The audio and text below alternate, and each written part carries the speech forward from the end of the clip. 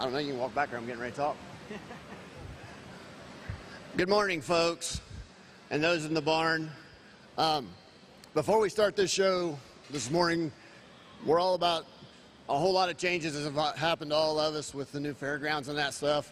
I just want to take a minute. I have a friend of mine that we're going to say a quick word of prayer, and then we're going to fire this show off, and we're going to have hopefully a good, successful day. So if you would take a minute, just stop. Those of you that are wearing a hat, if you could remove them, and I'll let Stacy Abernathy give us a word of prayer. Thank you.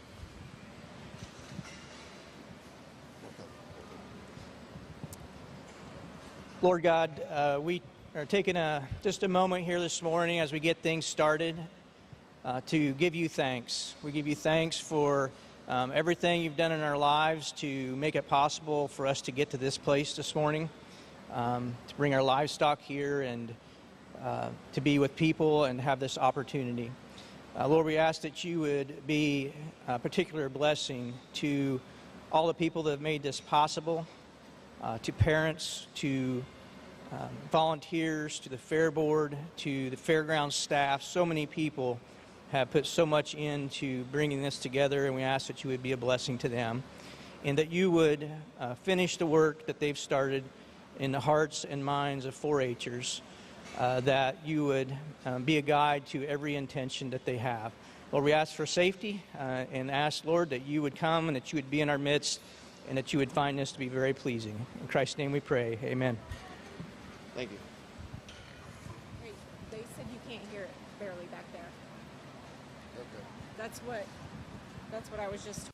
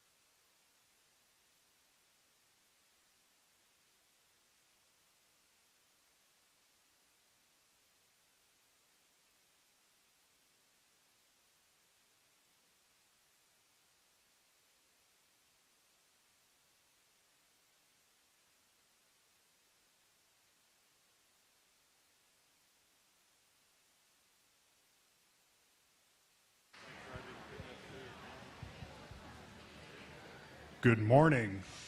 Welcome to the 2021 Tippecanoe County 4-H Fair Swine Show, the first to be held here in our new Coliseum. We can also be viewed on the live stream on YouTube. In the ring right now is Class 1 Berkshire Gilts. Gilts farrowed January 1st through January 12th. If you are looking for a show program, there are some located on the first row of bleachers on both the east and west side of the ring.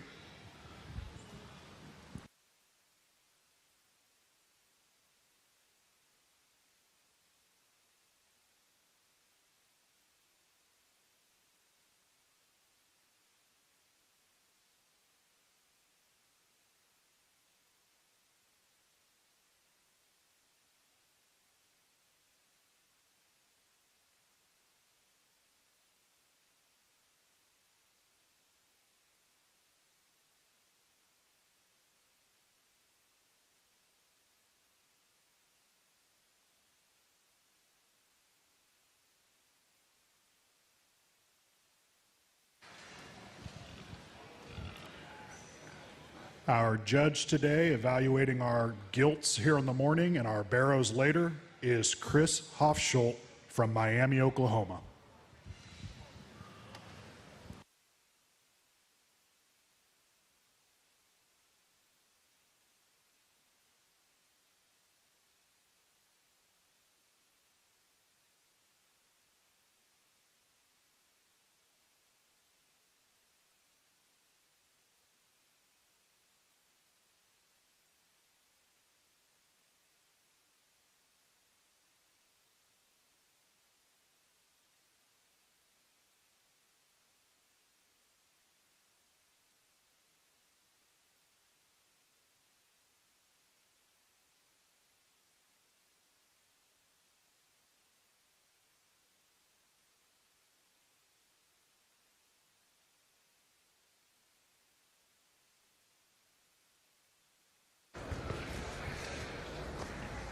Test. Whoa. Well, I'd just like to say thank you for having me out to your first Tippecanoe County Fair. This is definitely a first-class event, and I'm looking forward to work with the young men and women throughout the day. This is a nice class to start off with. I'm going to go ahead and use the young lady on the far end with the dark pigmented gilt and the orange shirt to start. Just kind of the fault-free gilt. I feel like she's her skeleton's extremely square and flexible, just not messed up anywhere. Her blade's laid on her body extremely good, and she's still got that maternal body type to her, a good turn to her rib cage. Maybe just make her a little more elegant, I guess, from her blade forward, but that's being critical of one that I think's got a lot of unique pieces to go ahead and start off with. I guess I spent most of my time between 2, 3, and 4 out here. I'm going to go ahead and use the young man in the orange shirt for a second. I really like that hog's bone and flexibility, and that one, I guess, in comparison to the gilt that wins the class, is a little more elegant from her blade forward, really tight about her throat latch. Probably, I mean, obviously there's some weight differences there, but just to admire one's skeleton, that one's very good in that regard. There I'm going to use the young man's light pigmented gilt for 3. That's definitely the dimensional one in the class. She's extremely opened up. Where I get nitpicky on her is just from her hock to the ground. Whenever you get right behind her, we just got to square her up in her hock right there in her lower joints just ever so slightly, but you really got to admire the added internal dimension that particular gilt does have. Young man's gilt that rounds out the class is one that's extremely neat from the side and proportional. She's really tall fronted and flexible. Just need to add a little more internal dimension, have a little more turn to her center body cavity, but as I said, one that's extremely flexible. Nice class. Let's give these exhibitors a good round of applause.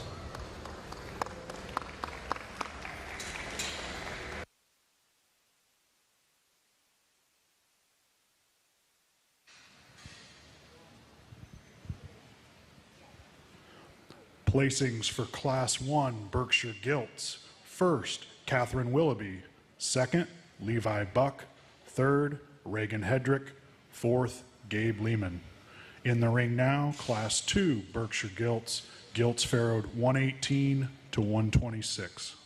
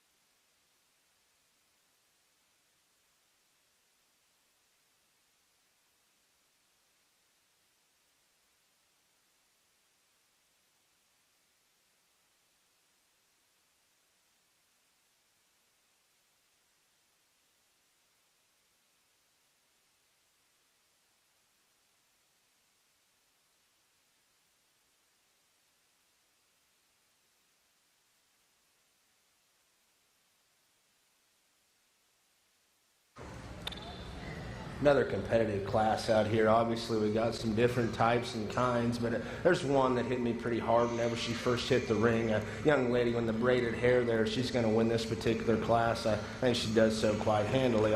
From the side, I mean, that one just proportions extremely well. The way her angles read, the way her blades set on her body, the set to her knee, and when you watch her come and go, she's square on every angle of her skeleton there. Very nice front end. I mean, from her blade forward, that one's extremely good as well, and still offers enough muscle to go ahead and move on up, especially in this particular breeding class. From there, I'm going to use the young man in the checkered shirt for a second. I think that one more closely follows our class winner just in terms of flexibility and having a feminine look from the side. I love that one from her blade forward. You might tighten her ear set just a little bit. I think that's being critical of one that's extremely neat from the side. Just maybe not quite as stout and opened up or as durable in her skeleton as the Gilt that wins this class, but really got to appreciate that one's flexibility and her fresh loin edge that one does have. From there, I'm going to use the young lady's dark pigmented Gilt. Now, in terms of just like an exotic look and extremely fresh skin and hair coat, I mean, that one's probably as good as any. She's obviously the most muscular one in the class. We just got to stretch that one out, lengthen her in her growth curve, just make that one a little longer cannon, stretch her out from her blade forward, and we can definitely move her up a few more spots as well. Young man's Gilt that stands in 4 is very long and extended. Just got to give that one more shape right behind her blade. Maybe relax her right there in the center part of her spine, or in the middle part of her spine, excuse me. Just need to give her more internal dimension. Good class.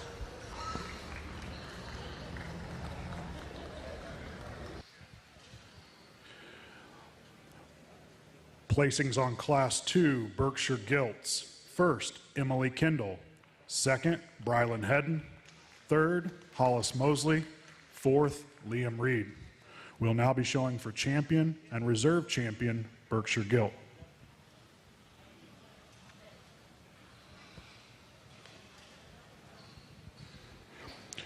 Our champion Berkshire Gilt trophy is sponsored by Owl Creek Farm, and our reserve champion Berkshire Gilt trophy sponsored by Series Solutions.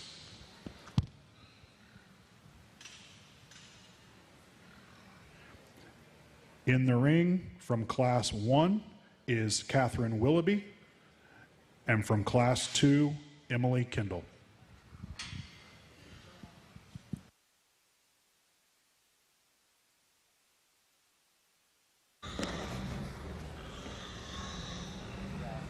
Good pair of class winners out here. There's one that just hit me a little bit harder just in terms of that look from the side and added stoutness of skeleton. Young lady that wins that last class will be your champion. Congratulations to her.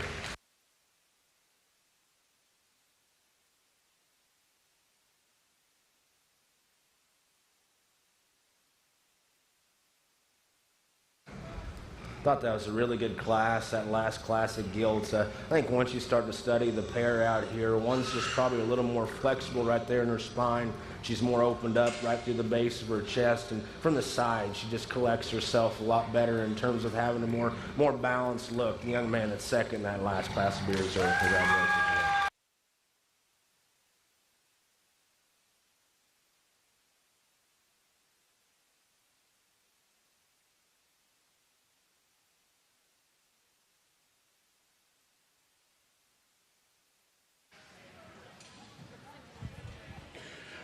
Champion Berkshire Gilt, exhibited by Emily Kendall. Reserve champion Berkshire Gilt, exhibited by Brylan Hedden.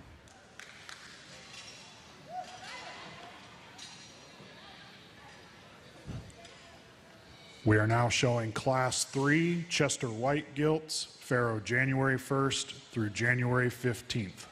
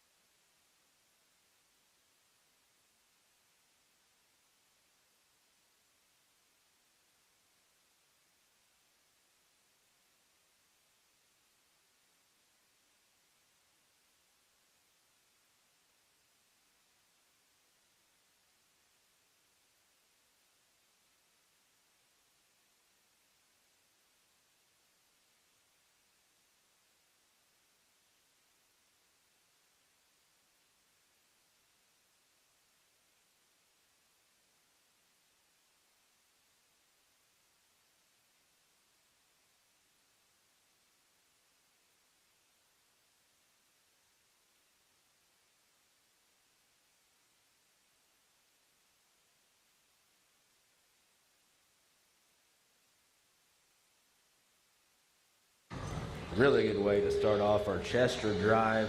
I think we got 2 gilts on the top side of this class that are very elite. One's just a little, one's probably pushing it in terms of cover for me today, and one's a little more genuine in her composition. But at the same time, once you study them two, one definitely moves with more flexibility and reach out of her front end, and that definitely goes to the young lady here to my right. She'll be your class winner. Very durable right through the middle part of her body. Got good turn to her center portion of her rib cage. Like I said, I'd like to peel a little bit of bark off of her, especially right there in that elbow pocket and through her throat latch. But once you start to study her skeleton, she's the one that definitely moves and plants and reaches the best out here today. That's a nice skill to win this particular class. Young man in the checkered shirt on the far end is the one that's going to be second for me. From the side, whenever she first hit the ring, I thought, wow, this one's going to be unbeatable. But once you start to study her skeleton, I'd like to push her blade back further on her body, make her move with a little more reach out of her front end, and I guess likewise on her rear leg as well. Just make her hit a faster gear out here today. But you gotta appreciate that one from that exotic look she does have. How tight she is in her throat latch and just that added muscle shape she has. That's a nice skill to land in too. And then I'm going to use the young man in the corner for 3. That one's one that's extremely sound and flexible, I guess, in direct comparison to Gilt, that's going to be 4. She just has more turn to her center portion of her body cavity. She's more opened up to the base of her chest. Just has more internal dimension and more cubic inches inside that one. She's going to land 3 for me today. Young man with the gilt coming directly at me is going to be 4. I mean, you start to study that one in terms of length and neck and just how long and extended that one is. You got to love that one. Just like to relax in her lower joints, open up them rear toes, maybe make her utilize that hind leg with a little more authority. But that one is extremely long and extended. Got an extremely long hip and rear leg. Nice class to start off with Chester's.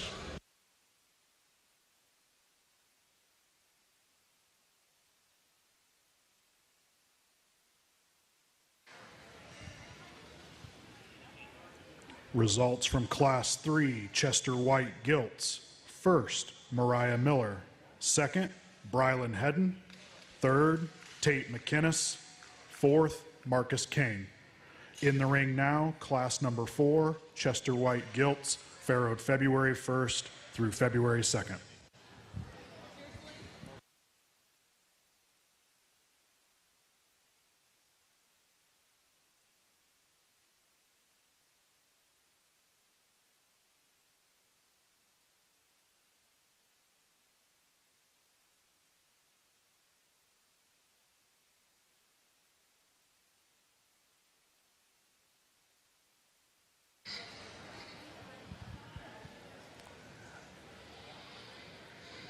We have been made aware that there are some PA issues both here in the Coliseum and in the barn. We are trying to work on those, so please be patient with us, but we are aware of a few PA issues.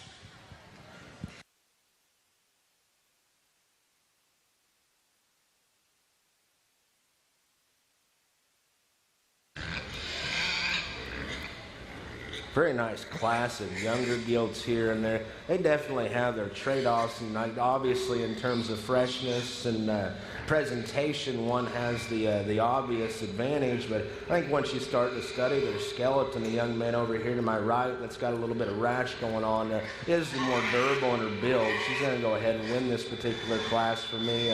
Very heavy structured gilt that's very stout featured. Everything about that one reads stout, from her forearm to her back leg to her tail root.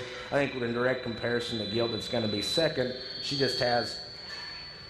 got more angulation to her blade and she's stouter at the ground. That's where she wins for me. Young man with the really highly presented gilt lands in 2. He's got one that's very proportional from the side. She's tall fronted. Just got to lengthen her out of her hip and reorganize her rear skeleton there. Maybe pick them pin bones up, make her rear leg just a shot stouter. But man, in terms of that center body dimension and freshness, young man done an extremely good job in that regard. Congratulations to them.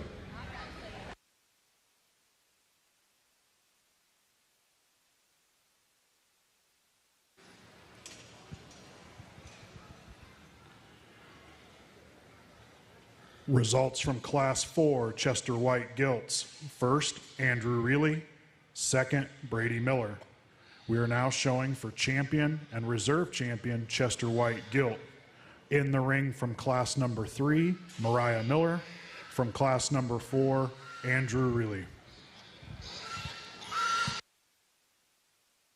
It's been a really good Chester drive. There's one that just hit me extremely hard and came out of a really competitive class. The young lady that wins that first class at Chester's will be your champion. Congratulations to her.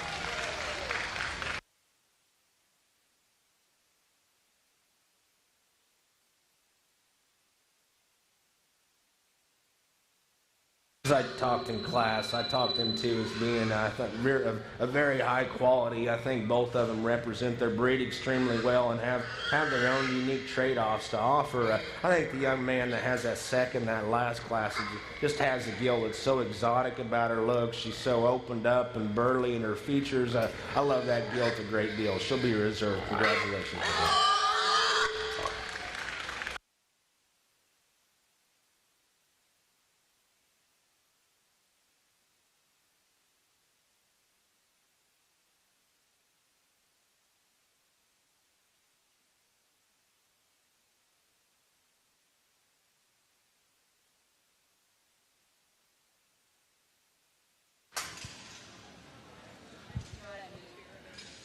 Champion Chester White Gilt, exhibited by Mariah Miller. Trophy was sponsored by Cody Reichert and family. Reserve Champion Chester White Gilt, that trophy was sponsored by Troy's Tire Farm, Troy Kruger, went to Brylan Hedden. We are now showing class number 5, Duroc Gilts, Farrow January 1st through January 5th.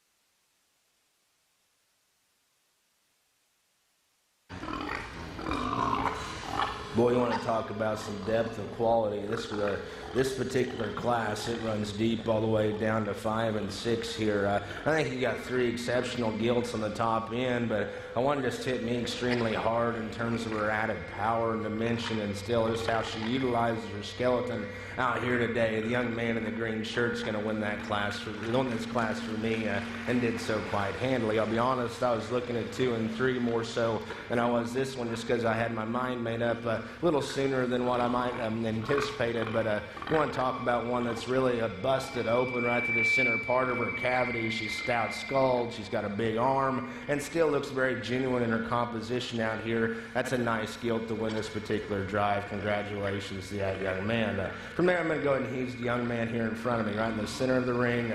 Really got to admire that one's durable skeleton. I mean, just extremely stout boned and stout featured. Her toes are extremely open and spread open. Whenever she drives away from you, she plants and pushes and dew claws open. I mean, a really flexible gilt.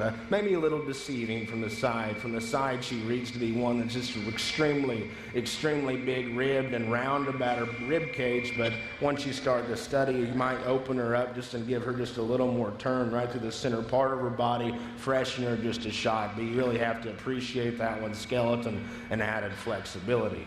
Young man's gilt that lands in 3. Whenever she first hit the ring, I was like, wow, this one's going to be hard to beat. The more I started to study her skeleton, just need to tweak her front skeleton and maybe just lengthen her hip just a shot. Might push her blade back further on her body and maybe lay it flatter on her body cavity. She wants to toe in just a little bit up front. That one's really fresh and well presented. She's got a big back laid in her, extremely round about her rib cage. Just need to change her from a few structural issues there in my mind. A gilt coming out next is one that's extremely striking from the side. I mean, that one just wants to run uphill. And from the side, she reads like one that's extremely stout and robust. But you get on top of her, she's probably the driest and flattest about her rib cage. You want to talk about one that's very tall-fronted, very balanced and proportional from the side. We just need to relax that one in her blade and give her more internal dimension and open her up right there to the lower part of her body cavity. Here comes the powerhouse in class. That one's extremely muscular. Just need to make that one move with a little more flexibility out of her front end. Maybe freshen her right there at the top of her neck and clean her up in that throat latch. I didn't read her lower skeleton to match what she had up high. For how much she has up high, need to make that one's bone and feet just a little bit bigger for me. Young man's gilt coming out next is one that's really good from the side. Once again, just need to change the way that one is in her center body. Need to make her have a little shot more turn to her rib cage. I don't know if her being in heat has something to do with maybe she's not eating today, but you want to talk about one that's very sound and flexible. Definitely has a neat look from the side. Turn that one off.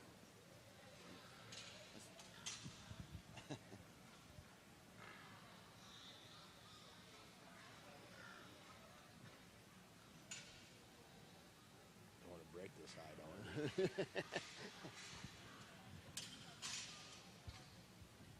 Should be flip it up in it. Should be.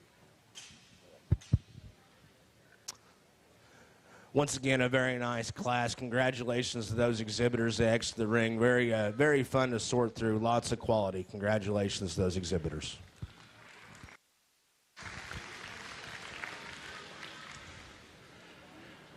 Results from Class 5 Duroc Gilts. First, Keegan Spray. Second, Peyton Welch. Third, Austin Tyson. Fourth, Emma Klauser. Fifth, Mariah Miller. Sixth, Cooper Bymaster. Seventh, Amanda Pendleton. Eighth, Allie Moore. Ninth, Alton Hedrick. In the ring now is class number 6, Duroc Gilts. Gilts Pharaoh January 6th through January 10th.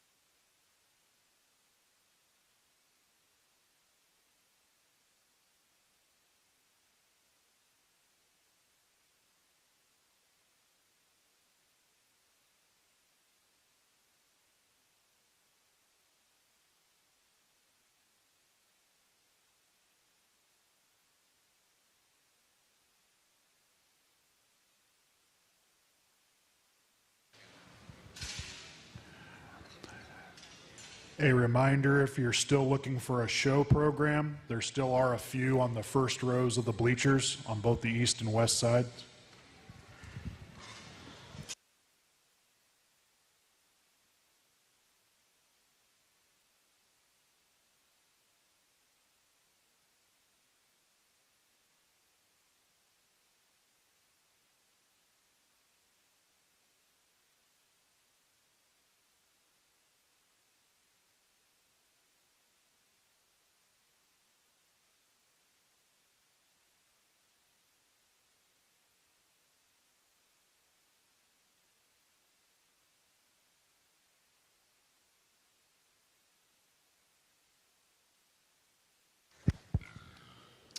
Another class out here on the top end. I'm going to go ahead and start with the young lady's dark pigmented gilt.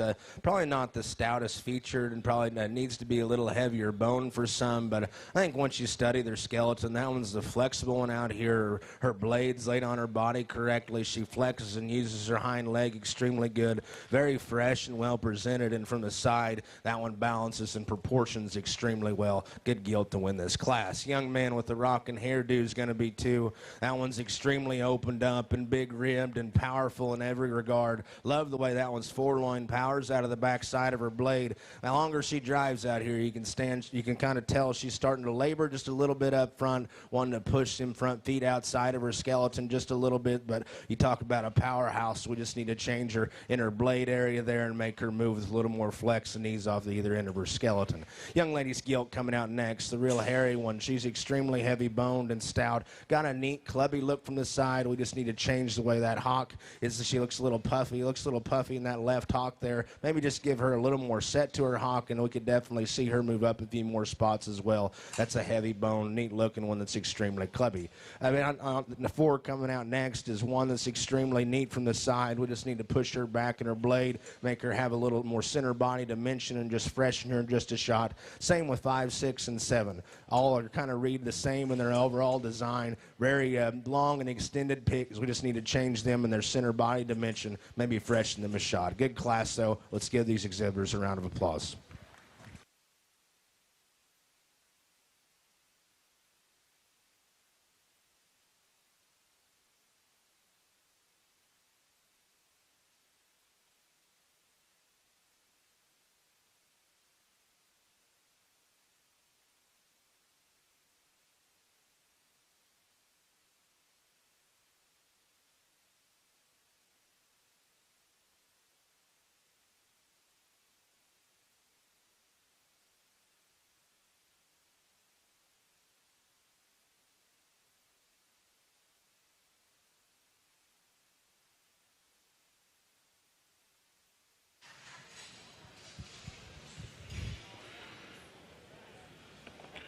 Results from Class 6 Duroc Gilt. First, Jaden Emmenizer. Second, Parker Johnson. Third, Lily Graves. Fourth, Marcinda Kane. Fifth, Marshall Kane. Sixth, Addison Garrett. Seventh, Rylan Hamilton. In the ring now, class number 7 Duroc Gilt, farrowed January 14 through January 17.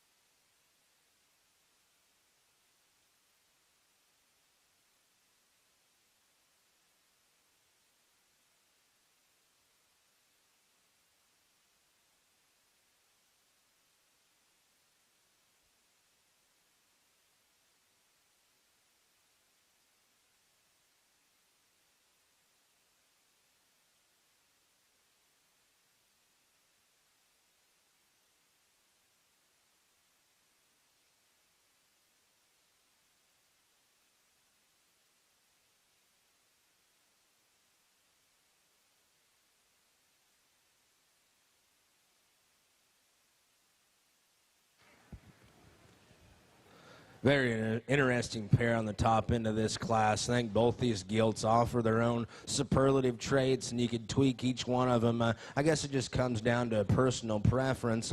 For me, the one that hit me the hardest is young lady's dark pigmented gilt here to my left. I think once you start to study them, when they come and go, that one's the squarest and most within her skeleton. I would be the first to admit she doesn't move with as much reach out of her front end as the gilt that wins, but you want to talk about one that balances extremely well. Love that one's hip and rear leg structure in terms of squareness and the way her foot hits the surface. Like that gilt a great deal to win this particular class. Young lady here in front of me definitely has the upper hand in terms of center body dimension, the way she moves out of her front end. I love that one's head and skull shape extremely well. Definitely has more turn to her center body. Where I get critical on her is when I step in behind her. Her pin bones are extremely wide, but right in her stifle and hock area, she's definitely pushing the limit for me. Just need to bring her within her skeleton and make her move, well, maybe with just a little more, I guess, stability off her rear leg once she hits the surface. But you want to talk about one from the side and how just the positive traits that pair has to offer. Very, very fun pair to sort. Good pair on top there.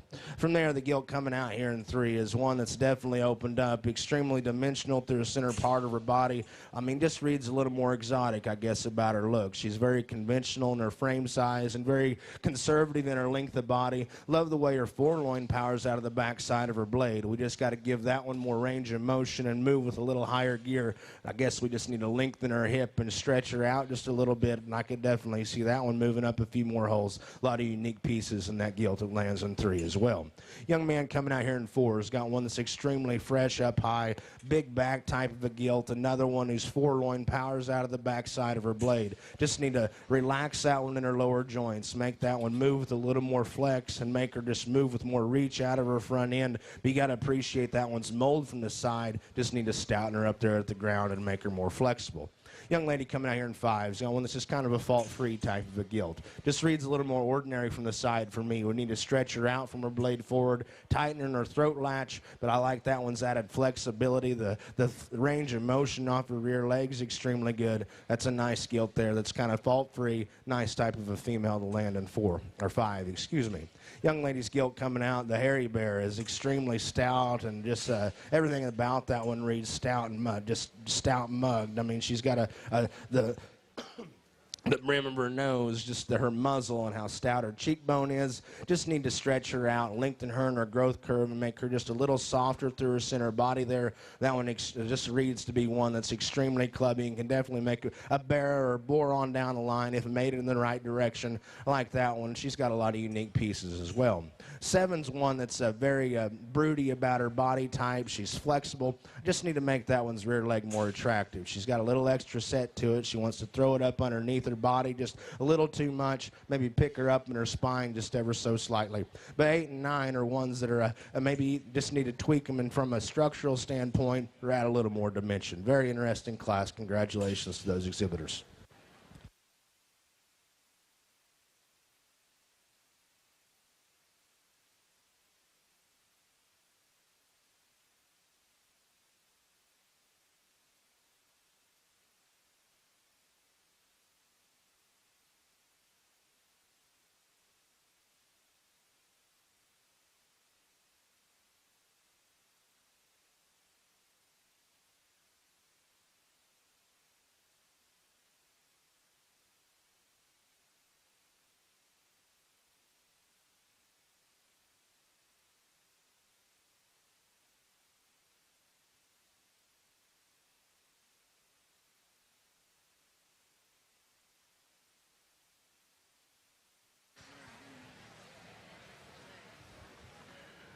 Results from Class 7 Duroc Gilts. First, Sophie Royer. Second, Caden Semenizer. Third, Kaylin Martin. Fourth, Brady DeFries. Fifth, Carly Bymaster. Sixth, Brooklyn Spray. Seventh, Emily Kendall. Eighth, Kane Storms. Ninth, Robert Larman. In the ring now is Class 8 Duroc Gilts, farrowed 118 to 125.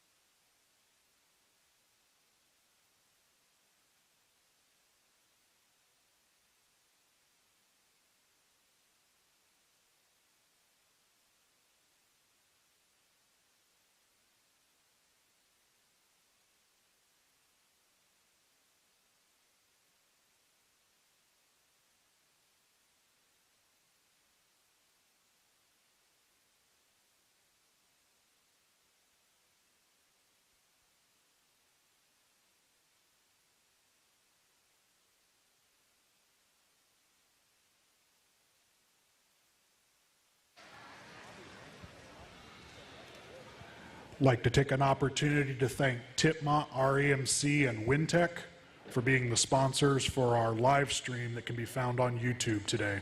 Thank you again to Tipmont and Wintech for their sponsorship.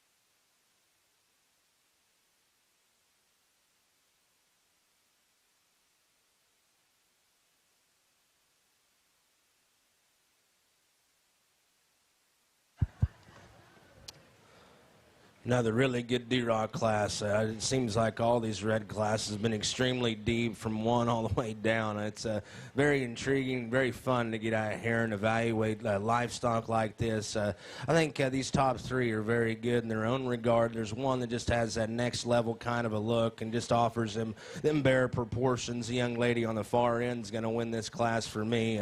Very opened up through her chest and just very shapely about her blade. Her back shape's extremely big.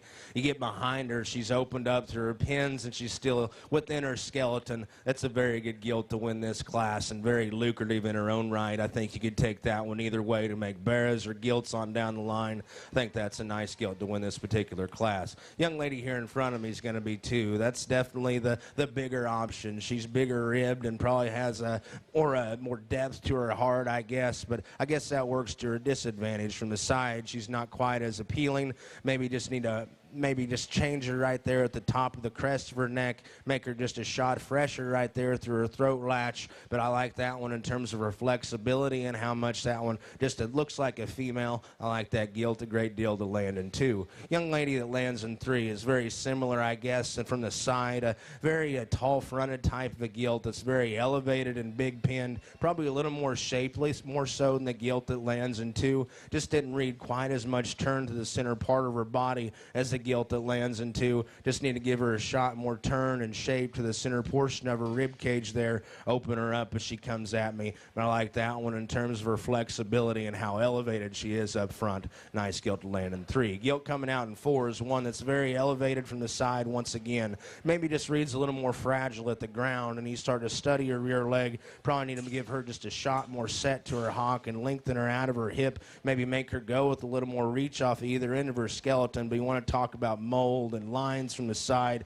That one's extremely balanced. Nice gilt there to land in the 4-hole. Gilt coming out next is one yet again extremely striking from the side, really tall and elevated. I guess we just need to relax her in her blade. I guess that blade probably works to make her look a little taller fronted, but I think that works to her disadvantage. She needs to take a longer step out of her front end, especially off them rear legs, and give her more center body dimension as well.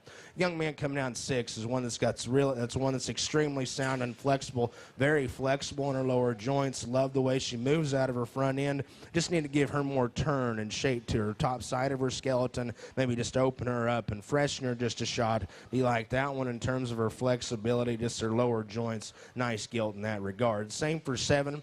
Really sound, flexible gilt. We just need to add a little more shape to that one and make her come and go with more dimension. Love that one's presence from the side a great deal. 8 coming out here is one that's very stout. We just need to change her off her rear leg.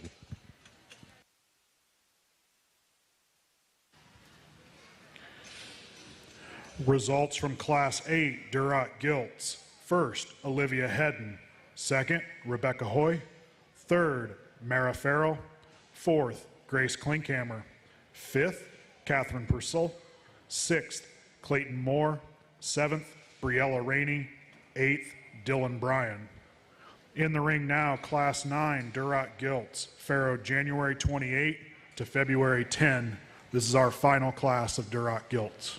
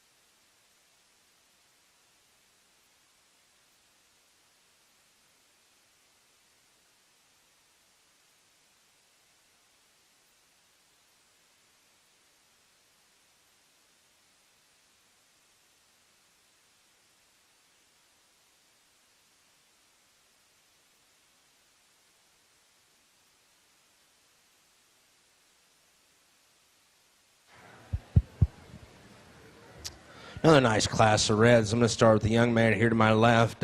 One that definitely is balanced from the side and tall-fronted and flexible. Maybe not quite as dimensional as some, but I like that one's added look from the side. And when she comes and goes, she's squarest off of either end of her skeleton and offers that clubby look from the side. I think that's an easy place to start. Nice Gilt to win. Young lady here in front of me is going to be 2. That's definitely the stout, robust monster in the class. I mean, that one's got an extremely big rib cage laid in her. She's really big up high. Whenever I get nitpicky on her is when she comes at me, she just wants to pop that elbow pocket out and just twist them front feet in just a shot. But we could change her in that regard and make her a little more elegant from her blade forward. That we could definitely move her up a few more spots. Young man that lands in 3 has got one that's very stout featured, extremely rugged about her skeleton. Just reads a little drier through her center body and up high. But man, you want to talk about one that's just really just fault free from a skeletal standpoint. Love that one's flexibility off either end of her skeleton. As I said, we just need to add a little more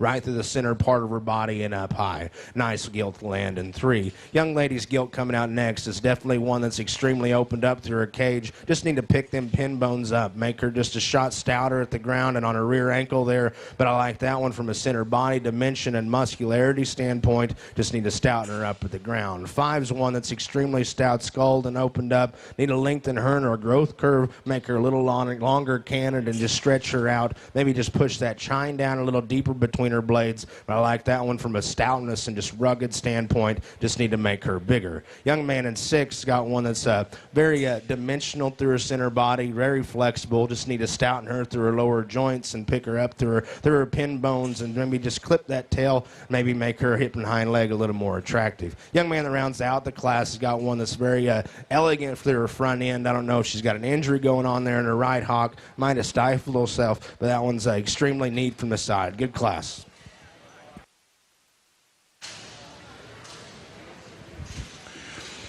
Results of Class 9 Duroc Gilts. First, Reese Arnold. Second, Kalen Dimmick. Third, Connor Thomas. Fourth, Sterling Guesswine. Fifth, Landon Ratz. Sixth, Sawyer Guesswine. Seventh, Gabe Lehman. We'll now be showing for champion and reserve champion Duroc Gilt.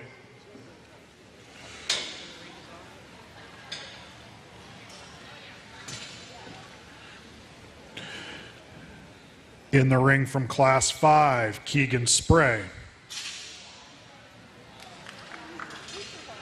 From Class 6, Jaden Emmenizer.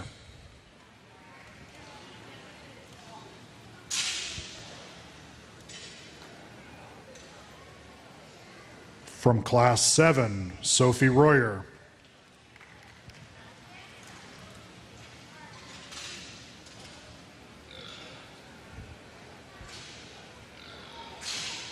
From Class 8, Olivia Hedden.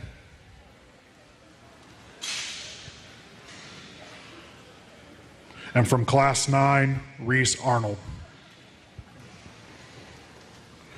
Our champion Duroc Gilt trophy is given in memory of Steve Stein, and our reserve champion Duroc Gilt trophy is sponsored by DeKalb Asgrow Pat Hahn.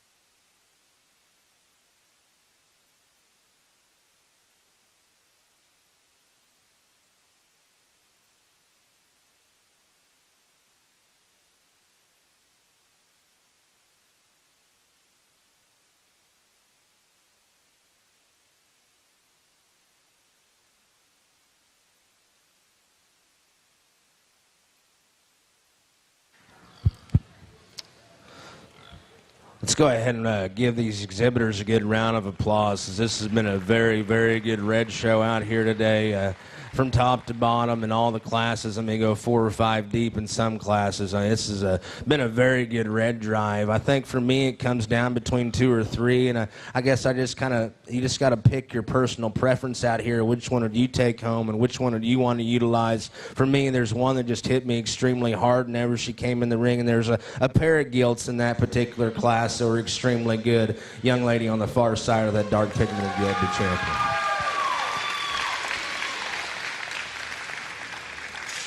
Champion Duroc Gilt, exhibited by Sophie Royer. That brings out Cadence Emanizer's second place animal.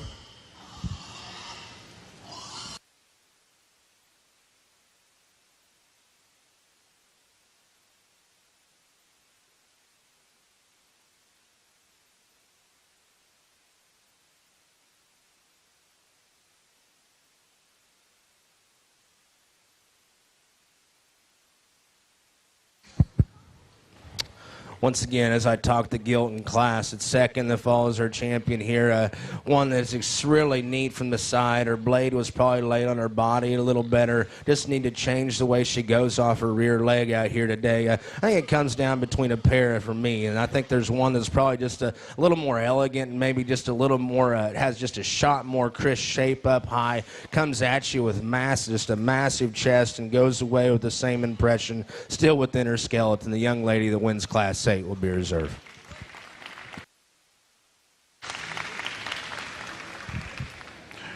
Reserve champion Duroc Gilt, exhibited by Olivia Hedden.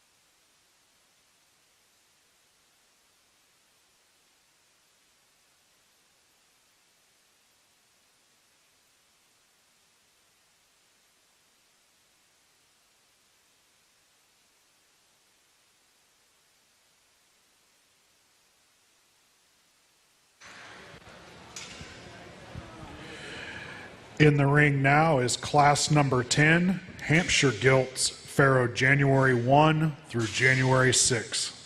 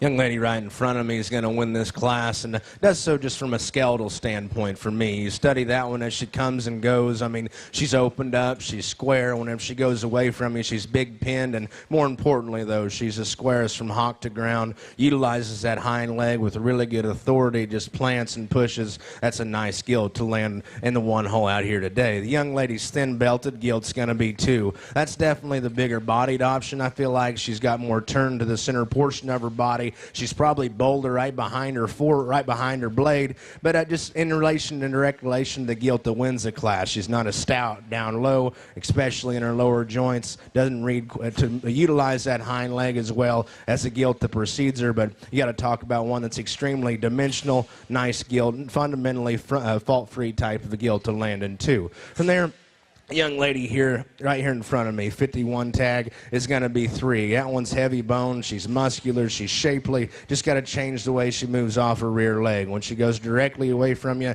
she wants to push outside of herself just ever so slightly. You want to talk about one that's extremely muscular and heavy boned. Looks like one that's done well. It's a nice gilt to land where she does. Young lady's light pigmented gilt's going to be next. It's one that's just extremely flawless from the side. Very tall fronted. She's long hipped. Just need to give her a shot, more internal dimension right through the center portion of her body cavity, maybe stout in her jaw and her muzzle just a skosh. You got to talk about one that's extremely flexible, though, in her own right.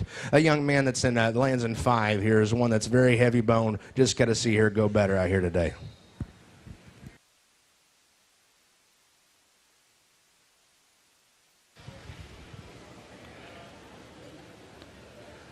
Results from Class 10 Hampshire Gilts. First, Jalen McGill.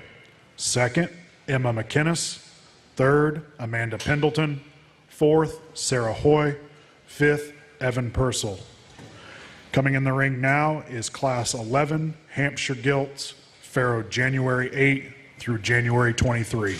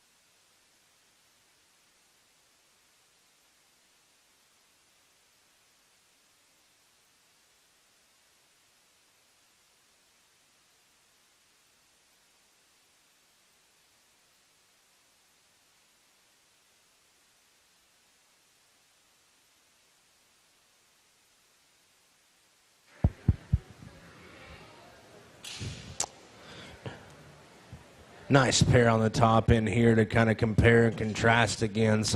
When one hit the ring, I was like, there's no way there's one that's going to be better than this, and then the other one hit the ring. I think this young lady with the green shirt's going to win this class, and I think that's the epitome, I mean, of making them built right from the ground up and then adding the extras. I mean, you want to talk about, especially for this particular breed, I mean, that one's hip and hind leg is just flawless. You study her front skeleton, her blades laid on her body right, knees set extremely good.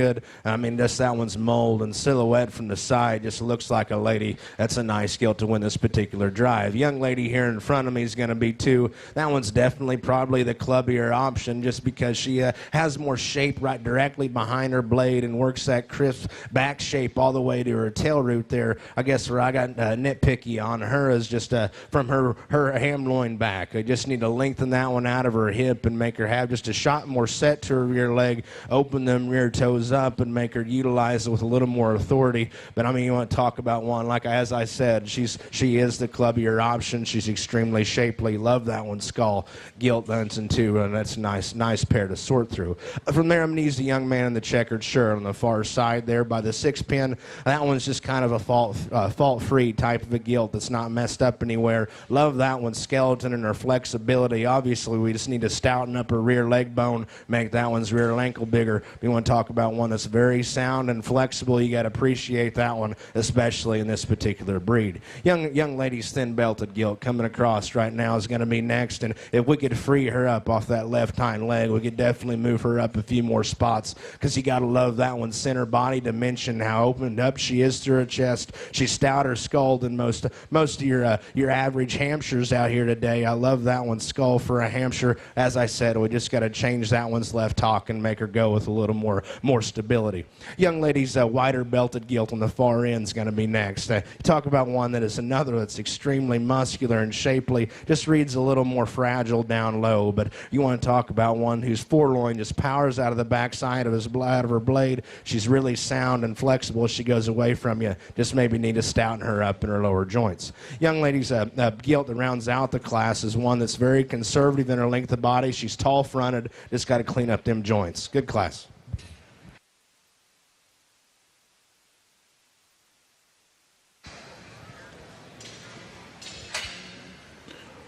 Results of Class 11 Hampshire Gilts. First, Michaela Spray. Second, Cadence Emmenizer. Third, Coleman McInnes. Fourth, Rebecca Hoy. Fifth, Caroline Petrie. Sixth, Caitlin Miller. Coming into the ring will be Class 12 Hampshire Gilts, farrowed January 26th through February 14th. This will be the last class of Hampshire Gilts.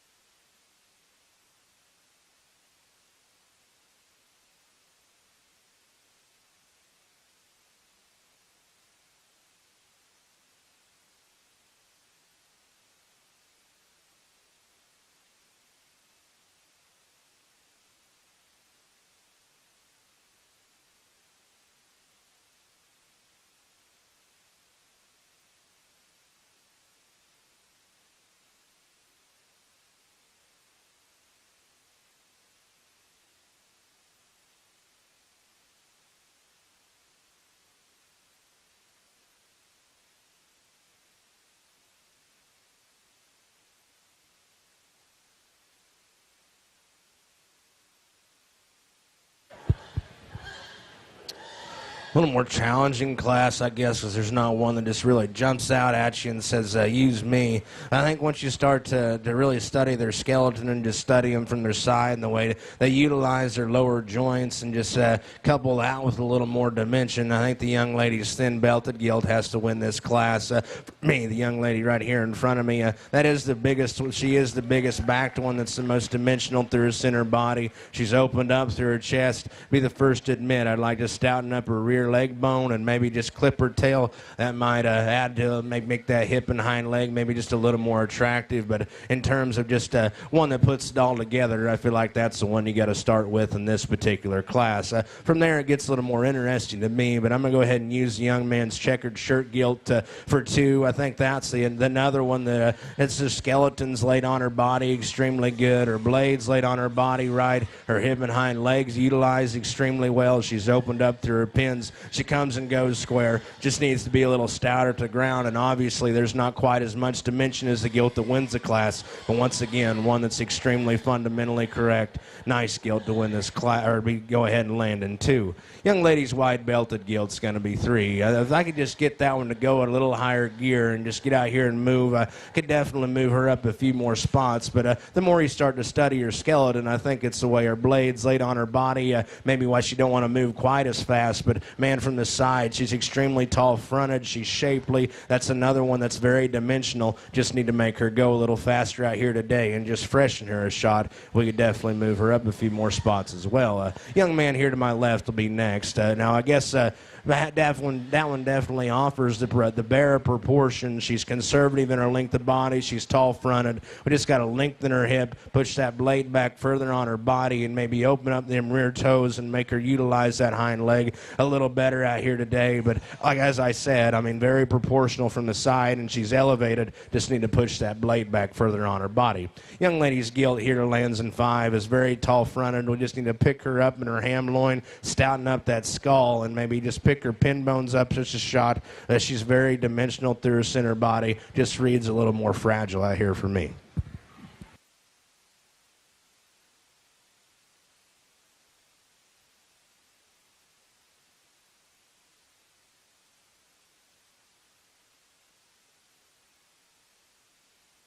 Results from Class 12 Hampshire Gilts. First, Sterling Guesswine. Second, Sawyer Guesswine. Third, Grace Buck. Fourth, Andrew Klinkhammer. Fifth, Savannah Underwood. We are now showing for our champion and reserve champion, Hampshire Gilt. From Class 10, Jalen McGill. From Class 11, Michaela Spray. And from Class 12, Sterling Guesswine.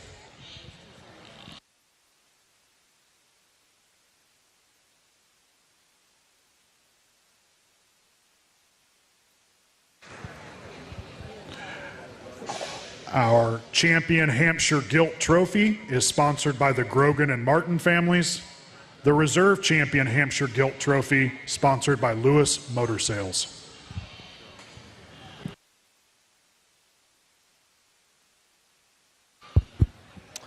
As we get our class winners out here for champion, I think it's a one-horse race. I mean, as I said in class, this one just exemplifies building them right from the ground up and then adding the extras. For me, the young lady here in the green is going to be your champion.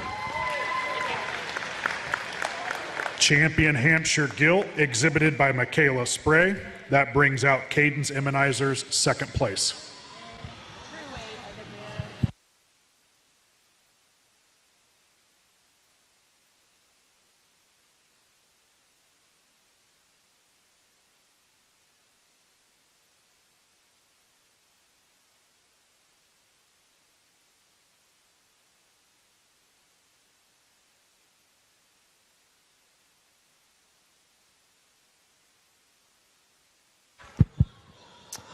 As we bring out the second in that class, as I said, I mean, she definitely corrects the criticisms of the one that wins. Just having that extra shape up high and bulk right behind her blade. If we could just relax her in her rear toes just ever so slightly, she'd have won that class hands down. For me, she's your second best one. Congratulations to her.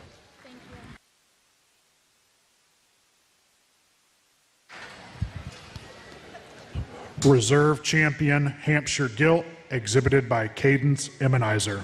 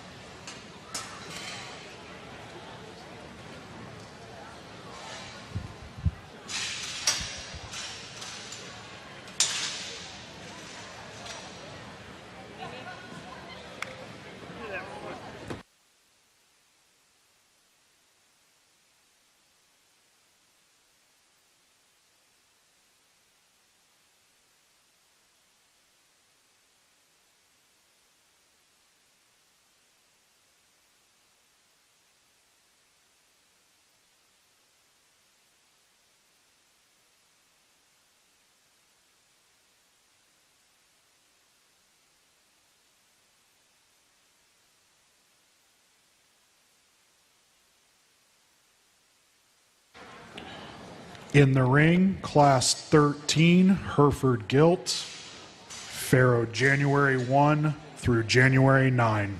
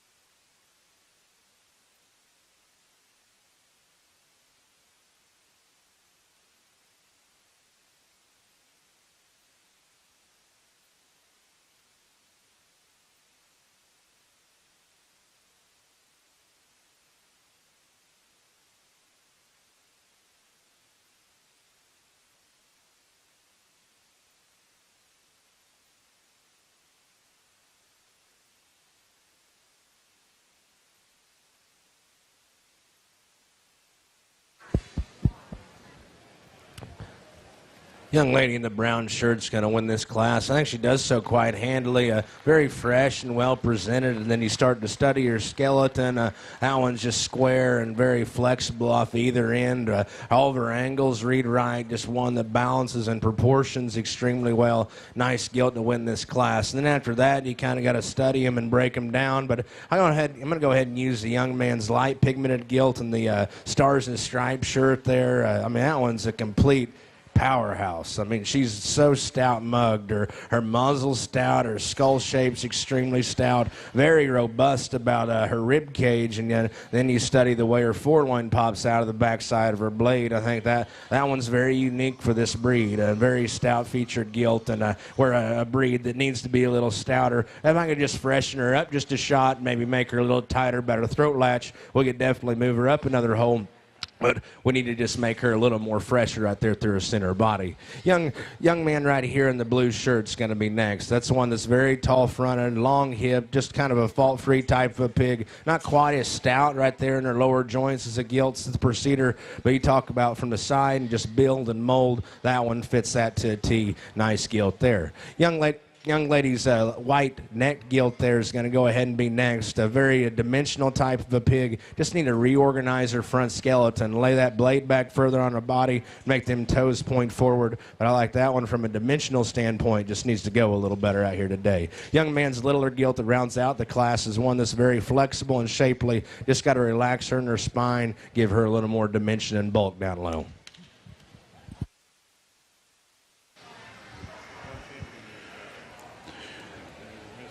Placings for Class 13 Hereford Gilts. First, Mariah Miller. Second, Reagan Hedrick. Third, Corbin Bullhofer. Fourth, Kayla Propes. Fifth, Mason Thomas. Coming in the ring now is Class 14 Hereford Gilts, farrowed January 10th through January 29th.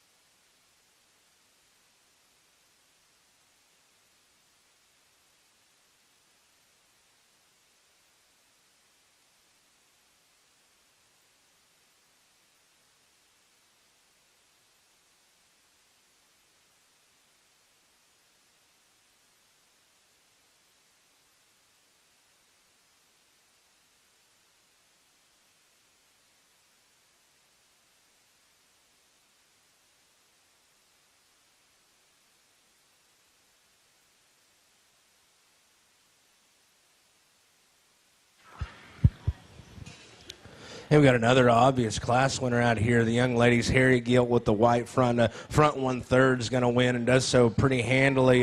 Just a very dimensional pig that's very heavy boned. And then you study her lower joints. I mean, that one's extremely flexible through her lower joint, especially on her rear legs. Her toes are open. Definitely utilizes it with very good stability and authority. Nice Gilt there. It's very dimensional and just kind of puts everything together out here for me to land there in that one hole. Next one, I guess you start to study from a uniqueness is, for me, the young man right here in front of me. I guess being more exotic, I guess, from the side and just has that extra shape to her back. And you get behind her, she's big pinned and still square hocked. And also, she's very stout about her features. I'd be the first to admit I'd reorganize her front skeleton, just put her blade and her knee back in her, maybe make them toes point more forward. But I guess from a uniqueness standpoint and how exotic she is from the side, that one definitely has to land in 2 in this particular class for me. Next, I'm going to go ahead and use the young man in the checkered shirt. I think that one's the one that's probably the more dimensional through her center body. She's bold about her forerib there and got a big rear leg laid in her. Just reads a little more ordinary, I guess, from the side. She's a little deeper in her forerib in relation to her flank. Maybe just extend her in her from her blade forward and tighten her up in her throat latch. But as I said, that one's extremely flexible, very dimensional and broody about her type. Nice Gilt that's very fundamentally correct to land there in that 3 hole. Next, I'm going to go ahead and use the young lady in the pink shirt for 4. That one's very opened up through her center body cavity. From her hip forward, that one's probably about as good as any. She's very big-chested. She's stout-skulled, got a very big forerib laid in her. Just need to stretch her hip out, pick her pin bones up, make her utilize that hind leg a little better, and just open up them rear toes. But as I said, front 2/3 is very good in that hog. Just need to reorganize that rear skeleton.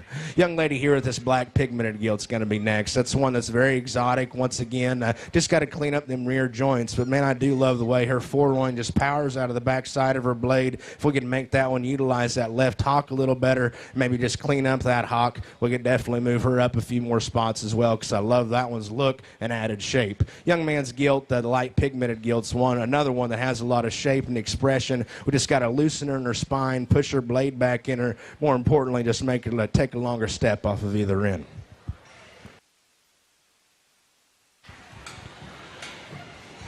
Placings for Class 14, Hereford Gilts. First, Kyra Rainey. Second, Brylan Hedden. Third, Brock Winger. Fourth, Addison Mosley. Fifth, Grace Mosley. Sixth, Andrew Reilly. We're now showing for champion and reserve champion, Hereford Gilt.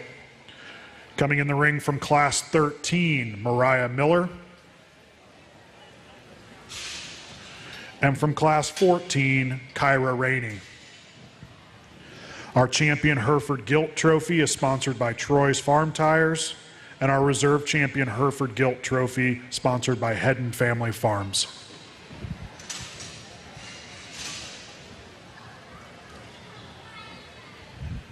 A thank you to all of our trophy sponsors throughout the day, both those that we've already given out, as well as the very large amount that we still have to give throughout the day. Thank you again to all of those trophy sponsors.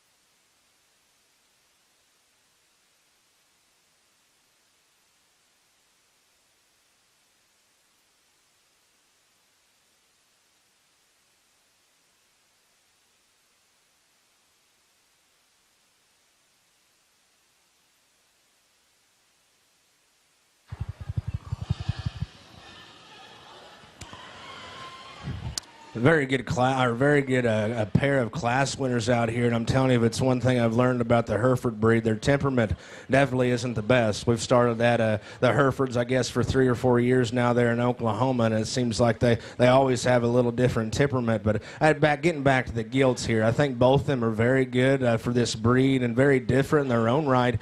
For me, one hit me a little harder whenever she came out here, just having that little extra look from the side and from her blade forward. Young lady that wins that first class will be your champion. Congratulations to her. Champion Hereford Gilt, exhibited by Mariah Miller. That brings out Reagan Hedrick's second place animal. I talked that second for being very exotic and very stout featured and very unique for a breed just in her bone work and stoutness of features. But I think the gilt that wins that second class is definitely that, and just does it to a higher degree in terms of having a more proportional look from the side and balanced look. More importantly, her hip and hind leg is definitely more flexible and stable. Young lady that wins that second class will be a reserve.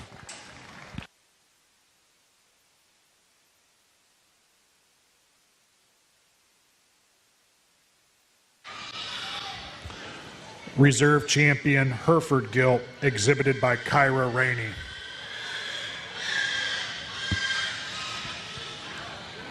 Our next class is Class 15, Landrace Gilts.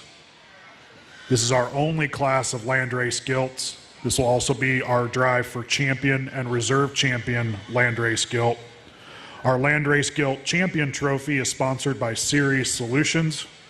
Reserve champion Landrace Gilt trophy sponsored by Beck's Hybrids, Ben DeFries.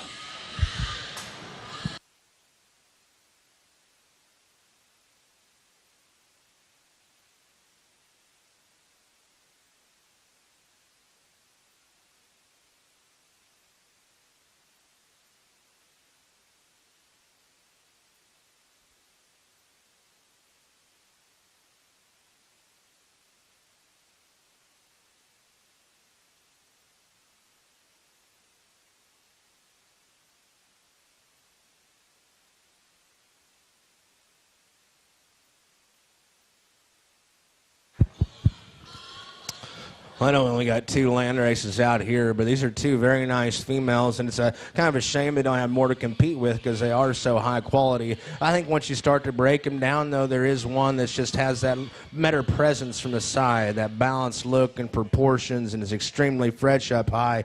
Young lady here in front of me will be your first young man second place gilt and also reserve. Is very sound and flexible and heavy boned, just not quite as neat right there through her hamloin junction. Maybe just wants to get a little more upright about her pasterns, just open up them rear toes, but you got to love that one's elegance from her blade forward and how shapely she is. Congratulations, these 2 exhibitors.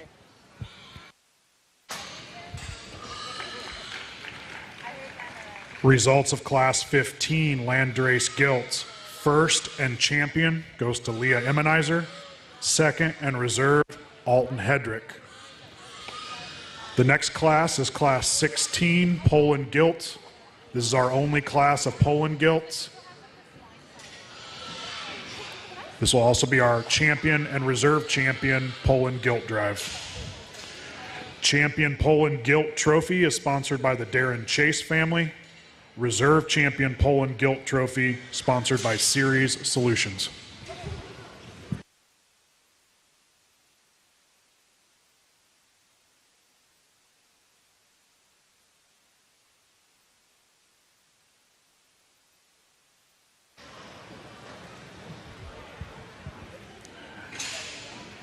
Once again, we'd like to take an opportunity to thank our live stream sponsors, Titma, REMC, and Wintech, for making our live stream on YouTube possible.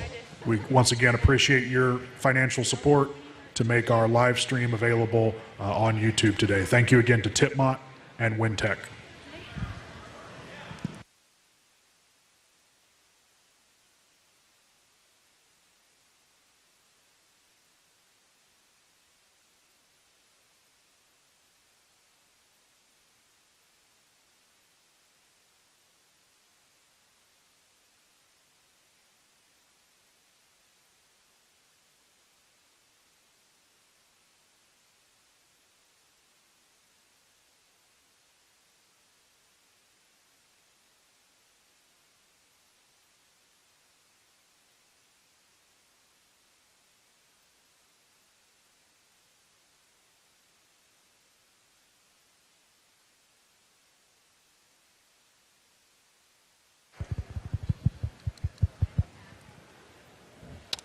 Another very good class. So the young man here on the far side will have your class winner and champion, one that's just not messed up anywhere. I mean, she's got a very good skeletal base to her. Her blades laid on her body extremely good, and her hip and hind leg, her hip's extremely long, and her hind leg is very good. Just one that's very fundamentally correct to win this particular class and be champion.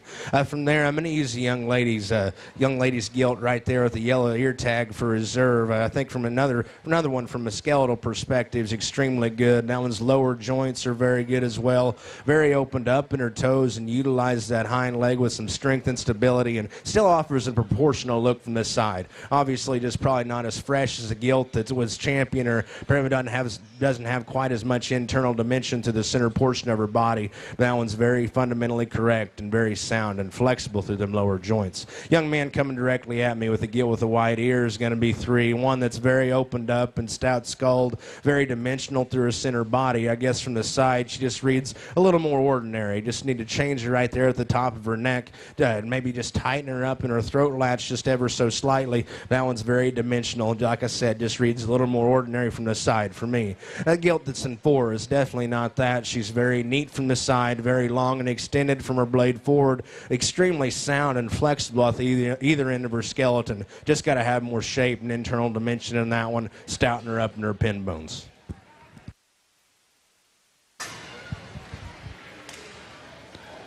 Results of Class 16 Poland Gilts. First and champion goes to Mason Thomas. Second and reserve, Aubrey Reed.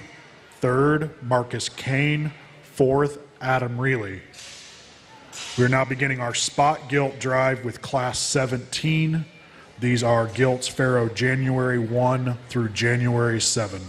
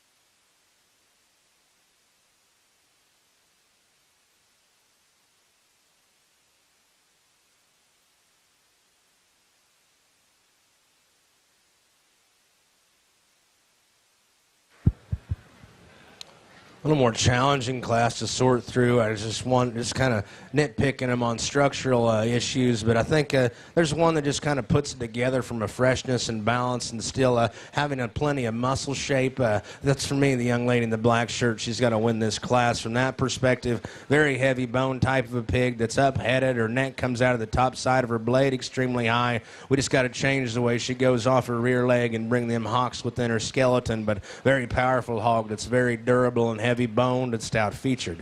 Young lady's predominantly white gilt's going to be next. That's probably the heaviest bone, loosest skeleton pig that's very square as she comes and goes. Just doesn't read with as much shape. Right behind her shoulder, doesn't read quite as fresh as the gilt that wins this particular class. But you got to admire that one's flexible skeleton and a very square build.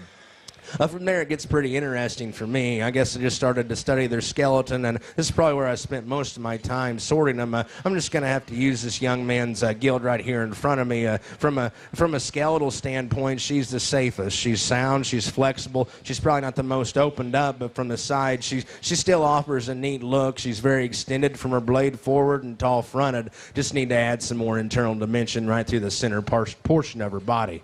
From there, the young man's really stout, burly gilt. Gilt's going to go ahead and be next. I guess from the bone, if we're just measuring bones out here, that one would probably win. Just got to make that one more comfortable as out here. Her blade is just not laid on her body correctly. She wants to stab that dew claw on the ground and just got gimp around out here. But man, you got to admire that one's internal dimension, how big that one her bones are.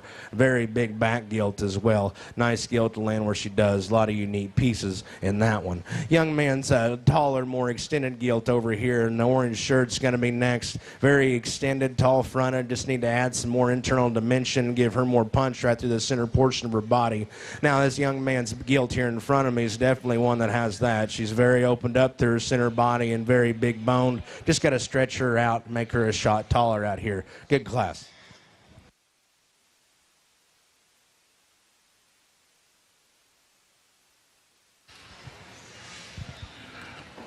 Results from Class 17 Spot Gilt. First, Carly Bymaster. Second, Addison Garrett. Third, Colin Miller. Fourth, Clayton Moore. Fifth, Luke Weston. Sixth, Carson Bates.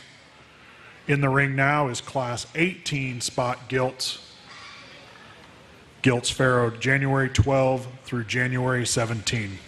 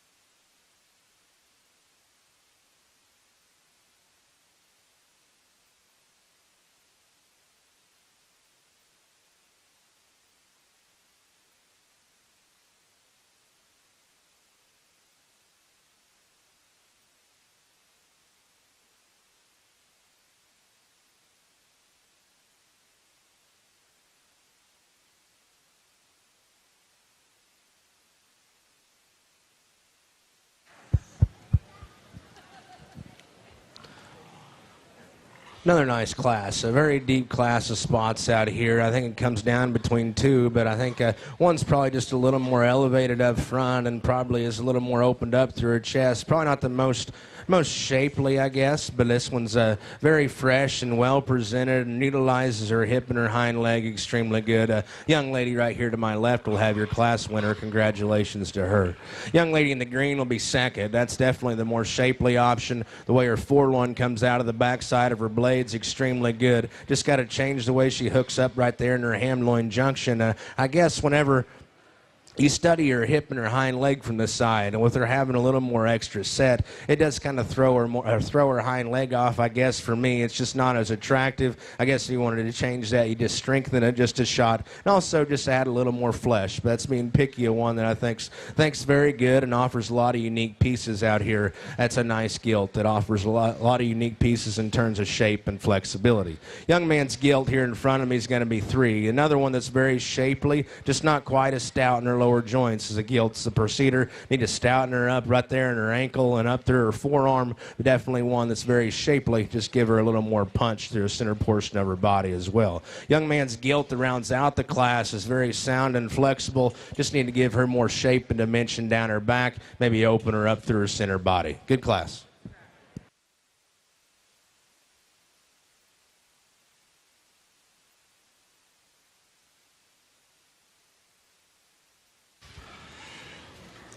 Results of Class 18 spot gilts. First, Jaden Emmenizer. Second, Michaela Spray. Third, Marshall Kane. Fourth, Colton Ratcliffe DeFord. In the ring now is Class 19 spot gilts, fared 121 to February 1st. This is our last class of spot gilts.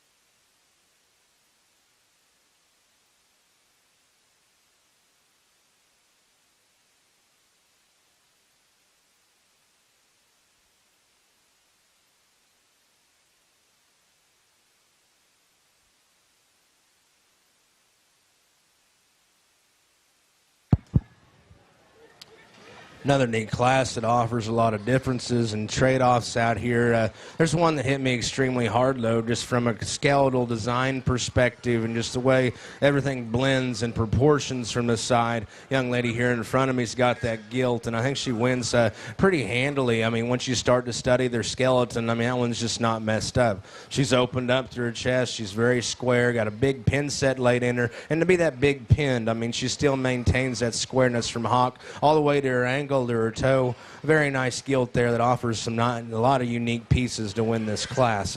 I guess the stout burly option's going to go ahead and be second. That's a young man right here in front of me. That's definitely the stouter legged option. She's definitely probably a little more conservative in her length of body. I don't read quite as much turn right there to the center portion of her body as the Gilt that wins, but more importantly, we need to square up that one from her hock to the ground when she goes away from you. She's putting all of her pressure on the outside of her toe, but a very burly stout option to be there in 2. Young lady in the yellow shirt's going to be 3. I really like that one. Like, you can appreciate that one from a width and dimension standpoint. Once the young lady gets her head elevated, she really does start to balance, but I think the reason why it's so hard for the young lady to get that hog's head above her top line is just the way that one's blade's laid on her body. We just need to rotate that one's blade back more further on her body and make her move with a little more reach out of her front end, maybe just relax her in her spine. But man, she's very shapely, fresh, and well presented. The young lady's done a good job with that particular project. A young lady in the corner right there in the red shirt's going to be 4. Very big rib type of a Gilt that's sound and flexible, just kind of a problem-free type of a pig. Just need to pick her up in her spine and freshen her up just a shot. Maybe also just pick up her front pasterns just ever so slightly, but she's very muscular, very flexible. That's a nice Gilt to land where she does. Young lady in the gray shirt there's got one that's very heavy boned and very dimensional. Just need to clean up them joints and make her a little more flexible off either end. Results from Class 19 Spot Gilts. First, Leah Emmenizer. Second, Parker Johnson. Third, Brooklyn Spray. Fourth, Isabel Tyson. Fifth, Grace Buck. We will now be showing for champion and reserve champion Spot Gilt. Coming in the ring from Class 17, Carly Bymaster. From Class 18, Jaden Emmenizer. And from Class 19, Leah Emmenizer.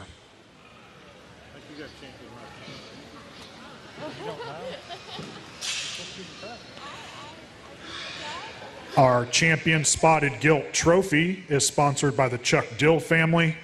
Reserve champion spot Gilt trophy sponsored by Troy's Farm Tires.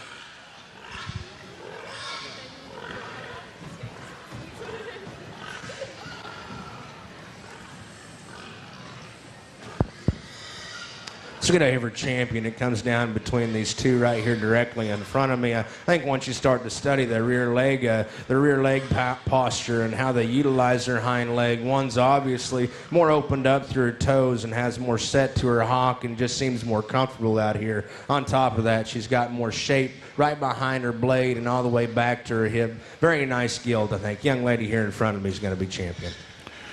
Champion spot Gilt, exhibited by Leah Emmenizer. That brings out Parker Johnson, second place.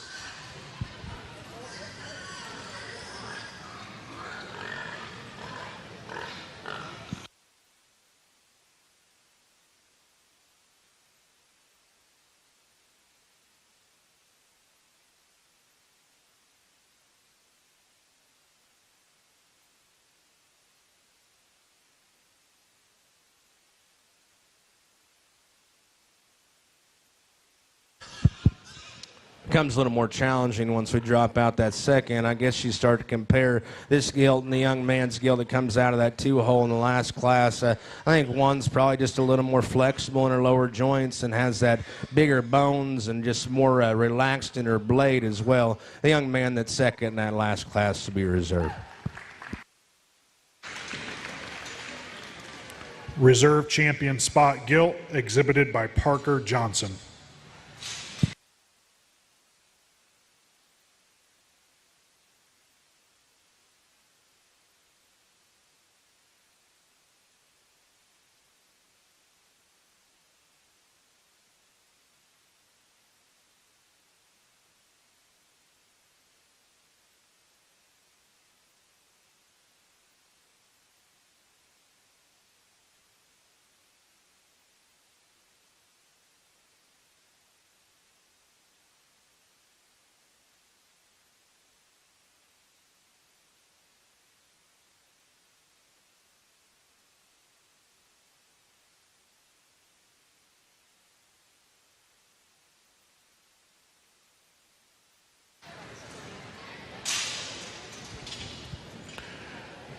In the ring, Class 20, Tamworth Gilts, Pharaoh January 1 through January 10.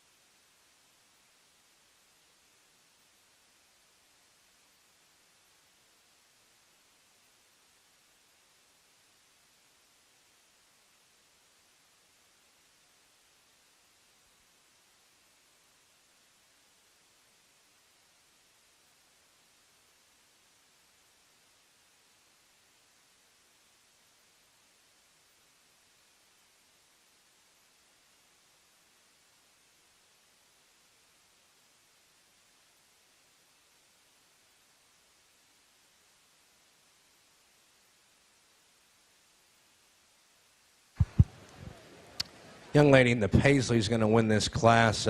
Very fault-free type of a gilt. I mean, it has an exotic look from the side, very shapely about her blade. Love the way her neck comes out of the top side of her blade as well. And for this particular breed, very muscular backed, very big pin. Just looks like one that's very genuine in her composition. That's just a nice problem-free type of a gilt that has the extras there to win this class and does so quite handily. Young lady here in the cheetah print shirt's going to go ahead and be second. That one's definitely the bigger-bodied, bolder-centered option. She's very conservative about her length of body as well, and opened up through her chest, I guess in direct comparison to the gilt that wins the class. She's just not quite as neat looking from the side, doesn't have that extension from her blade forward. Just need to extend her too from her pin bones out, or from her out of her hip. But in terms of just added dimension and muscularity, I mean, that one's probably as good as it gets. Nice gilt to land in too. Young lady's lighter skin gilt's going to be 3. That one's intriguing to me for being very heavy boned and tall fronted and muscular. Just need to rotate her blade back further on her body, and whenever she comes directly at me, just need to make her plant square up front and make them toes point forward.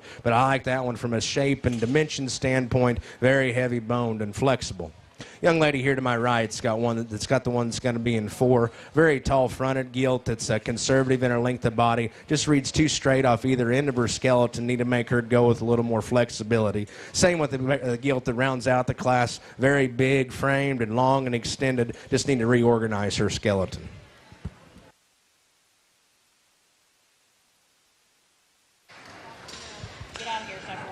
Results of Class 20 Tamworth Gilts. First, Milena Emmenizer. Second, Bristol Snowart. Third, Kyra Rainey. Fourth, Kayla Propes. Fifth, Tyler Canoy. In the ring, Class 21 Tamworth Gilts. Gilts Pharaoh January 12th through January 21st.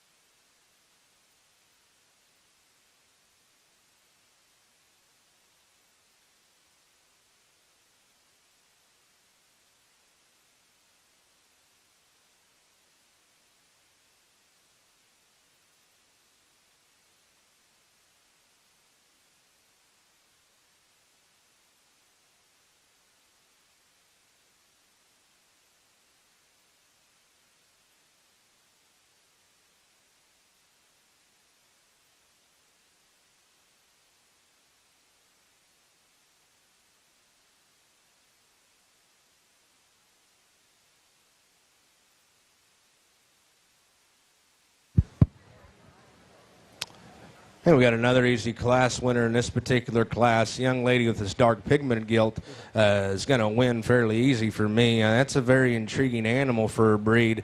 Extremely heavy boned. I love the way her neck comes out of the top side of her blade, but she's very fresh in her center body, and the turn to her center ribs extremely good. Up high, she's fresh as well and very big pinned. And also, you study her skeleton. It's her angles are laid on her body extremely good, and manages her hock within her skeleton. Nice gilt to win this class. Second's going to be this light pigmented gilt here in front of me. Very muscular gilt. I love the way that one's foreloin comes out of the back side of her blade. Just reads a little flatter right there to the center portion of her body in comparison to the gilt that wins. Need to give that one just a shot more angulation to her blade up front and her knee. Make her move with a little more reach. That one's extremely tall fronted and shapely. Young man's light pigmented gilt's going to be 3. One that's very conservative in her length of body, very flexible in her lower joints. Just need to give her more shape and stouten up them bones down low. Maybe just give her a little more freshness up high as well. That one's extremely flexible, very tall fronted. Same goes with the gilt that rounds out the class. Very flexible gilt. Just need to give her more punch to the center portion of her body and to her back.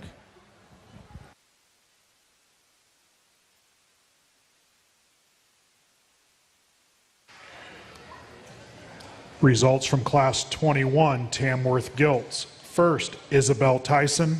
Second, Rebecca Hoy. Third, Carson Bates. Fourth, Samuel Cox. We are now showing for champion and reserve champion Tamworth Gilt. From Class 20, we have Milena Emmenizer. And from Class 21, Isabel Tyson. Our champion Tamworth Gilt Trophy is sponsored by Hedden Family Farms. The reserve champion Tamworth Gilt Trophy sponsored by Troy's Farm Tires.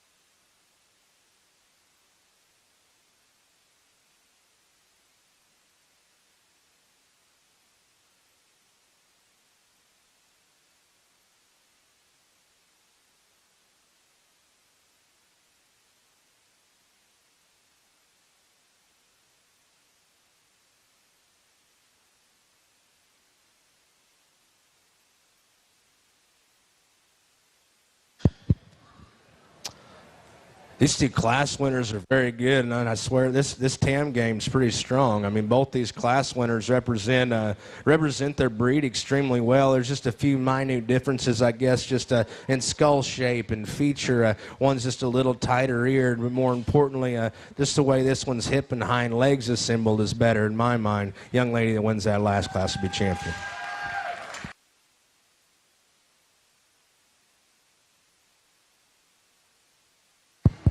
To bring out that second in that class, we need to push her blade and knee back further in her, make her move with a little more reach off either end. That's where the gilt that wins that first class just excels. I mean, she's so flexible, and yet she's still extremely shapely and very well presented. Still has that neat look from the side. The young lady wins that first class to be reserved.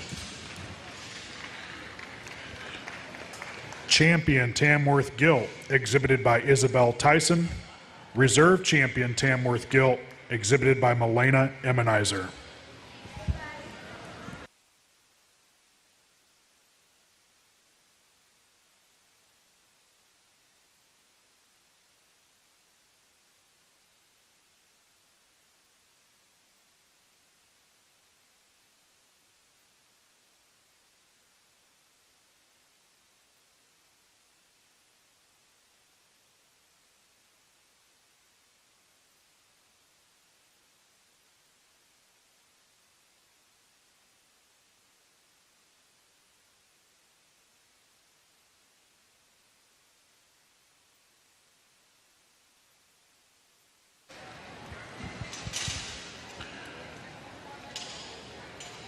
In the ring, Class 22 Yorkshire Gilts, Gilts Pharaoh January 1 through January 6.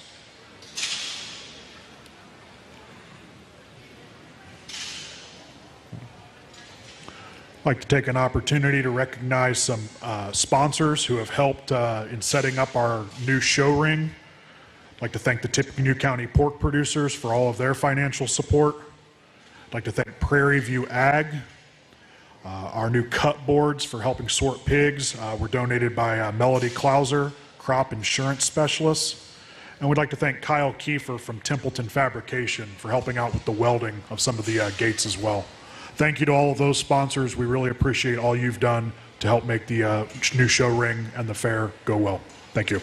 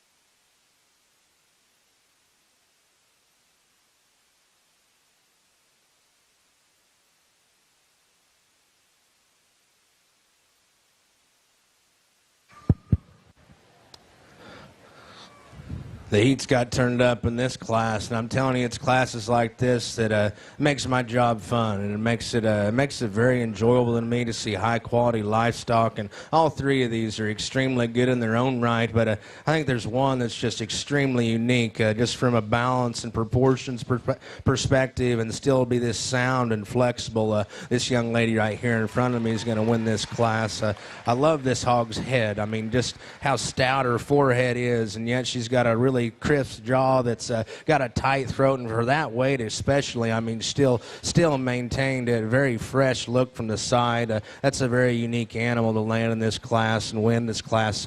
That's a nice one to start with. From there, I'm going to use the young man's Gilt on the far side. I think in comparison, the Gilt that goes in 3, her hind leg is more stable and correct. Her rear toes are more open. She's wanting to push just a little bit right now. She's getting a little hotter, but she is a little more relaxed in her blade. But I just like to maybe make her just a little more extended from her blade forward, and she's kind of past her prime for me in terms of just a little extra bark right there through her throat latch and elbow pocket. That one's extremely good from a skeletal design perspective. Looks like a female out here. Nice Gilt to land in 2. Young lady's Gilt that's here in 3 obviously has given up a little bit in pounds, but I guess where I got a little more nitpicky on her was just her length of hip and the set to her hind leg. When you get behind her, she wants to just roll that hind leg just ever so slightly on that left hind leg. She's putting more pressure on that outside toe, but boy, you want to talk about from the side. That one just, the way her neck comes out of the top side of her blade,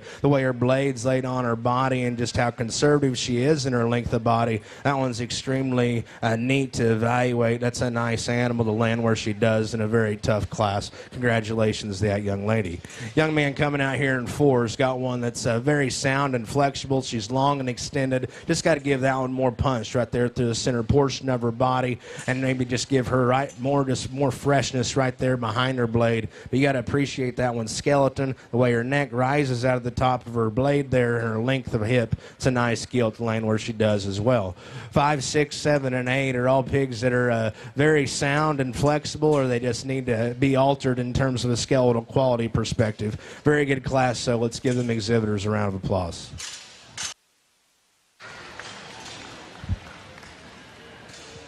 Placings in Class 22. First, Caitlin Martin. Second, Blake Smith.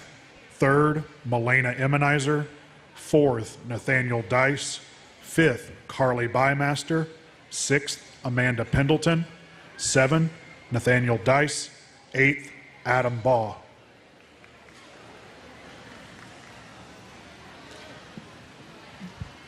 In the ring now, Class 23 Yorkshire Gilts, farrowed 1-9 through 113.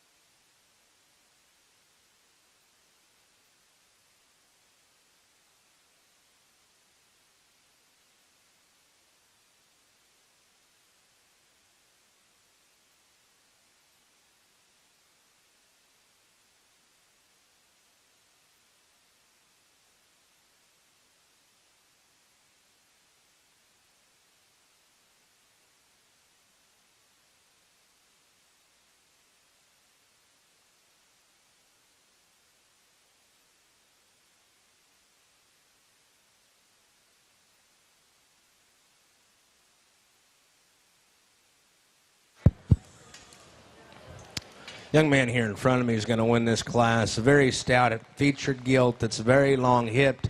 She's very proportional from the side. I guess when I get nitpicky on her is I'd like to lay her blade flatter on her body. You can tell that dew claw is wanting to stab in the ground just a little bit, and them front toes kind of turn out just ever so slightly. But, I mean, from the side, you can't paint a better picture of one. I mean, so tall-fronted, and so I love that hog's head, how stout it is, and yet still attractive. Like that hog a great deal, just from the side and from a female's perspective.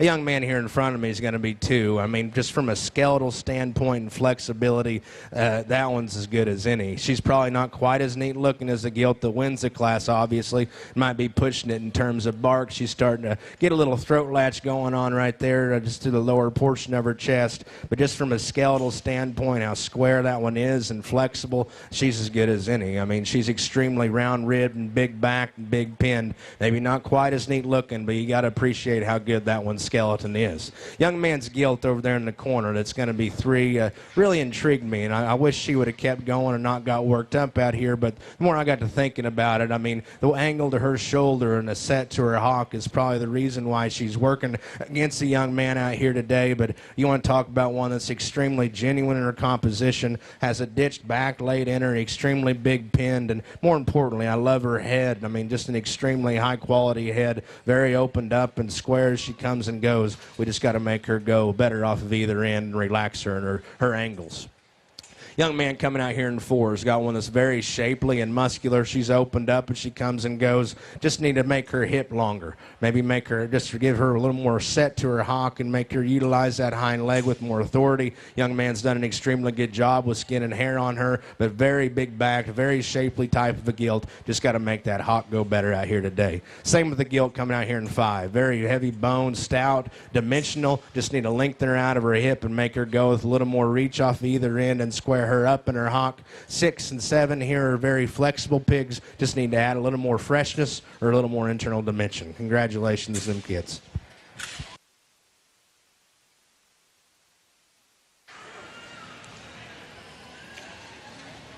Results of Class 23. First, Blake Smith. Second, Gavin Coffey. Third, Caleb Surveys. Fourth, Austin Tyson. Fifth, Allie Moore. Sixth, Caitlin Miller. Seventh, Rylan Garrett. In the ring, Class 24, Yorkshire Gilt, farrowed 117 to 212. This is our last class of Yorkshire Gilts.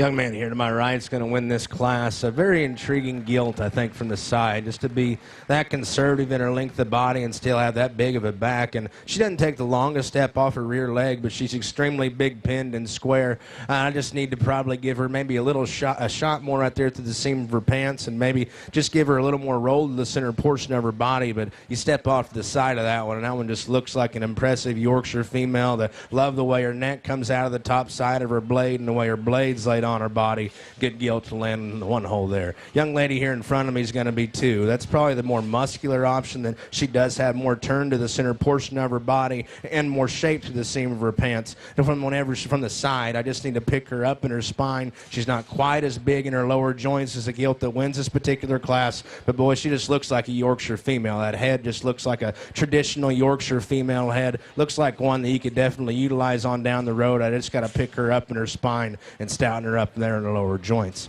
Young lady's gilt here in 3 is one that's very just problem-free. She's got a nice look from the side. She's tall-fronted, long-hipped, got a good set of running gears underneath her. Just need to open her up to the lower portion of her skeleton in relation to what she has up high. Doesn't quite correlate for me. Just need to open her up in her knee and maybe peel a little bit of that flesh right there underneath her throat latch there. But I like that one from a flexibility and just a correct skeleton standpoint.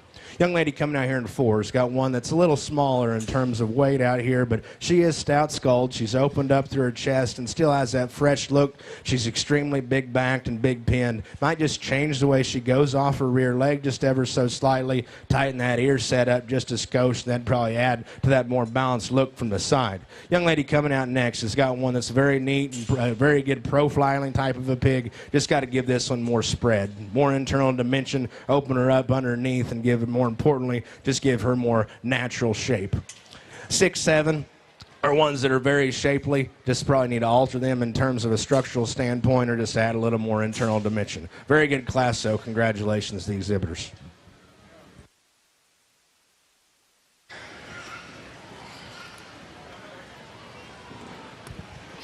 Results of Class 24 Yorkshire Gilts. First, Peyton Welch.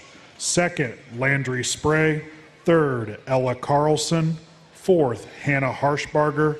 Fifth, Ava Carlson. Sixth, Grace Barker. Seventh, Zane Castor. We'll now be showing for champion and reserve champion Yorkshire Gilt. In the ring from Class 22, Kaylin Martin. From Class 23, Blake Smith.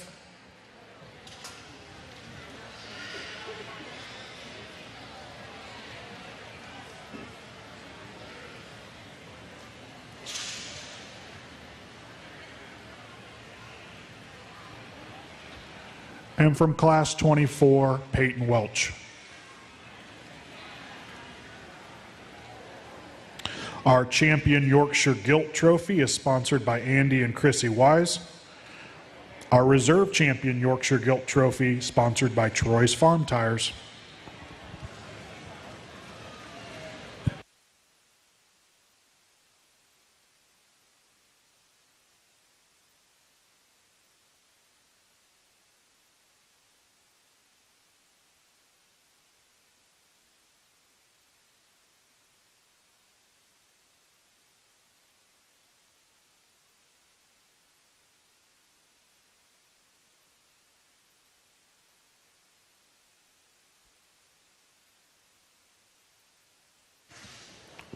Well, it's been an absolutely incredible Yorkshire show out here. All 3 of these class winners are just look like very high quality and high dollar type of females. I like this green carpet because it makes it real easy for me to break down their skeleton and study the way they utilize their lower joints. I think once you start to study the way and start studying when they come and go, I think one sorts itself to the top quite handily. Whenever you study this one going away from you, I mean, you can just study the way she plants and reaches, and whenever she can see the tip of her toe whenever she goes away from you, just how flexible she is in her lower joints. And on top of that, she just has that next level kind of a look. Young lady in that red bow will be your champion.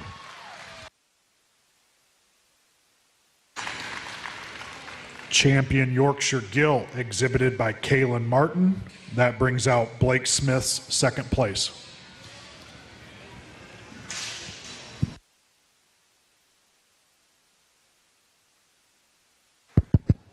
There's another one that hit me extremely hard out here. Maybe not quite as flexible, doesn't take quite as long of a stride, just in terms of that added bone mass and the way this one's skull shape is and just that look from the side. Young man here in front of me will have your reserve.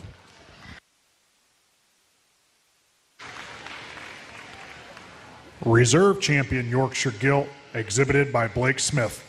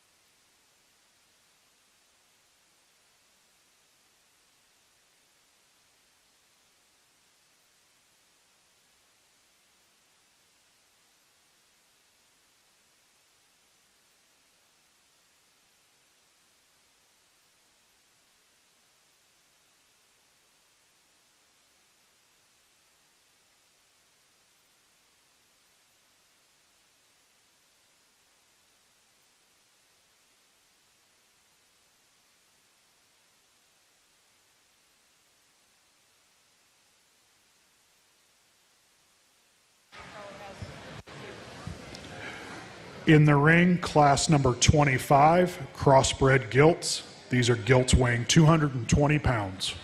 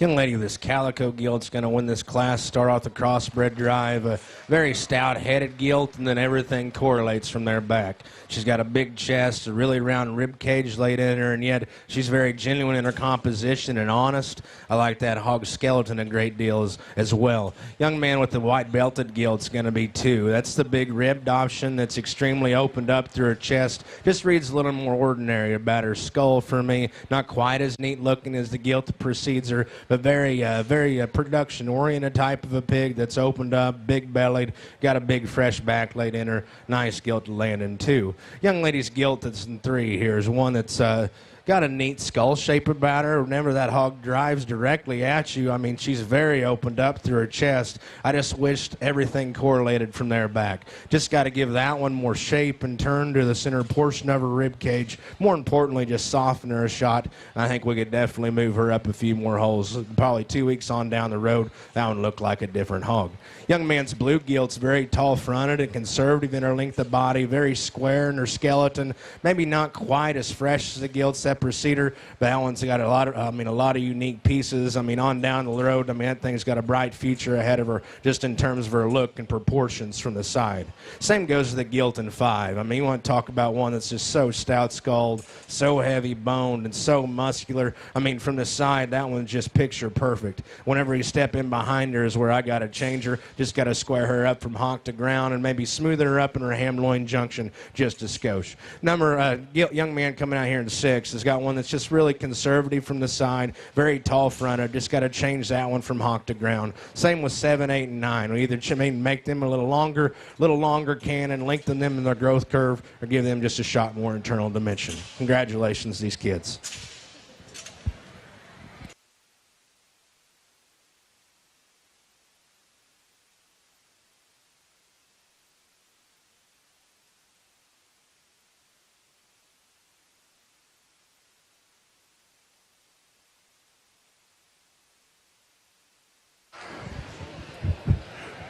Results from class 25.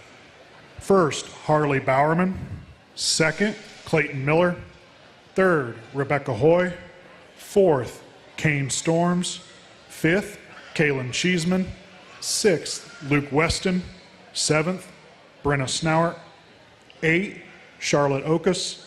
9, Kaylee Rosenbarger. In the ring, Class 26 Crossbred Gilts, weighing 221 to 224.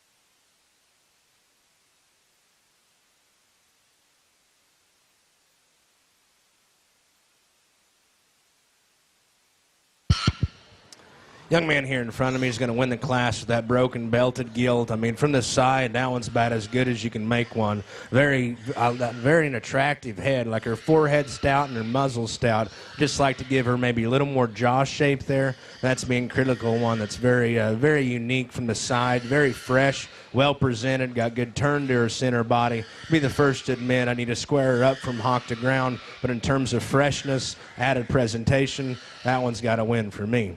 Young lady's black-headed gilt's going to be next, and in terms of skull shape, she definitely surpasses the gilt that's in one hole there, but just doesn't read like one that's just doing 100%. She reads a little drier in her rib shape, and her ears are just, I don't know, she doesn't act like she feels 100% today. I don't know if that has anything to do with her feel, but just need to give her a shot more flesh right there through her lower portion of her rib cage there, lengthen her out of her hip, and just give her a little more set to her hock. Very heavy boned, attractive gilt there. I love her features and how square built she is. Young lady's Chester gilt's very intriguing to me. Very shapely gilt that's bold bladed and opened up. Got a functional set to her hock. Maybe not the most attractive, but I like that hog's muscle shape and flexibility a great deal. That's a neat gilt to go ahead and land where she does. Very shapely and flexible gilt in her own right. 4, 5, and 6 are very heavy bone gilts. Just need to alter them in terms of structural integrity or give them just a shot more shape up high.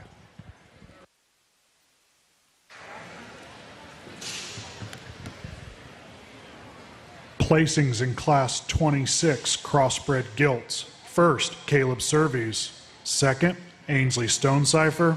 Third, Ember Chapman. Fourth, Briella Rainey. Fifth, Haven Rice. Sixth, Brenna Rice.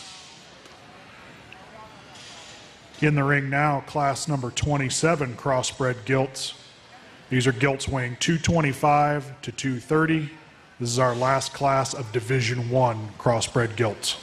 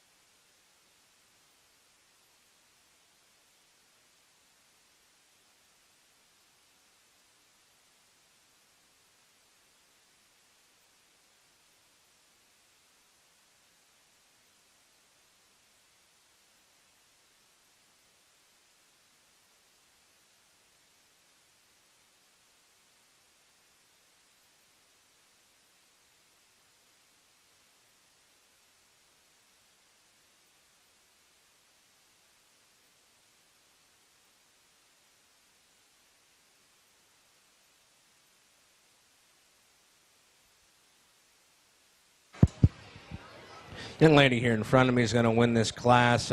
Very good built type of a pig that's fresh and well presented. She's opened up, got good dimension to the center portion of her body. More importantly, though, she's the freshest backed, the biggest pinned, and still maintains that squareness. Young man's Calico Gilt's going to be next. A very muscular female that's opened up through her chest. She's very dimensional to her back. Maybe not quite as fresh to the center portion of her body. Maybe needs to relax in her blade just a shot. You got to like how opened up and dimensional that one is, and I like that one's look from the side a great deal. Young man's white-headed Gilt lands in 3, just reads a little more fragile. There's not much shape to that one's jaw. Cheekbones a little flatter, and it leads a little narrower through her eye there, but you get past that, I mean, that one's got a big back laid in her. She's opened up, very dimensional through her center body. Just got to change that one's head, maybe open her up right there through her chest floor just a shot. Just more importantly, just stouten her up in her features. Young lady coming out in 4 has got one that's very good skeleton. She's very flexible. Just need to give her a fresher look out here today. I love that hog's head. She's really stout skulled. Just got to give that one more shape right behind her blade and all the way down her back and through the lower portion of her ham. Same with 5. Very flexible Gilt. Just needs more dimension through her center body and up high. Just very flexible. Just need to change her in that regard. 6, 7, and 8 are very dimensional pigs. We just need to alter them from a skeletal quality standpoint. But nice class. Congratulations, these exhibitors. Placings of Class 27 Crossbred Gilts. First, Ava Carlson. Second, Nathaniel Dice. Third, Brecken Good. Fourth, Brianne Miller. Fifth, Elizabeth Knoll. Sixth, Dylan Brown. Seventh, Abby Griffith. Eighth, Aubrey Miller. We'll now be showing for champion and reserve champion Division I Crossbred Gilt.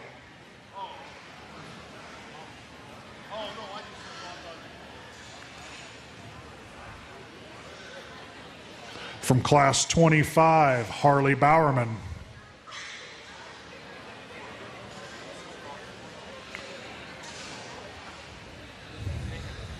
From Class 26, Caleb Serves.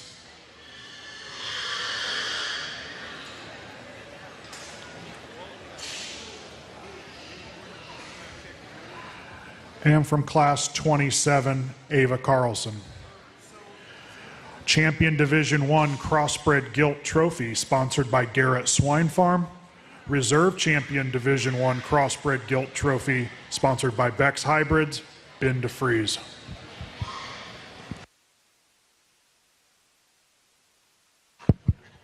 Another competitive drive of class winners out here. I think there's one that's just the best skeleton and just looks like a lady from the side. Still stout featured at the same time, but most importantly, she's very flexible about her lower joints and very square as she comes and goes. Young lady's Calico Gilt to be champion.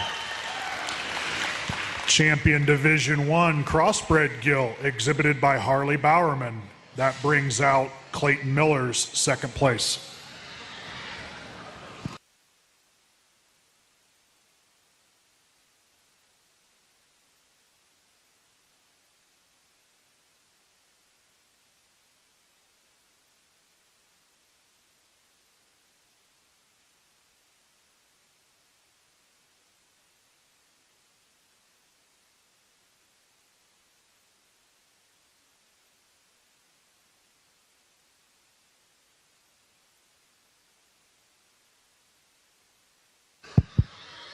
It's a little bit closer out here for reserve. You got a real big broody brood sow that comes in that's there in 2, and then you got some cute little show pigs in here that land in these other 2 classes. And I think once you kind of study them and study their own unique traits, I think that I just keep going back to keeping them square and keeping their feet and legs in check. For me, the young man that has that second in that class will be reserved.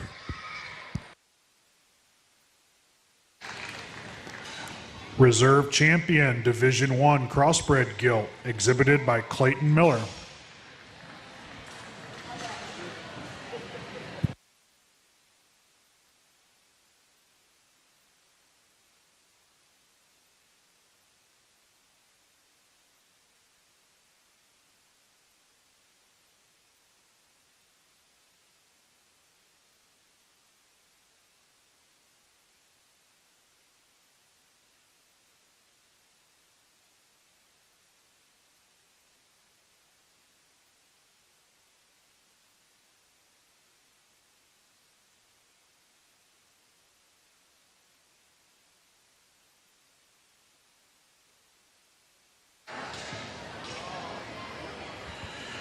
In the ring, Class 28 Crossbred Gilts, weighing 231 to 240.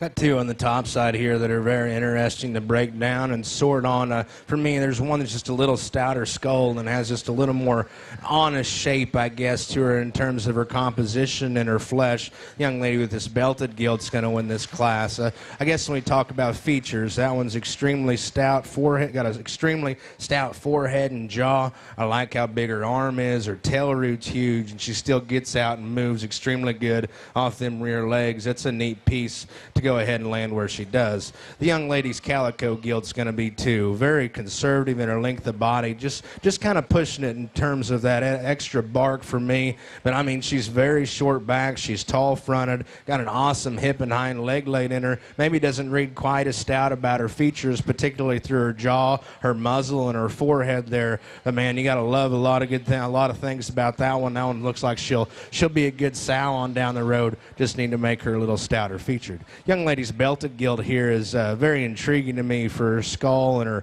her muzzle. I mean, I like that hog's head a great deal. Love how her neck rises out of the top of her shoulder there. Obviously, we just need to make her softer through her center body. But you talk about one who's molded from the side, and skeleton's extremely good in terms of squareness. Now, you might rotate her blade back maybe just a little bit further on her body, but I like that hog a great deal in terms of the added features. Young lady's red belted gilt coming out here next is very muscular and opened up and shapely.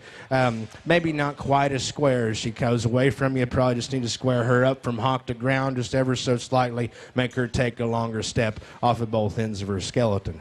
It's 5, 6, and 7 here are all hogs that are sound and flexible. Just need to give them a shot more look or add a little more fluff up high.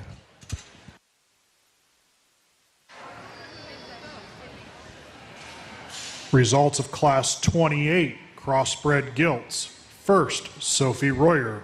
Second, Emma Clarkson. Third, Michaela Spray. Fourth, Sarah Hoy. Fifth, Grace Buck. Sixth, Sterling Guesswine. Seventh, Marcinda Kane.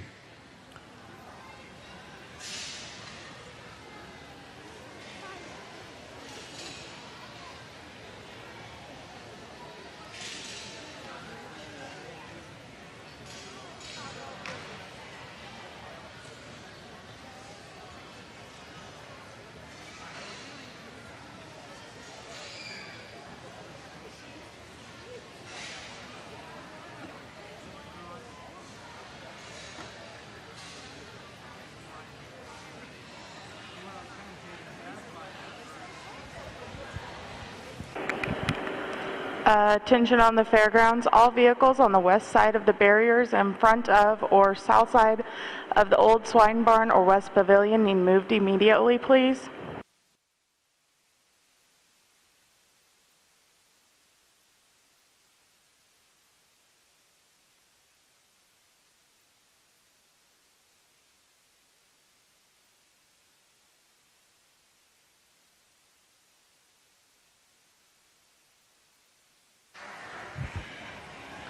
In the ring, Class 29, Crossbred Gilts, weighing 244 to 248.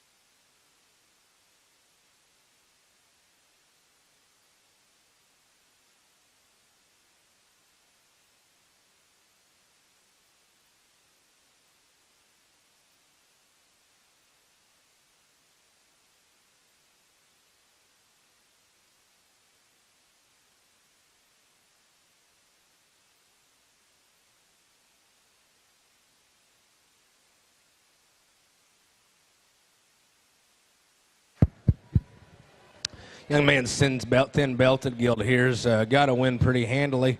A very muscular gilt that's very conservative in her length of body. Love her neck shape, very opened up and square, very flexible gilt as well. Maybe just reads a little older and more mature about her head, but one that definitely offers all the unique pieces out here from a conservative and conservative standpoint in terms of shape and balance. Young man's blue gilt's going to be second. Very tall fronted gilt that's heavy bone.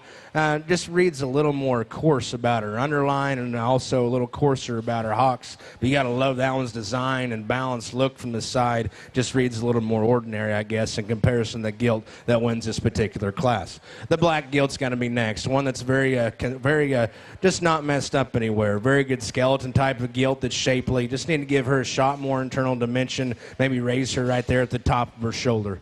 The red belted gilt here is one that's tall fronted and got the right length of body. Just need to make her a little more fresher right down her back. Maybe make her a little more attractive from her blade forward.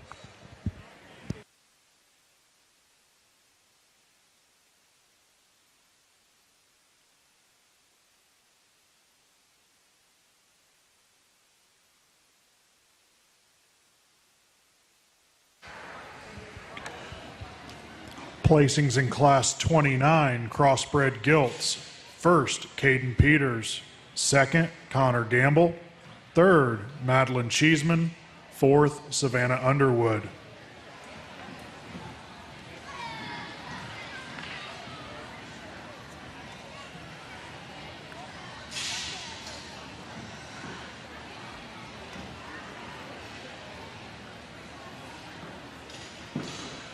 In the ring, Class 30 Crossbred Gilts.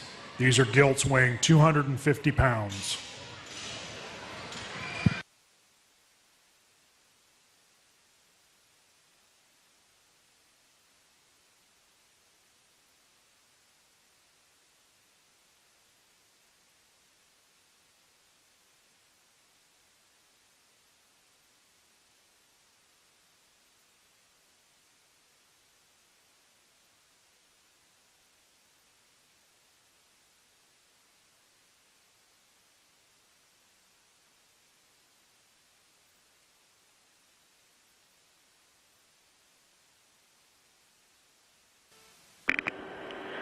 Attention on the fairgrounds, these vehicles need moved immediately. I have a white F-150, plate GBD793, and a Jeep gray in the breezeway, XUJ453. Again, these vehicles need moved immediately to avoid being towed. Thank you.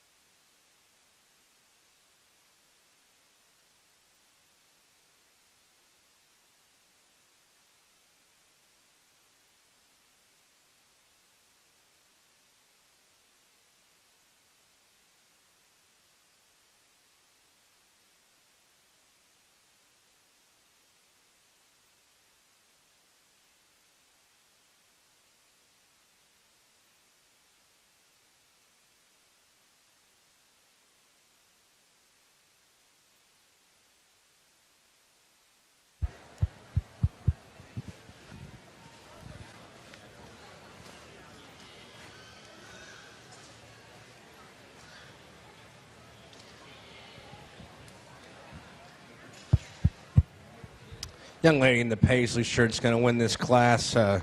It's very refreshing to see gilts like this. I mean, just not messed up anywhere and has the extras. Very good blade laid in her. She's opened up, square as she comes and goes. Just really fresh and honest in her composition. Like that gilt a great deal. Two's going to be the thin belted gilt here in front of me. This one's probably more extended from her blade forward and has a shot more shape right there behind her blade. Just more importantly, I got to change the way she goes off her rear leg, clean her up there in her lymph nodes just a little bit, but also we just need to open up them rear toes and make her utilize that hind leg with a little more authority. Young lady's chromed up gilt here is one that's really stout featured. She's stout skulled, tall fronted. Just need to reorganize her skeleton, set that blade back further on her body, maybe give her just a little fresher look from her blade forward, but she squares, she comes and goes, tall fronted, very balanced and proportional from the side. 4 is one that's very flexible, just got to give her more shape, make her a little more conservative in her length of body. 5 is one that's very muscular. We just need to alter her in terms of her skeletal quality. 6 and 7, they're just very neat looking pigs that are very flexible, just need to add a little more internal dimension.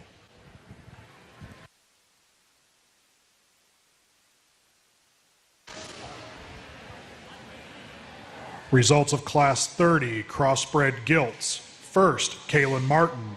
Second, Peyton Klauser. Third, Amanda Pendleton. Fourth, Alton Hedrick. Fifth, Caitlin Miller. Sixth, Connor Brand. Seventh, Sarah Hoy. In the ring, Class 31, Crossbred Gilts weighing 251 to 258. This will be our final class of Division 2.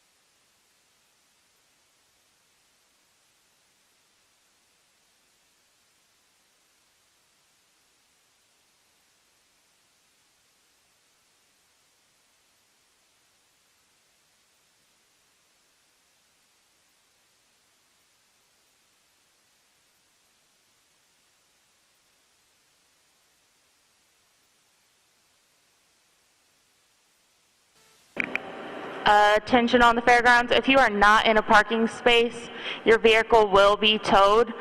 Again, if you are out front in any of the parking lots but not in an actual parking space, your vehicle will be towed.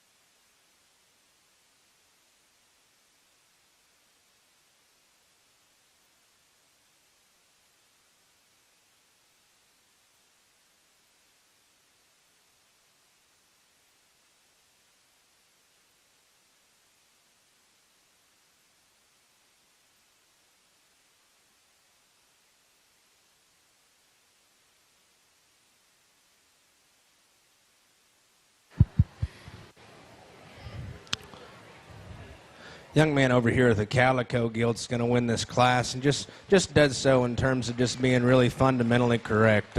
Got a really good hip and hind leg laid in her. That hip's extremely long. You can study that one's lower joints. She's extremely flexible and open in her toes. Maybe just peel a little bit of bark off of her right there through her throat latch and through her elbow pocket. Make her a little more genuine about her composition. But I like that one just from a skeletal quality standpoint to win this particular class. Belted Gilt's going to be 2. A very proportional, trendy-looking gilt that's tall-fronted and conservative in her length of body. She's square as she comes and goes. I just need to change the way that one's forehead hooks up to her pole. Maybe change the way her nose is just a little bit and stouten her up in her jaw.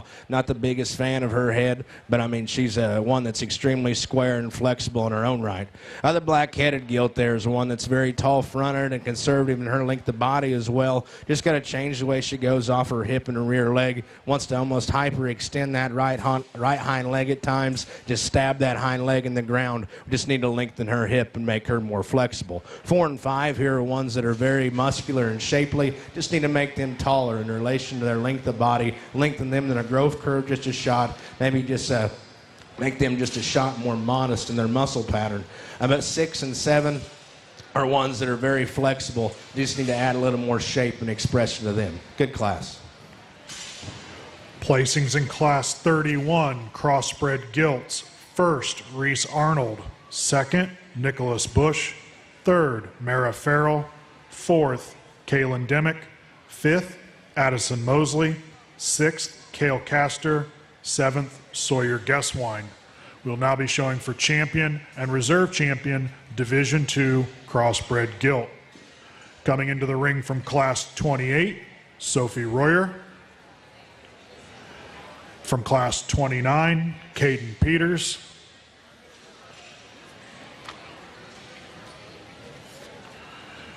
From Class 30, Kaylin Martin.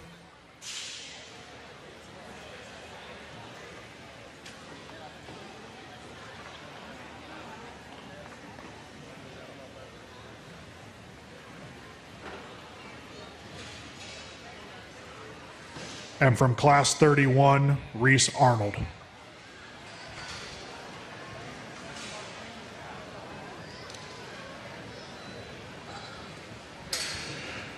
Champion Division II Crossbred Gilt Trophy, sponsored by DeKalb Asgrow, Pat Hahn.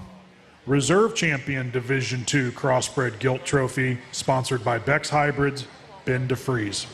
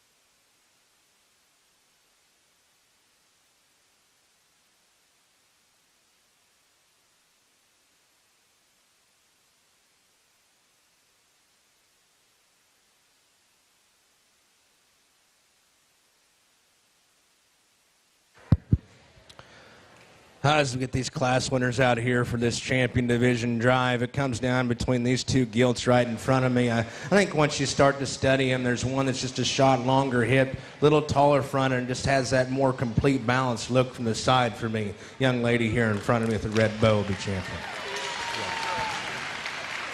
Champion Division II Crossbred Gilt, exhibited by Kaylin Martin. That brings out Peyton Clauser's second place pig.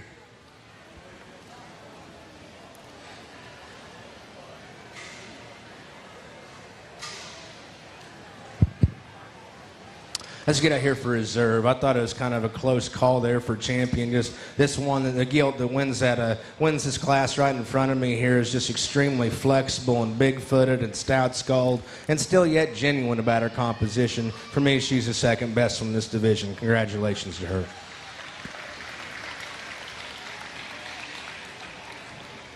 Reserve Champion Division II Crossbred Gilt, exhibited by Sophie Royer.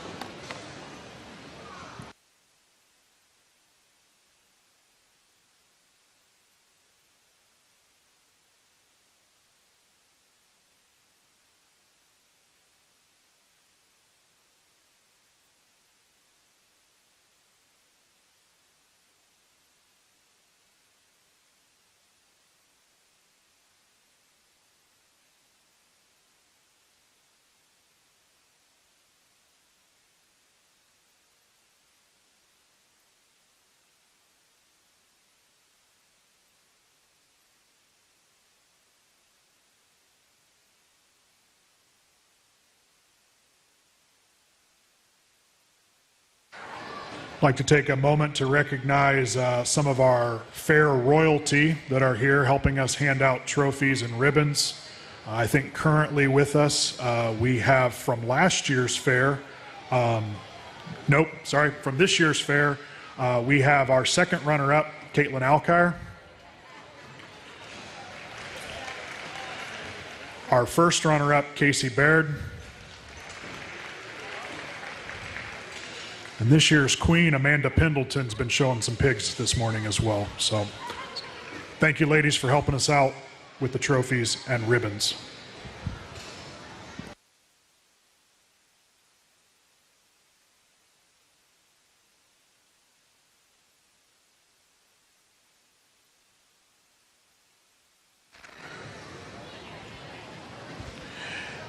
In the ring, class 32, crossbred gilts, weighing 259 to 266.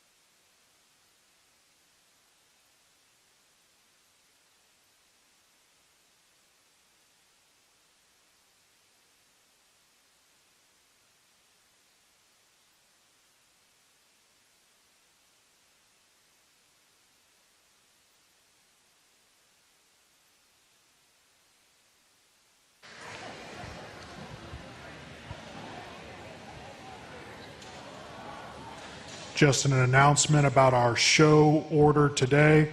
We will be taking a lunch break following the selection of our overall bred and owned gilts following the Crossbred Gilt show here. The time of that lunch break is yet to be decided, but we will be taking a lunch break following the Gilt show.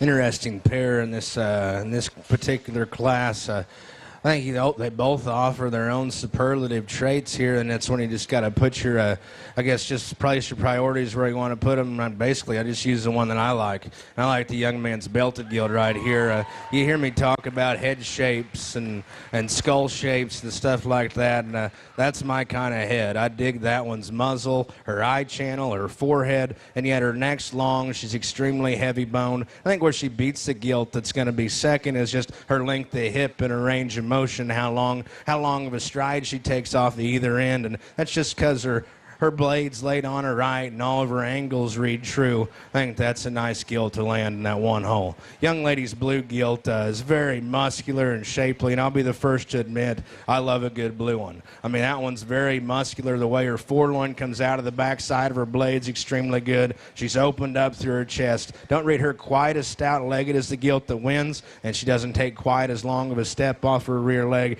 as the gilt that wins this particular class. Just need to lengthen her out of her hip, maybe stretch her out from her blade forward just ever so slightly. That's a very good pair on the top end there for this class. Young lady coming out here in 3's got one that's muscular. Just need to change the way her ham loin hooks up. Maybe strengthen her hind leg just a shot. 4's one that's very muscular and shapely. She's really sound and flexible. We just need to add more muscle shape and expression. Very, very good look from the side, though. Like that hog skeletal quality a great deal. 5's one that's got all the power you'd ever want. She's extremely big backed and big pinned. Just got to change the way that one handles her hind leg. Gets a little too far outside of her skeleton. 6 and 7 are ones that's definitely either need to be altered in terms of skeletal quality or add a little more shape up high. Good class.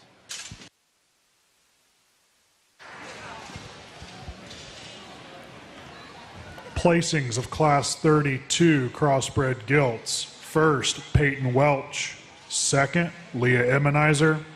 Third, Annie Hahn. Fourth, Alexander Buck. Fifth, Hunter Royer. Sixth, Gentry Oliver. Seventh, Elijah Mosley.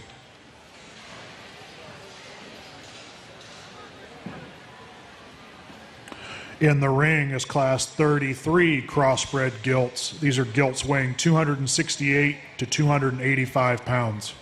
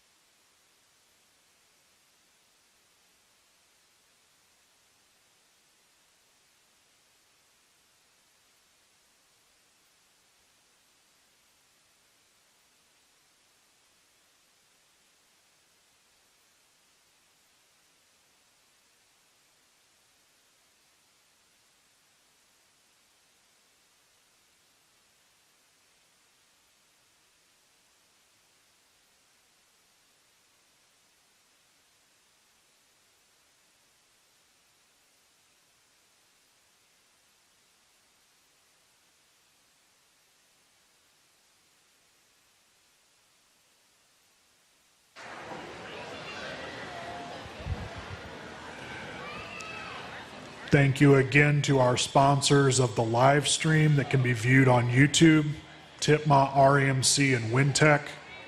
providing the funding to make sure that our live stream on YouTube is available. Thank you again to those sponsors.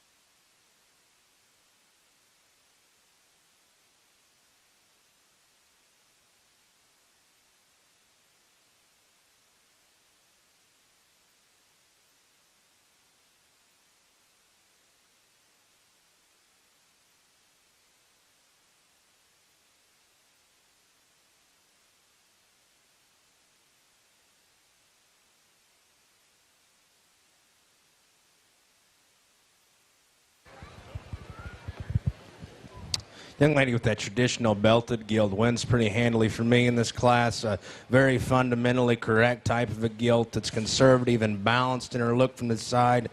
I love that one's head a great deal as well. And more importantly, though, her skeleton's good. She's square, she comes and goes. Next to be the young lady's thin belted gilt here to my left. Very short back, tall fronted, shapely type of a gilt that's square. Just need to open up that left rear toe to catch her at times, so she'll take a stutter step for that left hind leg and plant a long step, short step. But I mean, that one's square. She's muscular. Looks like one that's going to be extremely neat on down the road, maybe here in maybe a month or two. The beast is the blue one right here. I mean, that one, you got to take a double take whenever she goes directly away from you. She's so big pinned, yet she's square hawked. When I got to thinking, whenever she's just the way her maturity pattern reads, she's just a little too coarse, and her blade work and through her head reads just a little, I guess we just need to make that one a little more modest in her muscle pattern for me, just tweak her down a shot. Young lady's broken belted gilt here is real sound. She's got a really good extended front end. Just need to give her more shape right there to the center portion of her body. Need to make her a little more relaxed in that rear hawk. 5 is one that's definitely muscular. Just got to change the way she goes off her rear leg. 6 is one that's flexible. Just need to have more internal dimension to the center part of her body. 7 and 8 are ones that are definitely tall and extended. Just need to change them from either a structural standpoint or add more muscle. Placings in Class 33 Crossbred Gilts. First, Olivia Hedden. Second, Leah Emmenizer. Third, Allie Moore. Fourth, Mara Farrell. Fifth, Nicholas Bush. Sixth, Levi Knoll. Seventh, Maggie Ratz. Eighth, Emma McKinnis.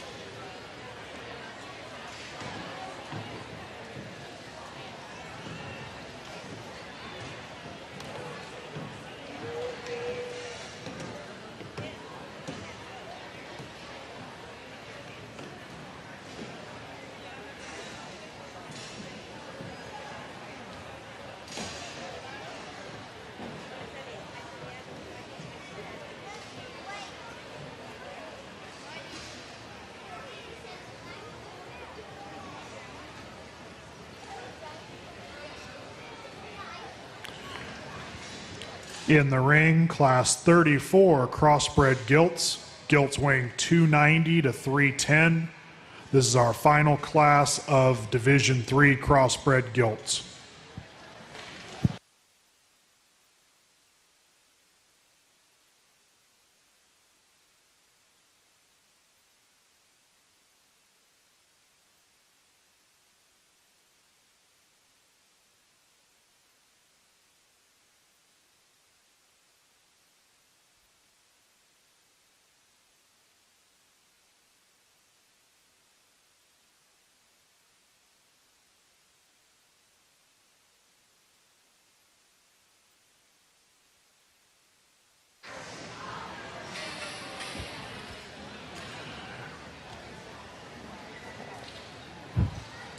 A reminder and an update about our show order this morning.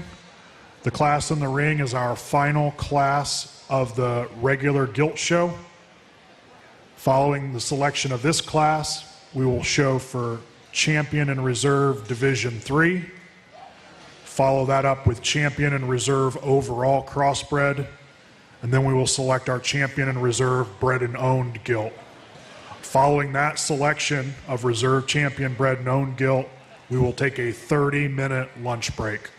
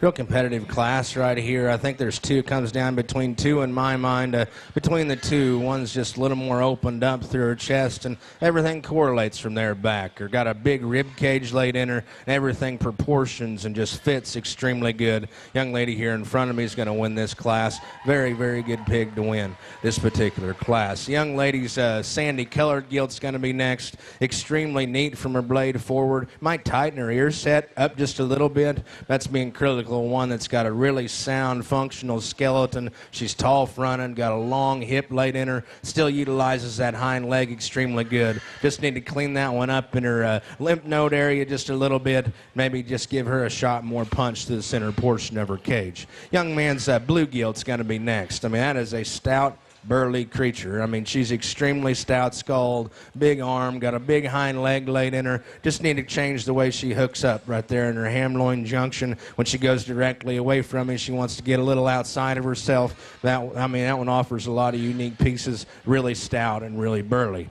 Young man's chromed up gilt right here is going to be next. She's sound, she's flexible, just need to give her more punch right behind her shoulder and change the way her neck hooks up into her shoulder there as well. And when she comes and goes, we need to add more internal dimension there as well. Young lady's wide belted gilt's extremely muscular, just need to change or reorganize that one's hip and hind leg, make her go a little better off either end. Young man's gilt that rounds out the class is really big ribbed and stout. Just need to change her from a fleshing ability or a fleshing standpoint, maybe change her in her rear joints.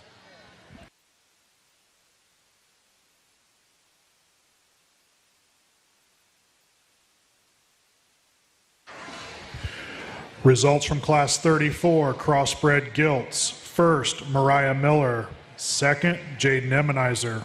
Third, Brecken Good. Fourth, Clayton Moore. Fifth, Lily Graves. Sixth, Cooper Bymaster. Will now be showing for champion and reserve champion Division III Crossbred Gilt.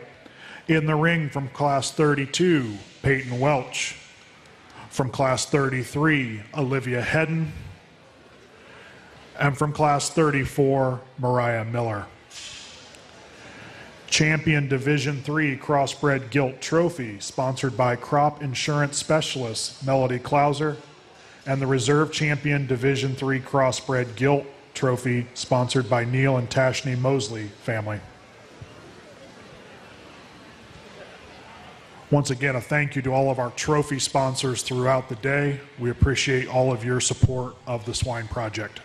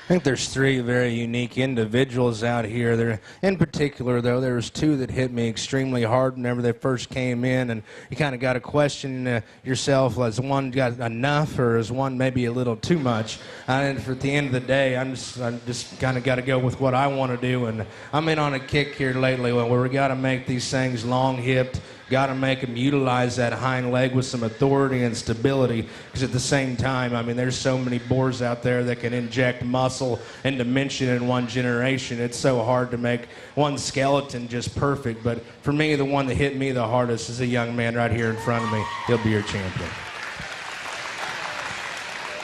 Champion Division III Crossbred Gilt, exhibited by Peyton Welch. That brings out Leah Emmenizer's second place pig.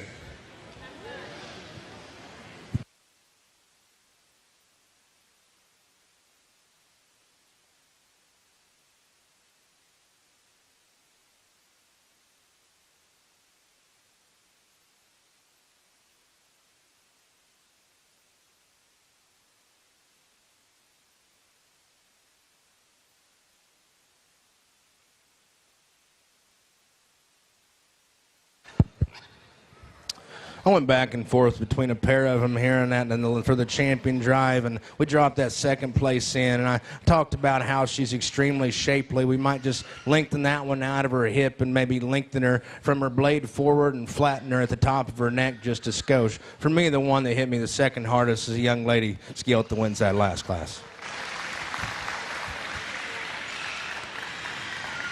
Reserve Champion Division III Crossbred Gilt, shown by Mariah Miller.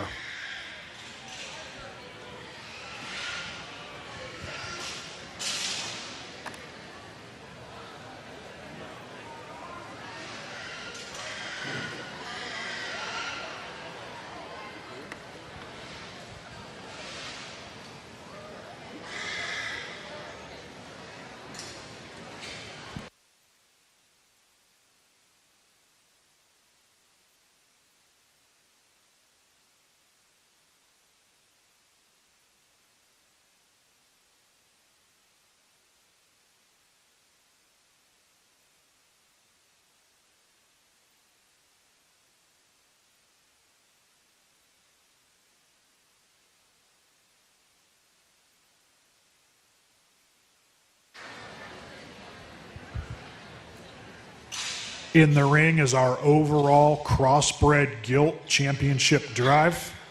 Representing Division I, Harley Bowerman. From Division II, Kaylin Martin. And from Division III, Peyton Welch. Champion overall Crossbred Gilt Trophy, sponsored by Evan and Kayla Martin. Our reserve champion overall Crossbred Gilt Trophy, sponsored by the Grogan and Martin families. Reminder, following this, we will have our bred and owned class, and then we will break for lunch following that.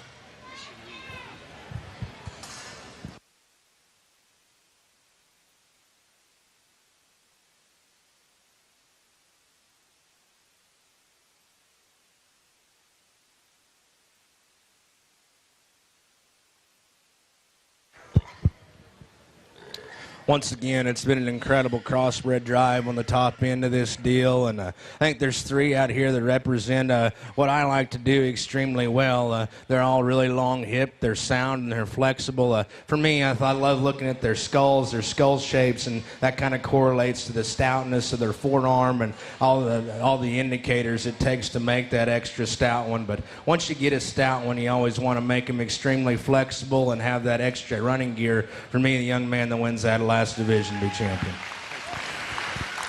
Champion overall Crossbred Gilt, exhibited by Peyton Welch. That brings out Mariah Miller's reserve.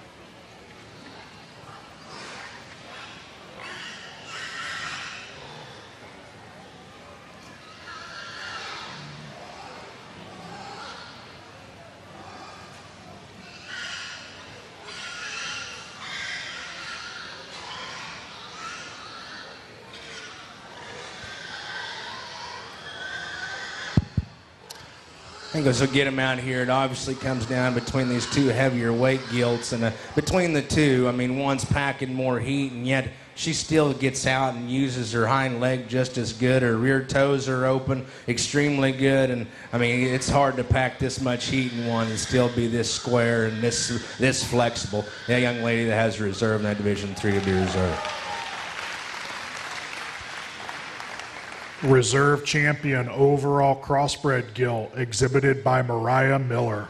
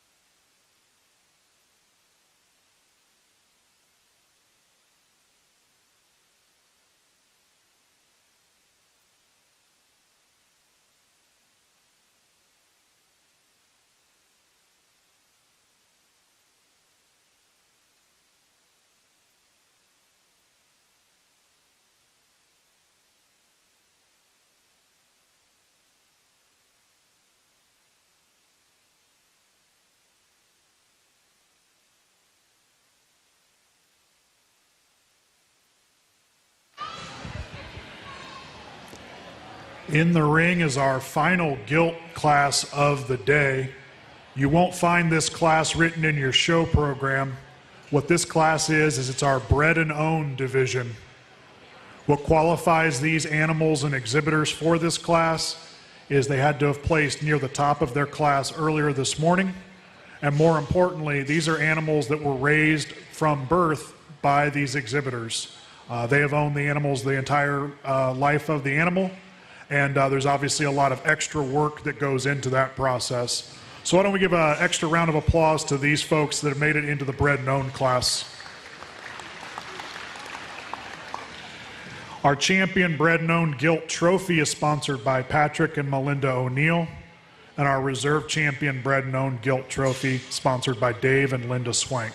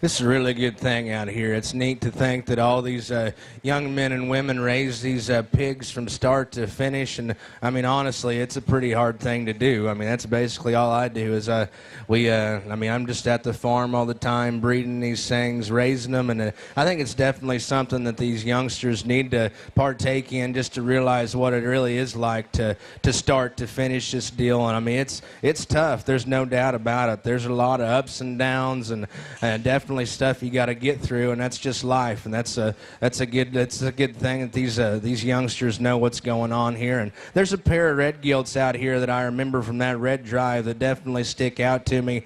I remember the gilt wins a class, and there's another one that was second or third. For me, the young lady here coming at me is going to be your champion bred and owned. Young man over there to my right will be reserve. Congratulations to them. Champion bred and owned Gilt, exhibited by Rebecca Hoy. Reserve champion bred and owned Gilt, exhibited by Parker Johnson. That concludes our Gilt show for the morning. We will take a 30-minute lunch break.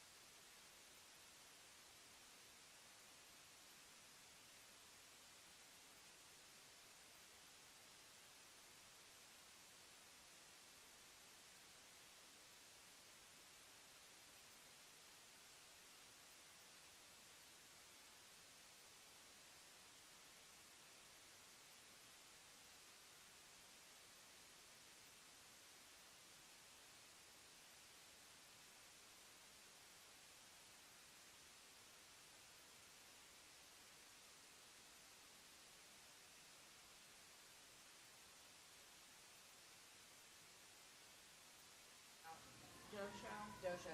Oh, let me do the weather because I know I'm done with that. So go to that and then what?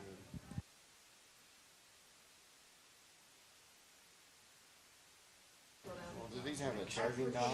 Change it and then reload them and toggle them to that. This one would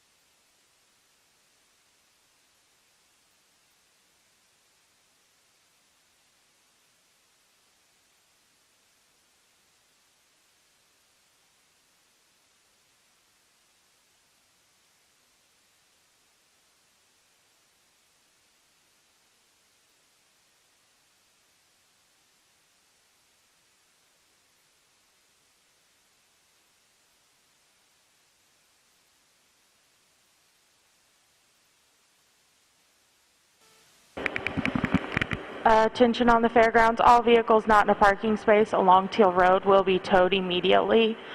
Again, all vehicles not in a parking space along Teal Road will be towed.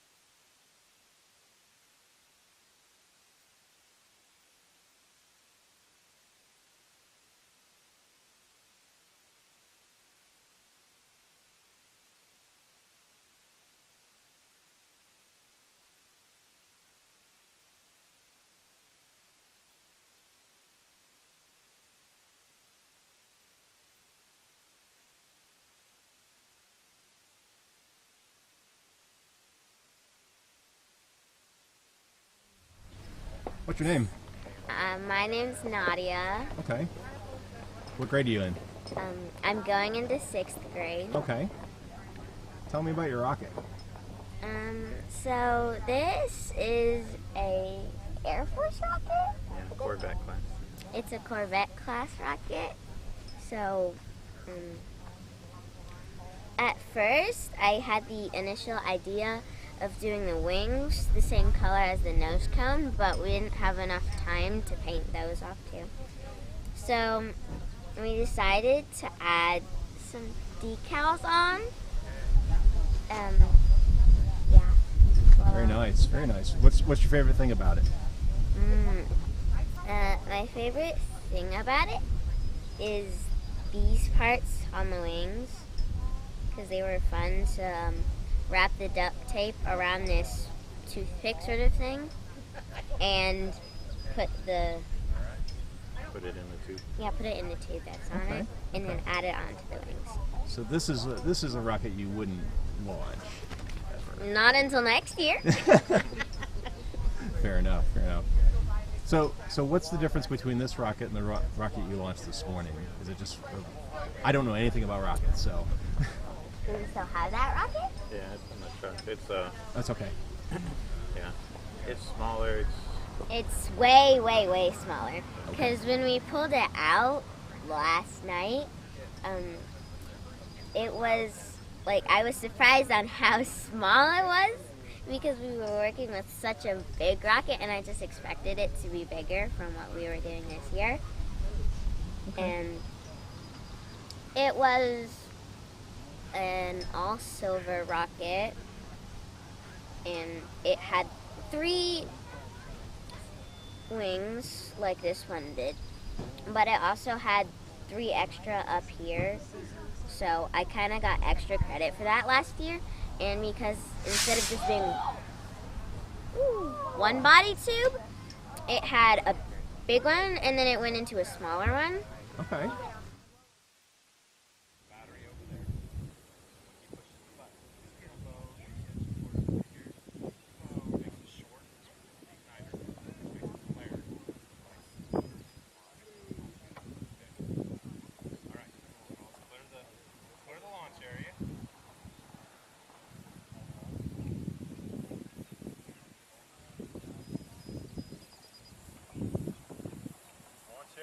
Clear. We're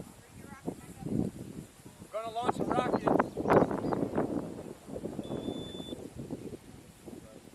Count 3, 2, 1, because they're going to. 3, 2, 1.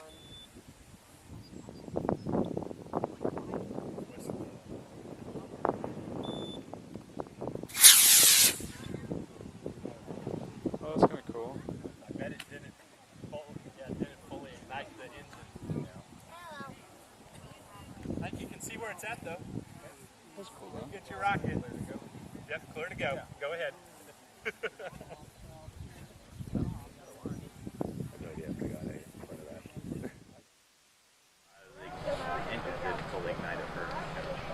Oh, okay.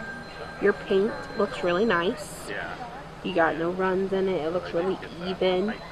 Yeah. Some of the things I'd like to see is like things we do before we paint. So your fins feel like they have enough sanding seal on them, but they might just need a little bit more primer.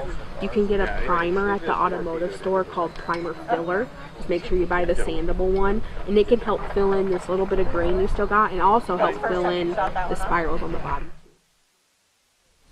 Okay, here. I can already see something. Here. What we want to do is... No, not that. This is your launch lug, so this is going to go right onto the... Yep. This is going to interfere with it, and so what we want to do is... pull it, turn it over, okay. Oh, plus if your metal was touching this, yeah, it'll dead short. Okay. So it wouldn't fire anyways. All right, so the electricity won't do what it's supposed to do. It won't ignite the igniter. It won't... Up in the top, where the pyro is, the 2 wires come, or they're just separated, and it shorts between them, it arcs it. That ignites that pyro, and the pyro then ignites the motor, and that's what takes off. And so if any of the metal touches any other metal, the electricity will never get where it wants to go. So now we have them away from the lug, so as we put it down onto the post.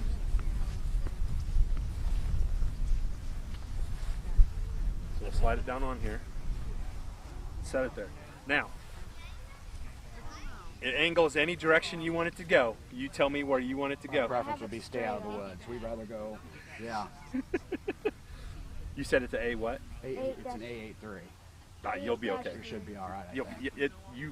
It won't get to the woods, I guarantee that. Okay, so now what we're going to do is Yep. All right. So we'll clip these on. I tried to spread those out. It's all right. You just be careful with it because the igniter itself is so brittle inside. Yeah. Just moving the wires, you can break that it. point, yep. And once it's broke, it's worthless. So, all right, let's move away. Check continuity. All right, let's clear the pad.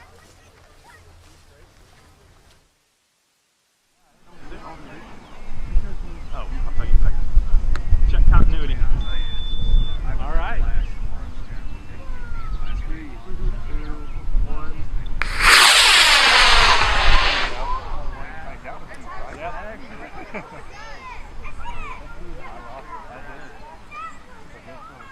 That's ballistic.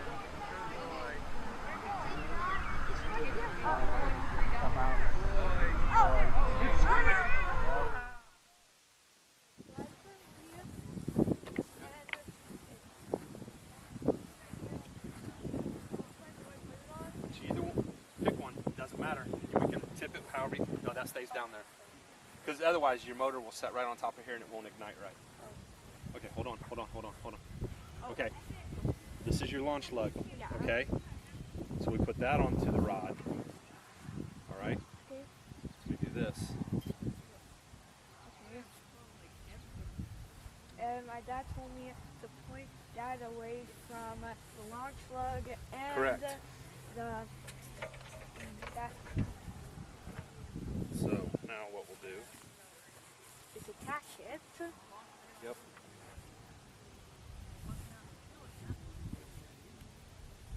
Okay, so when we do it, we want to make sure that the none of the metal touches each other, okay? Because otherwise it makes it short. So now it's ready. So now we'll walk back up here, and then we'll check continuity, which will be the buzzer, to make sure that everything's hooked up right. Check continuity.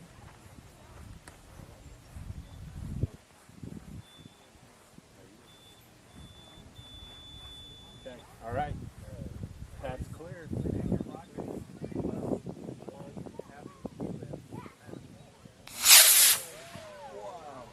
Nice. Man, I actually tried that one. I'm proud of myself. Oh, is the wind going to bring it back this time? Oh, yeah. Yep. Sweet.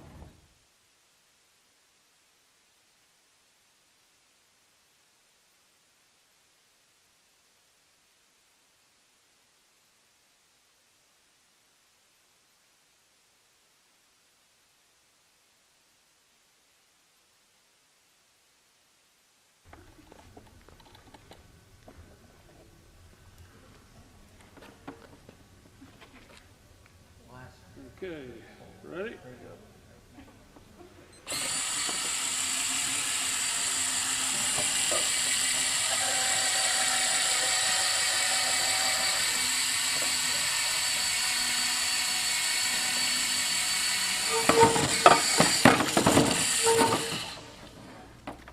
Hi, what's your name? Alex. And tell me about this project. So it's mini tractor pulling. So you build a tractor and then you basically put a motor in it and then you pull it. Okay. So what's the goal? Are you trying to pull it across the entire field, or? You're trying to pull it across the tails. Okay. You get more points for the farther it goes, or? Yeah. Okay. What's your favorite part about this project? Probably pulling it. Pulling it?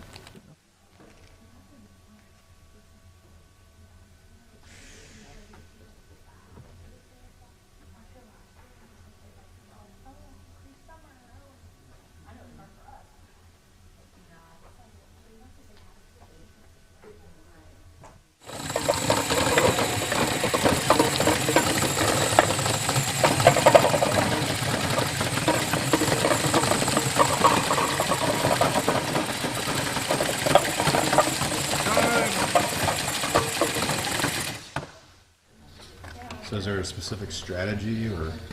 If you like move it back and forth, sometimes if it's like not pulling very well, it could like help put it, get it going more farther. A counter theory to that, that every time you smack it and move it one way or the other, that means the tires have to reset and re-grab.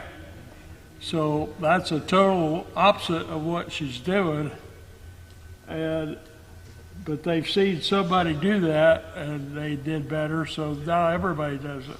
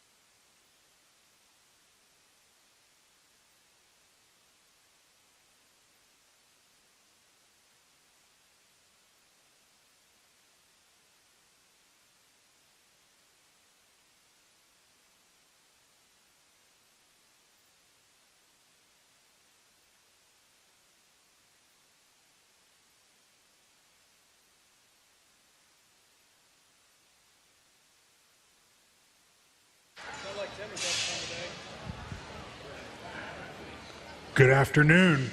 Welcome back to the 2021 Tippecanoe County 4-H Swine Show.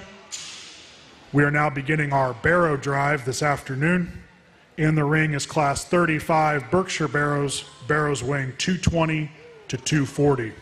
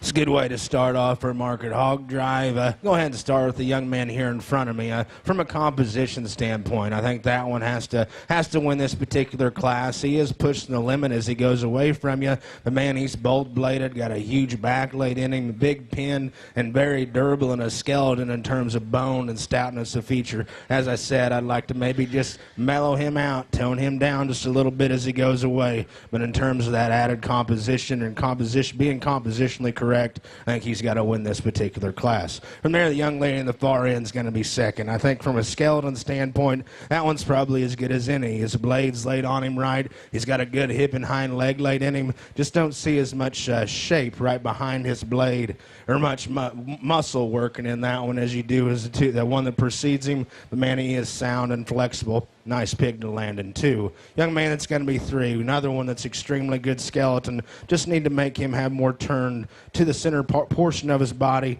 lengthen him out of his hip, pick his pin bones up just a little bit, maybe make that hip a little more attractive. 4 is one that's very good skeleton as well. Just pushing it in terms of and a bark for me. Just need to clean him up and maybe just trim him just a little bit through his lower 1/3. Stretch him out as well. He just looks like one that just needs to be longer cannon and just lengthened in his growth curve. But you really got to like that one's, I guess, design from the side and how flexible that one's skeleton is a great deal. 5's one that's really good built as well. He just needs more internal dimension, more shape up high, right through the, more punch right through the center part of his body. But I like that one from the side. He balances extremely well, extremely flexible skeleton as well. 6 is one that's muscular, just reads a little more ordinary from the side, from his blade forward. Might pick his pin bones up as well. But you like that one from a bone and a muscularity standpoint, just needs to be fresher in this particular setting. Same with 7 and 8. Flexible pigs need more, just a little more freshness up high, maybe freshen them from their blade forward. Just read a little more ordinary from the side. Good way to start. Results of Class 35, Berkshire Barrows. First, Caleb Surveys. Second, Briella Rainey. Third, Jackson Wise. Fourth, Brady DeFries. Fifth, Isabel Waltz. Sixth, Luke Weston. Seventh, Dylan Hamilton. Eighth, Aubrey Reed.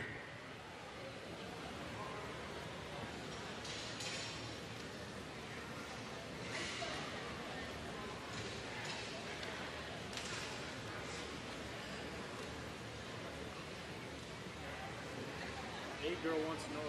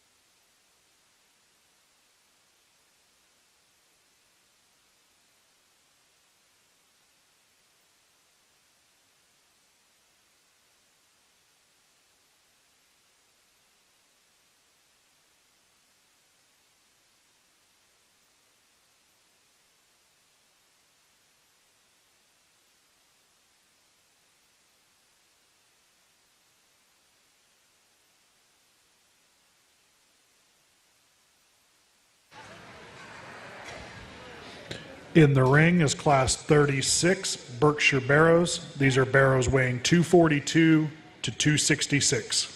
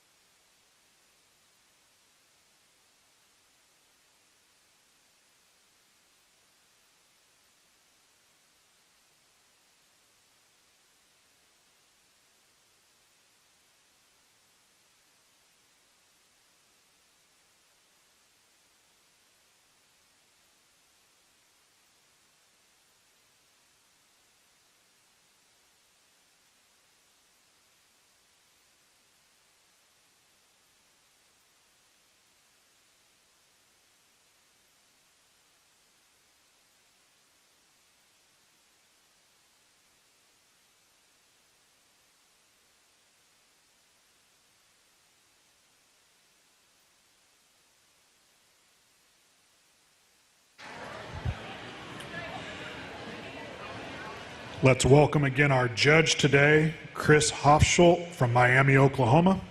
He evaluated our gilts this morning, and he's just started in on our Barrow show this afternoon.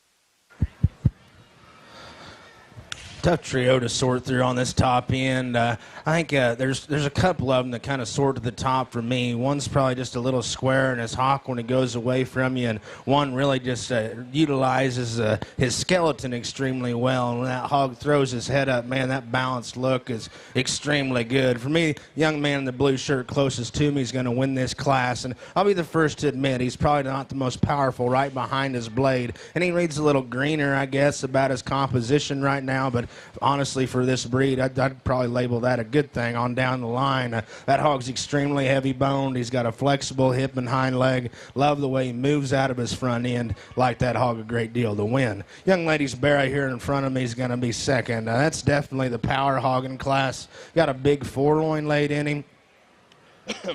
Extremely round ribbed and big pinned. I guess where I get critical on him is when he goes directly away from me. I'm just not the biggest fan of that one's rear leg. He's a little straighter, wants to push outside of himself as he goes away from me. We want to talk about fresh, big back and a very big pin set, very big muscled pig to land where he does. Same with the Barrow that's in 3 here. A very muscular pig that's big pinned, got really good shape to the lower portion of his ham. Whenever he goes away from me, I'd like to maybe change him, just open, give him just a shot more clearance between his hocks, make him a little longer hipped and pick up his pin bones just a scotch there. But man, he is extremely opened up. Very powerful pig to land in 3. 4 is one that's very extended. He's flexible. Needs more muscular shape up high. Need to open him up underneath as well. 5's one that's very long and extended. Just need to push that one's chine down deeper between his blades. Just reads a little staler out here in this particular drive.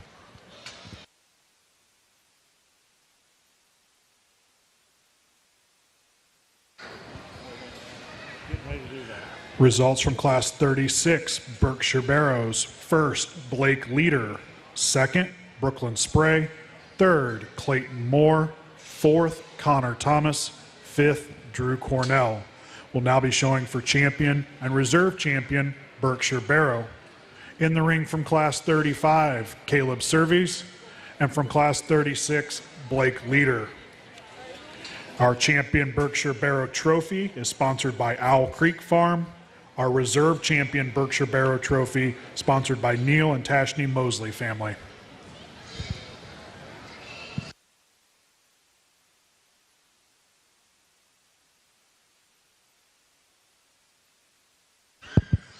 Nice pair of class winners out here for our champion drive. As I said in the last class, there's one, I mean, just is so flexible and heavy boned and open up through his chest. And whenever this young man gets his head elevated, I mean, that's a really good proportional look from the side. For me, young man that wins that last class will be a champion. Congratulations to him. Champion Berkshire Barrow exhibited by Blake Leader. That brings out Brooklyn Spray's second place pig.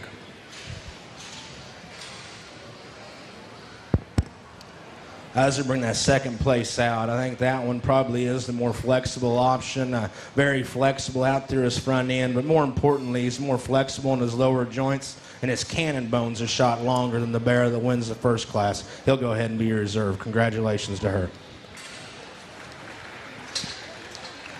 Reserve champion Berkshire Barrow, exhibited by Brooklyn Spray.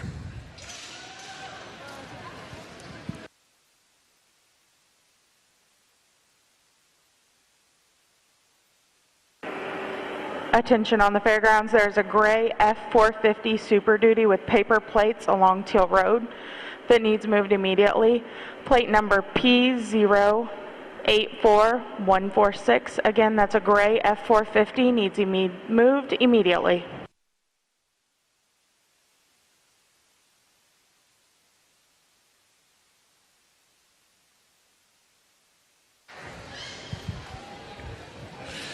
In the ring is Class 37, Chester White Barrows, weighing 225 to 235.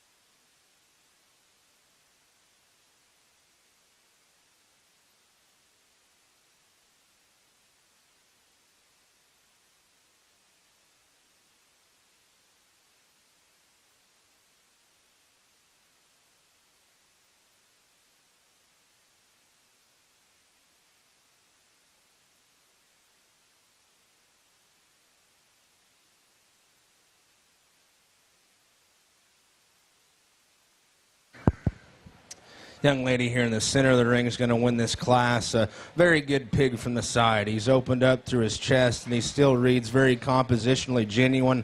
Got good back shape. He's probably not the boldest right behind his blade, but from a composition standpoint and down low, I think that one's the best one, especially on his hip and rear leg construction. I like that one a great deal. Maybe just make him take a longer step or a more comfortable step off his rear leg. That's being critical of one, and I think wins this class fairly easy. From there, I'm going to use the young lady's bear to my left. That's probably the heavier bone, bigger backed option. To be honest with you, I just like to reorganize his hip and his rear leg. Has just a little more extra set, which kind of throws off his look from the side. I feel like just not the most attractive hip and rear leg. Probably need to open up his rear toes and probably make him be a little more stable off that rear leg, but that one's extremely big backed. Very big backed and huge chested, fresh appearing bear. Congratulations to that young lady. Young man's bear coming directly at me. He's one that's very opened up.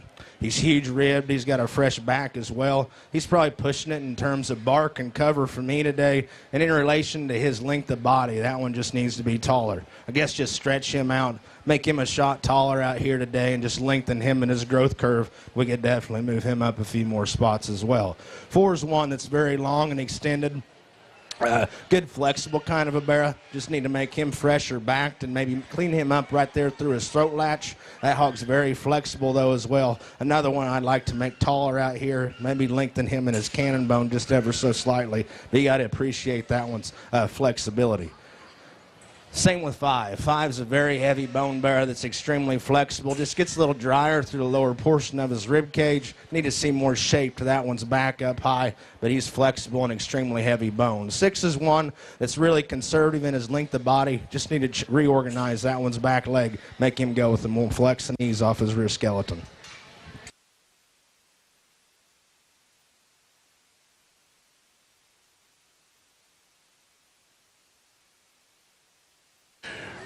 Results of Class 37 Chester White Barrows. First, Caden Semenizer. Second, Ava Carlson. Third, Parker Johnson. Fourth, Zane Castor. Fifth, Mason Appleton. Sixth, Andrew Reilly. In the ring is Class 38 Chester White Barrows. Barrows weighing 250 to 281.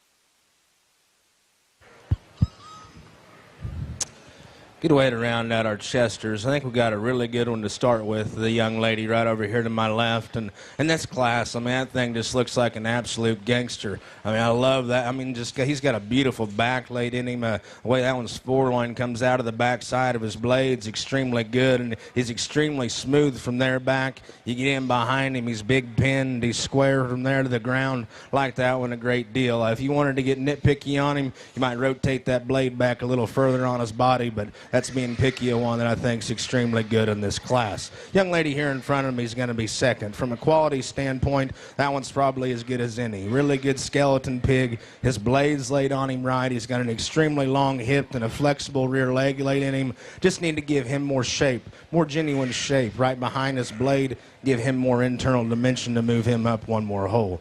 Young lady that lands in three has got one that's extremely big-bodied and big-ribbed. He's heavy-boned. Just got to change him right there. And his hock placement gets outside of his skeleton just ever so slightly, and maybe just clean up them rear joints just a skosh. 4 and 5 are very dimensional pigs. Just need to freshen them a shot and open them up underneath.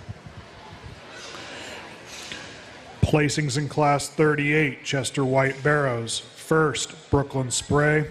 Second, Ainsley Stonecipher. Third, Suzanne Roberts. Fourth, Marshall Kane. Fifth, Marcinda Kane. Will now be showing for champion and reserve champion, Chester White Barrow. In the ring from Class 37, Cadence Immunizer.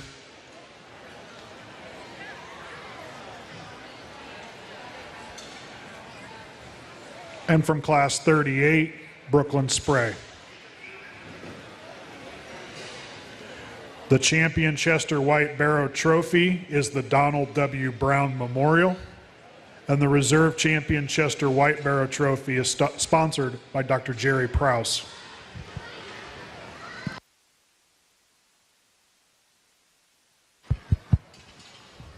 It's really fun to evaluate this quality of stock and just how fresh and well presented these things are. I mean, kudos to these young women out here for getting these things dialed in, and both of them are very good in their own right. I think one just has the obvious advantage just in terms of foreloin shape, back shape, and just being extremely genuine in that in his composition. Young lady that wins that last class will be your champion.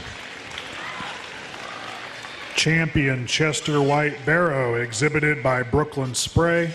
That brings out Ainsley Stonecipher's second place pig.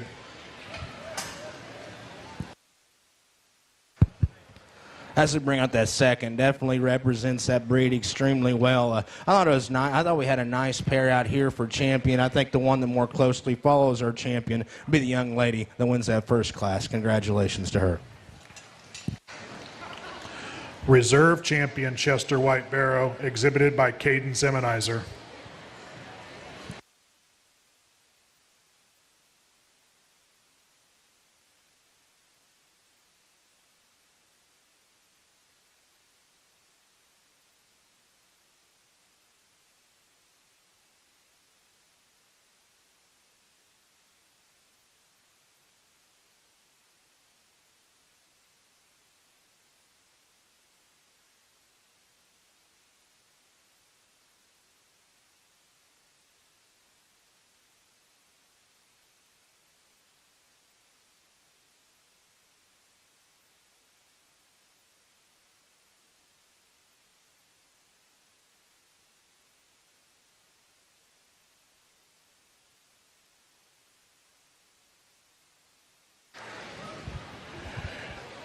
In the ring now is Class 39 Duroc Barrows.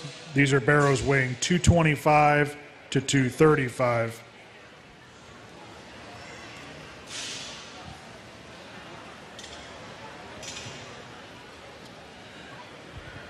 I'd like to take an opportunity to thank some of our sponsors who've helped make our current show ring and show day possible. I'd like to thank the Tippecanoe County pork producers for their financial support. Prairie View Ag. I'd like to thank Kyle Kiefer of Templeton Fabrication for helping us to weld some of the gates together, and our cut boards that the ring crew are using today, sponsored by Melody Klauser, Crop Insurance Specialist.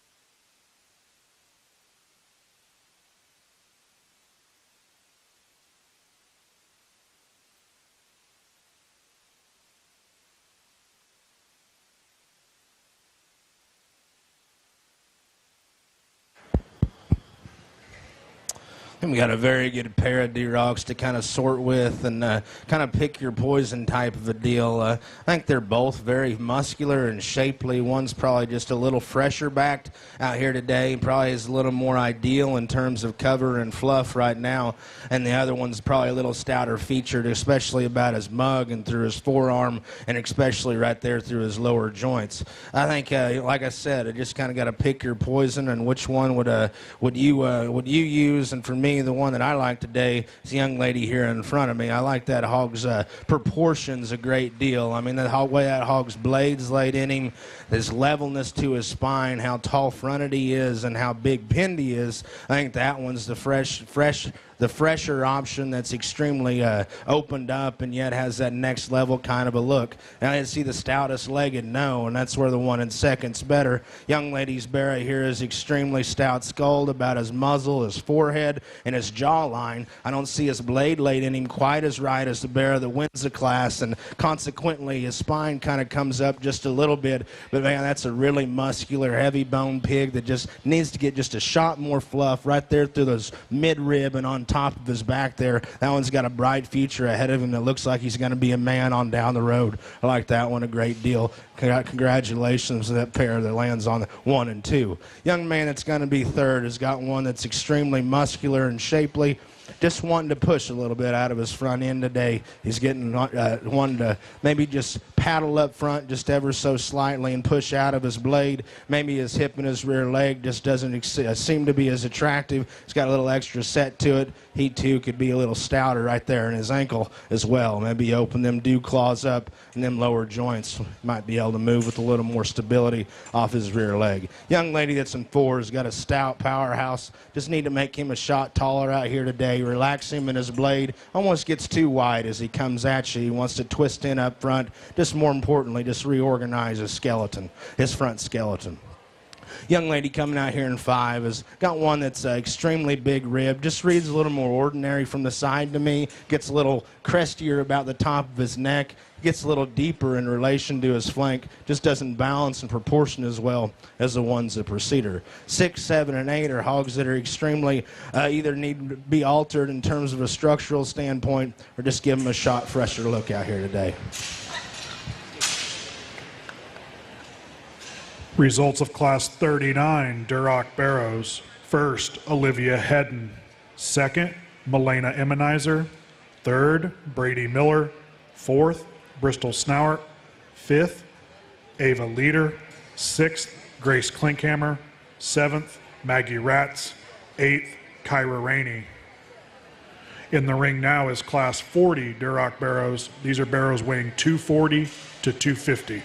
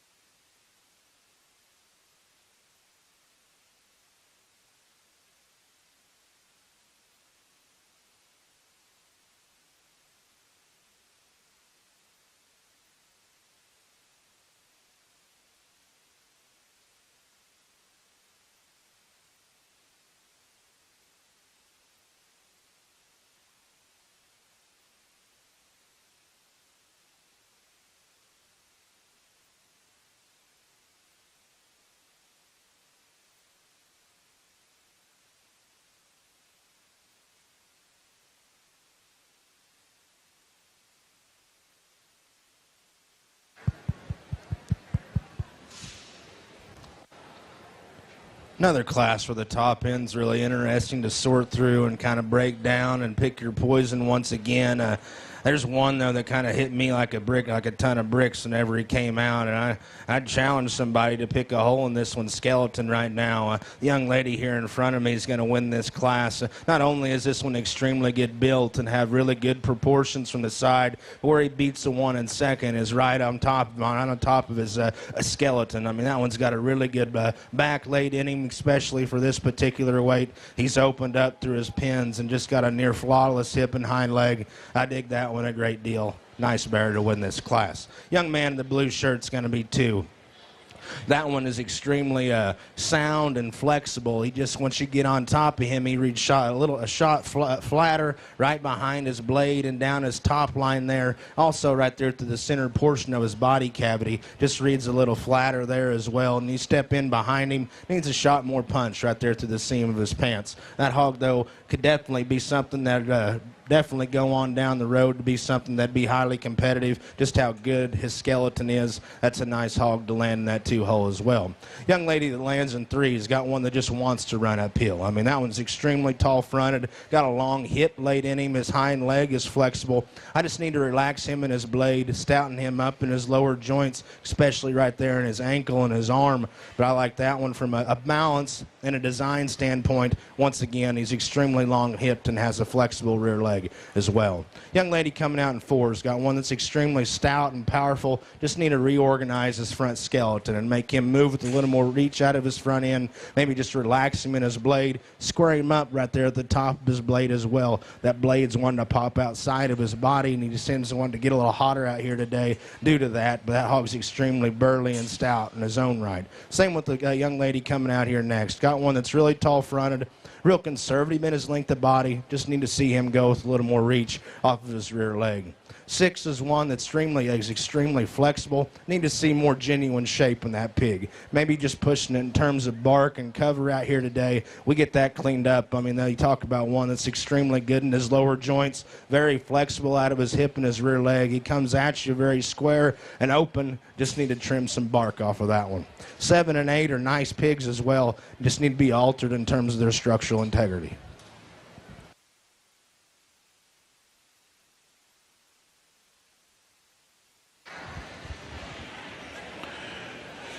Placings in Class 40, Duroc Barrows.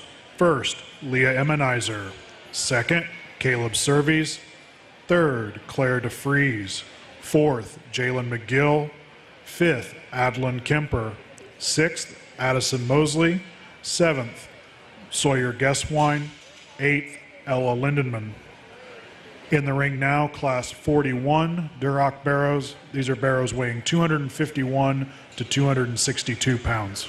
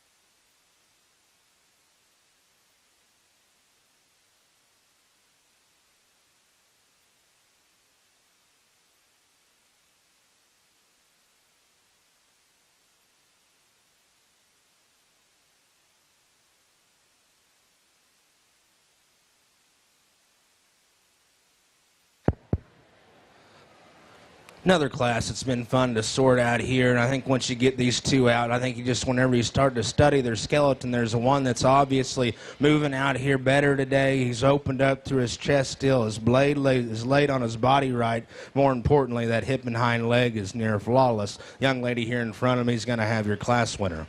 Now the young lady that's going to be second, I mean, that is a burly, fresh-backed, very fresh-backed pig to Landon 2. He's opened up through his chest. He's got a really good, beautiful back laid in him. You get behind him, he's big pinned and muscular all the way through the lower portion of his ham. I just got to see that one's hind leg go a little better out here today. I mean, if we could open up them rear toes, make him move with a little more stability off them rear legs, that one moves up a spot. I love that one's balance and build from the side. He's extra muscular and bold through his center body cavity. Just got to see him move with more comfort out here today. Young lady coming out in 3 has got one that's extremely sound and flexible. Just need to change that one, the way that one hooks up right there in his neck blade junction there. Maybe give him just a shot more shape right behind his blade. But you want to talk about one that's just fault-free in terms of, like, from a skeletal standpoint, he's extremely good in that regard. Just reads a little more ordinary from his blade forward. 4 coming out is one that's extremely burly. He's big chested. He's bold about his rib cage. Just need to rotate his blade further back on his body, pick his pin bones up, lengthen him out of his hip, maybe drop him in his spine. But he's extremely opened up, very burly pig that's extremely muscular. Young man's Barrow coming out here next is one that's really fresh and well presented. Just need to stouten that one's skull. Stouten that kind of correlates with the rest of his skeleton. He's a little more fragile right there at the ground, but I like that one from a design and balance standpoint. Just reads a little more fragile about his features. Maybe just needs to be a little more honest in terms of his genuine shape. Young lady coming out here in 6 has got one that's really fresh, well presented. He's opened up through his chest. Just got to relax his angles on his body. Relax him in his blade, lengthen him out of his hip. More importantly, just make him take a longer step off either end.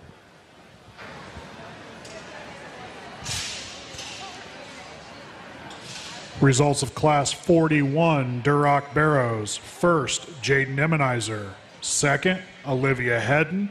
Third, Milena Emmenizer. Fourth, Brooklyn Spray. Fifth, Max Burke. Sixth, Catherine Willoughby. In the ring now is Class 42, Duroc Barrows. Barrows weighing 265 to 269.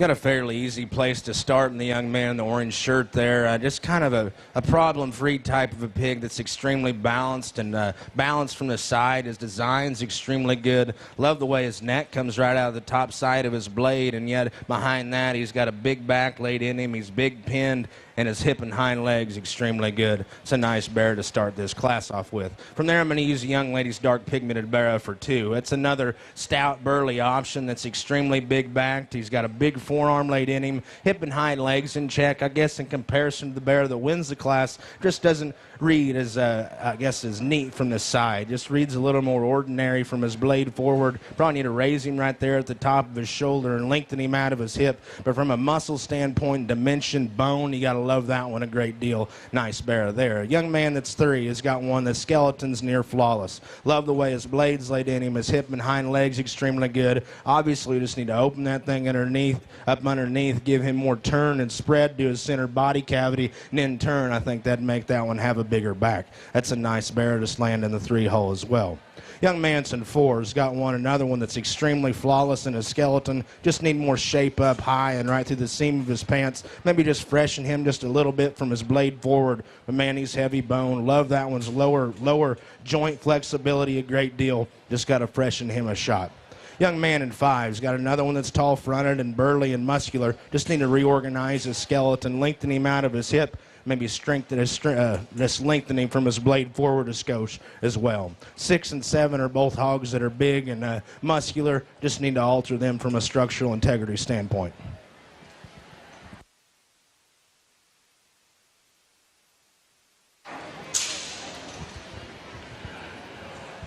Results of Class 42 Duroc Barrows. First, Austin Tyson. Second, Claire Lewis. Third, Devin Kennedy. Fourth, Zane Castor. Fifth, Reagan Hedrick. Sixth, Mason Appleton. Seventh, Kaylee Rosenbarger. In the ring now is Class 43 Duroc Barrows. Barrows weighing 270 to 280.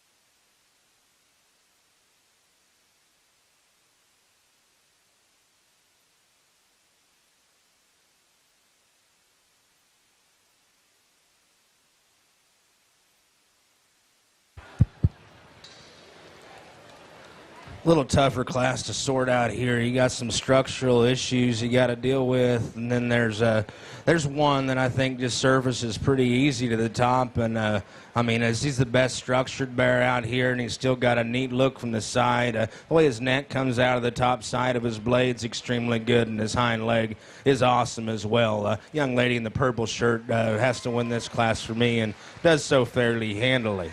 From there, it gets a little more interesting. The next best built one, I feel like, is the young lady's light colored bear here in front of me. Just the way his blade's laid on his body, how big pinned he is. He's still got plenty of shape through his stifle and right through the lower portion of his ham. Is he the freshest appearing out here? No, probably not. He probably needs to, his chine needs to be tucked down deeper between his blades. But man, on the side, you got to like that one's balanced proportions. It's got a flawless hip and hind leg. That's a nice bear there that just needs a little more fluff up high and make him just a shot fresher. I think that one's a nice bear to land in that 2-hole. 3 is one that's extremely busted open. He's opened up to the center portion of his body.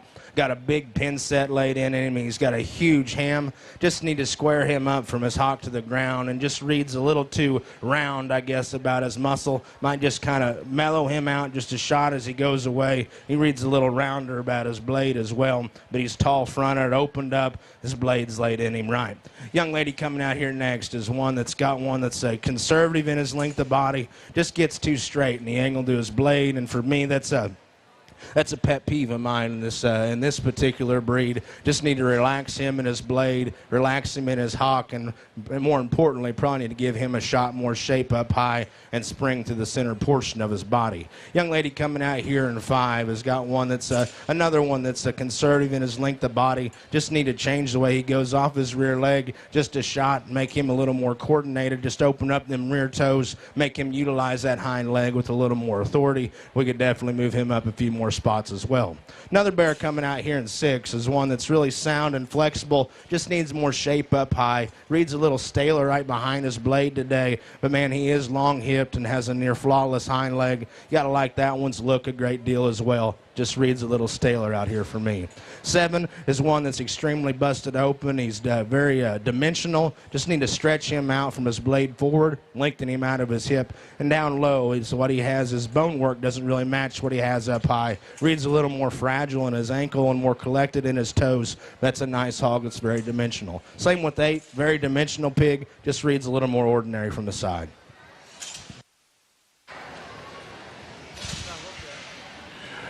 Results from Class 43 Duroc Barrows. First, Kalen Dimmick. Second, Jalen McGill. Third, Colin Miller. Fourth, Mara Farrell. Fifth, Sarah Hoy. Sixth, Grace Mosley. Seventh, Robert Larman. Eighth, Sterling Guesswine. In the ring now, Class 44 Duroc Barrows. Barrows weighing 282 to 291. This is our final class of Duroc Barrows.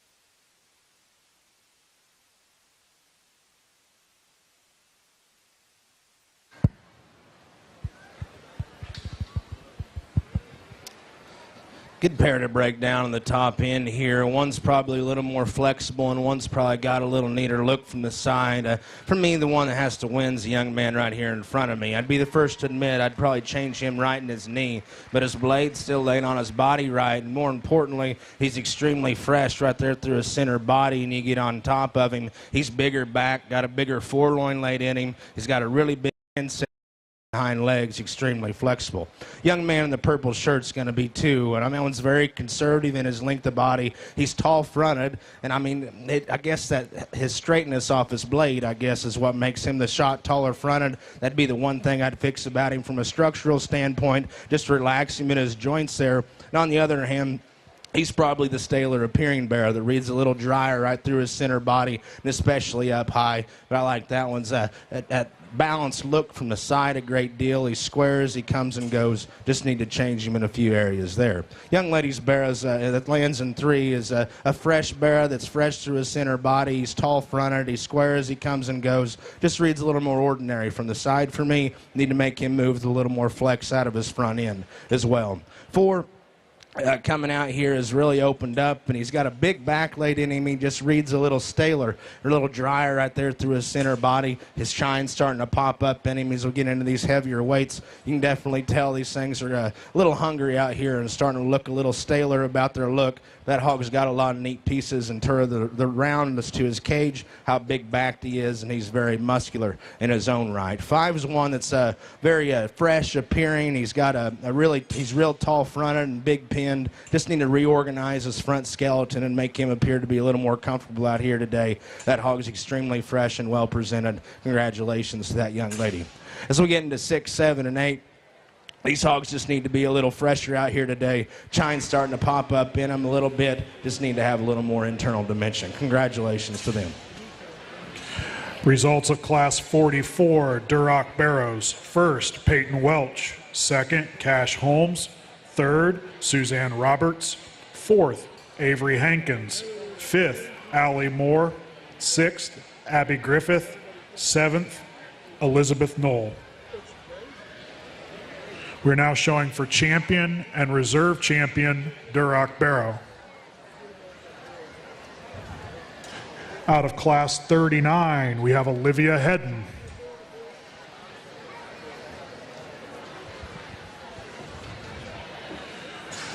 From Class 40, Leah Emmenizer.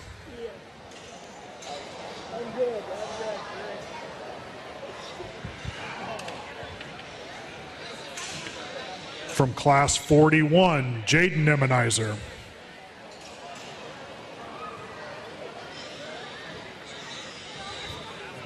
From Class 42, Austin Tyson.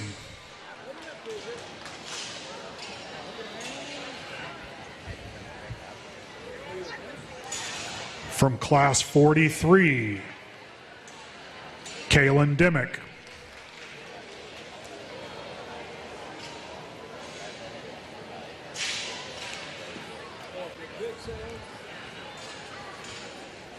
And from Class 44, Peyton Welch. Our champion Duroc Barrow Trophy is sponsored by Don Smith and family. Our reserve champion Duroc Barrow Trophy sponsored by Preston Smith and family.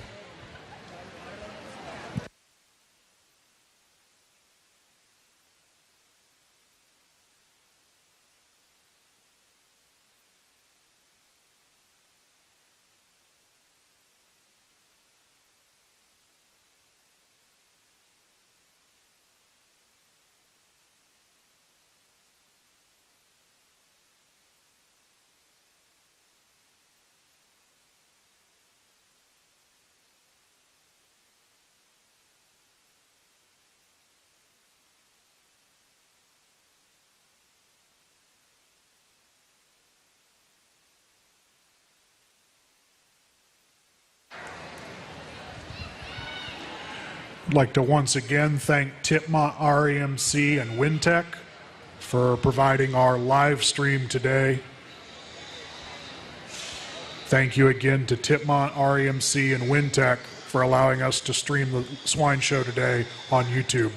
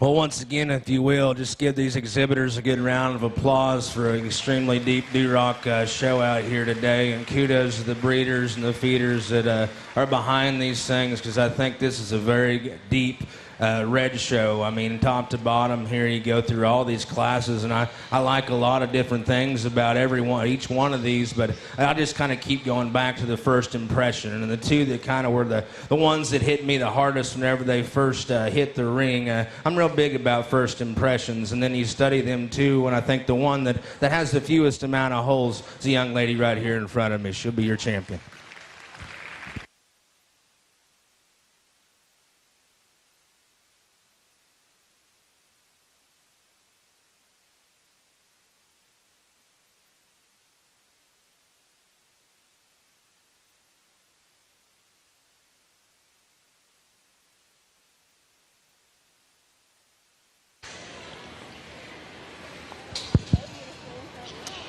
Thought it was really close out here for champion, and I think where the reserve got beat is just how he moves out of his front end. Need to probably just push his blade back just ever so slightly, but you got to admire that one's look and presence from the side, the back shape he has, the roundness to his cage. Young lady here in front of me, be reserved.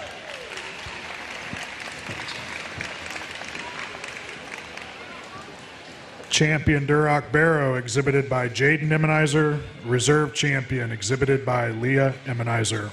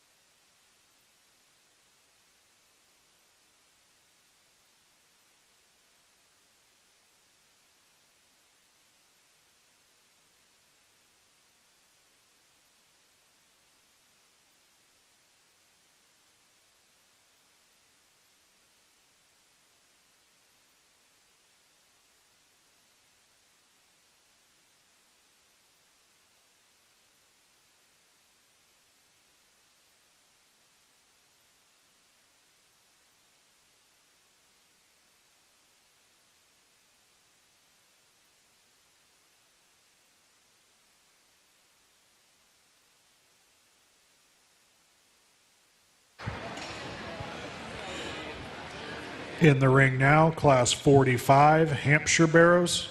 Barrows weighing 220 to 230.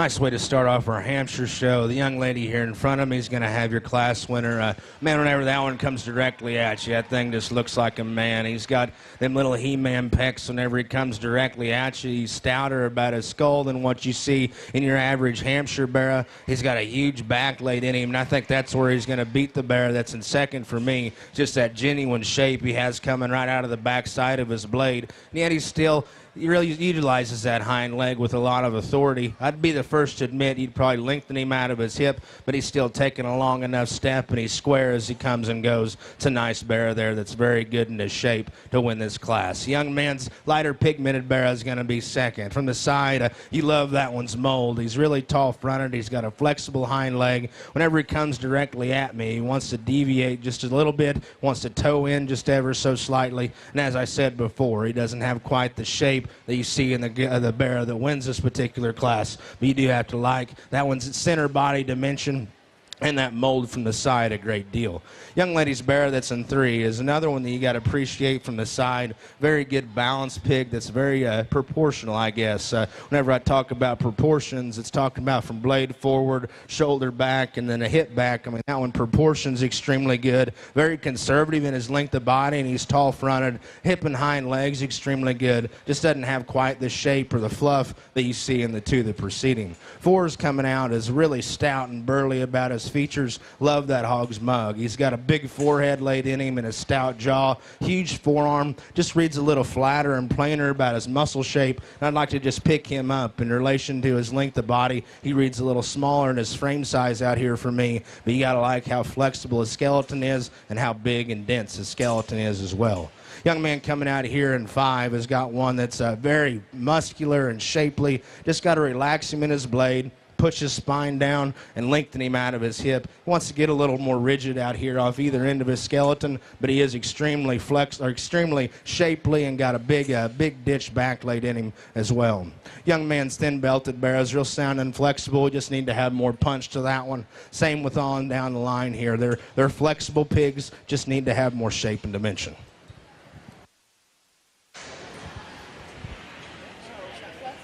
Placings in Class 45, Hampshire Barrows. First, Bristol Snower. Second, Cooper Rose. Third, Charlotte Okus. Fourth, Levi Buck. Fifth, Colin Miller. Sixth, Sawyer Guesswine. Seventh, Sterling Guesswine. Eighth, Carter Canoy.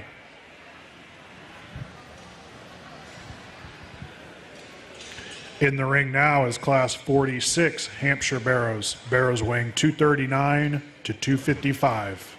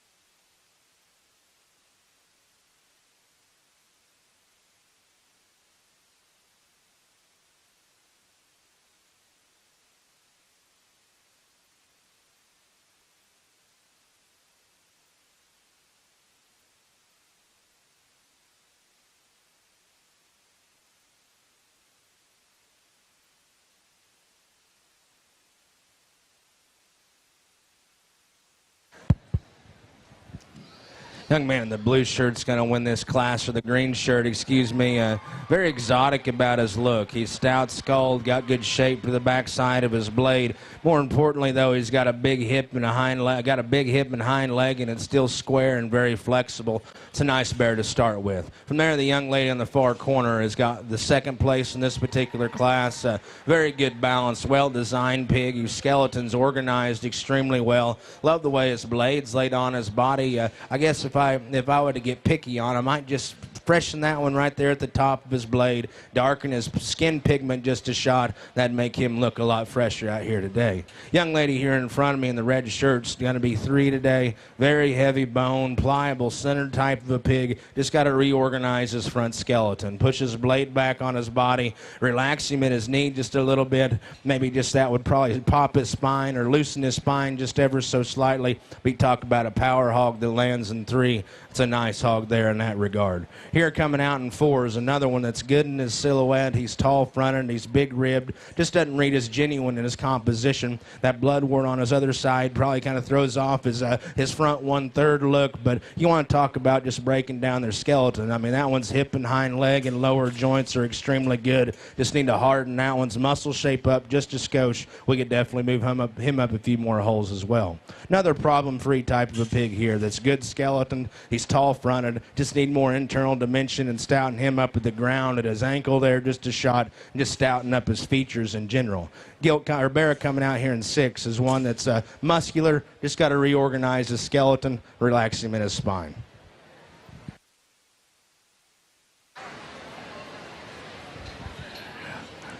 Results from Class 46, Hampshire Barrows. First, Kane Storms. Second, Kyra Rainey. Third, Brenna Snowart. Fourth, Allie Moore. Fifth, Cooper Bymaster. Sixth, Catherine Willoughby.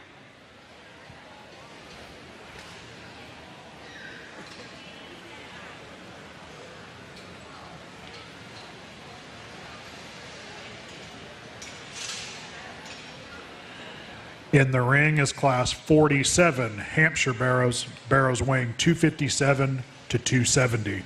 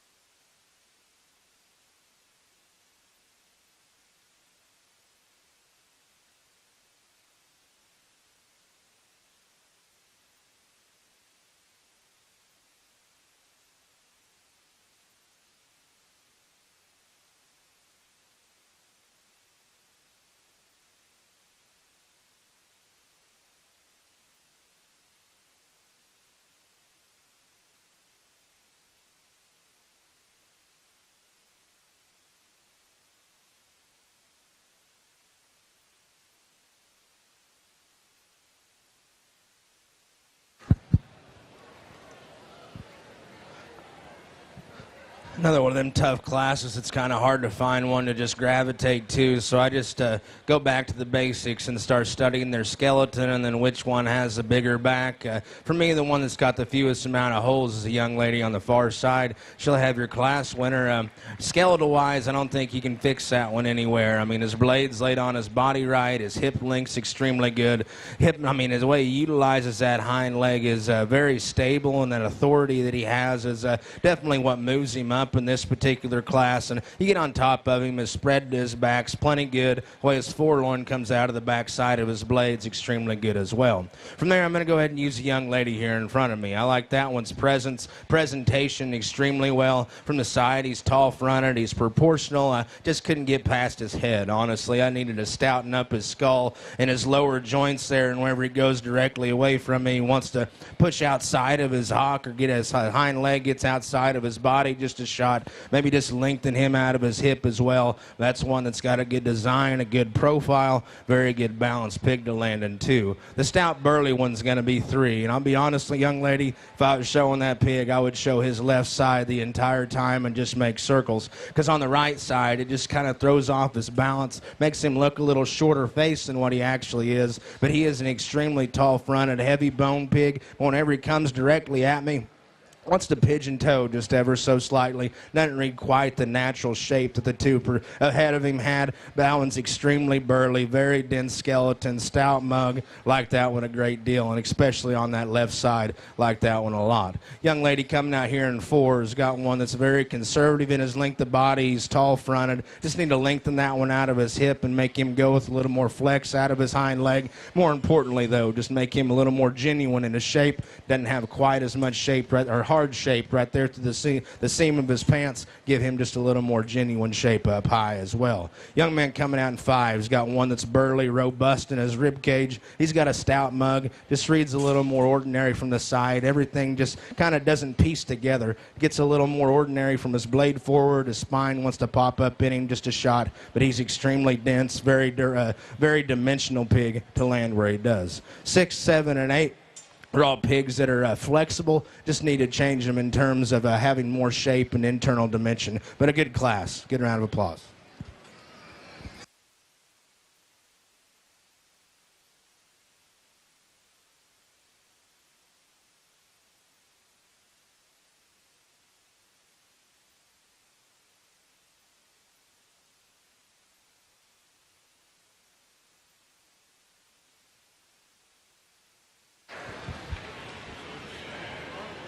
Results from Class 47 Hampshire Barrows.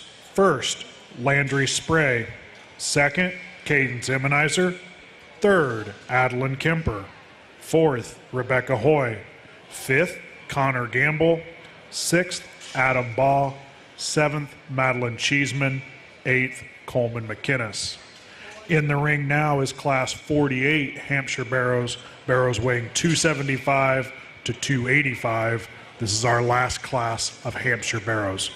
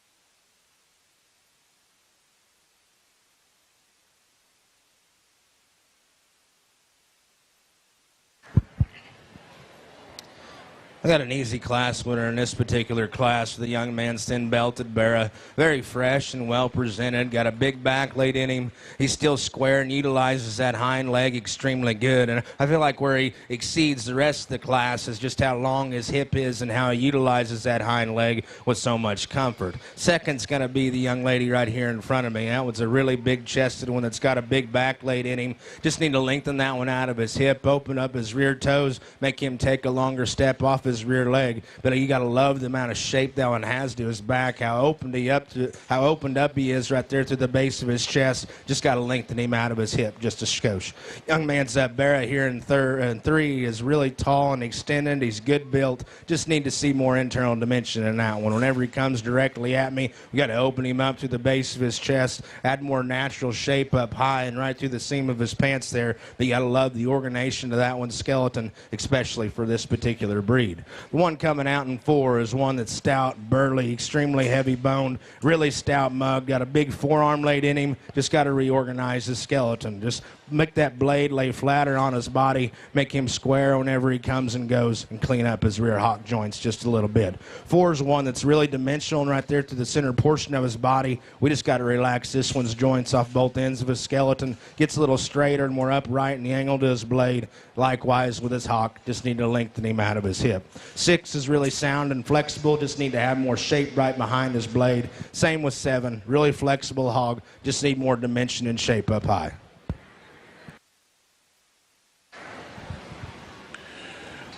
Results from Class 48, Hampshire Barrows. First, Blake Smith. Second, Bristol Snowart. Third, Keegan Spray. Fourth, Lucas Bush. Fifth, Annie Hahn. Sixth, Tate McInnes. Seventh, Grace Cornell. We'll now be showing for champion and reserve champion, Hampshire Barrow. Coming out of Class 45, Bristol Snowart.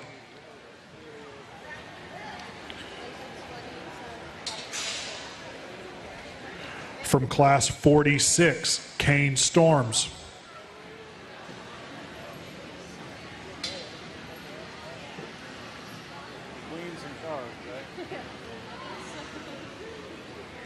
From Class 47, Landry Spray.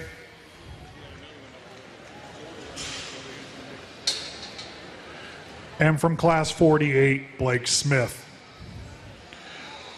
Our champion Hampshire Barrow trophy is sponsored by Judy Buchan family in memory of Dave Buck. And our reserve champion Hampshire Barrow is given in memory of Henry Buman.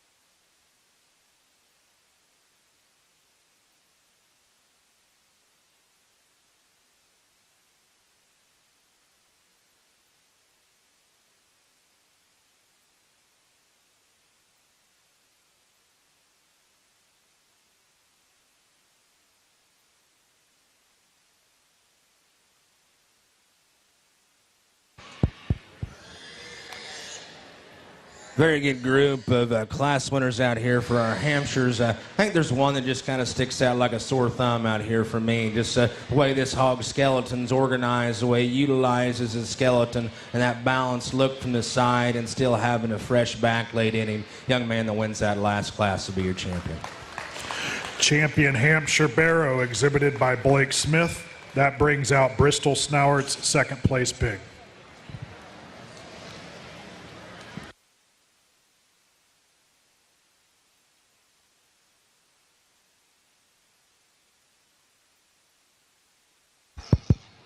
Like I mentioned in class, I mean, this hog that comes out in the 2-hole there is really shapely in his back and opened up in his chest. Just like to lengthen him out of his hip and make him take a longer step off his rear leg. And I think there's another one out here that more closely follows our champion in that regard and having that extra shape and turn to his loin. Young man right there in the green shirt will be reserved.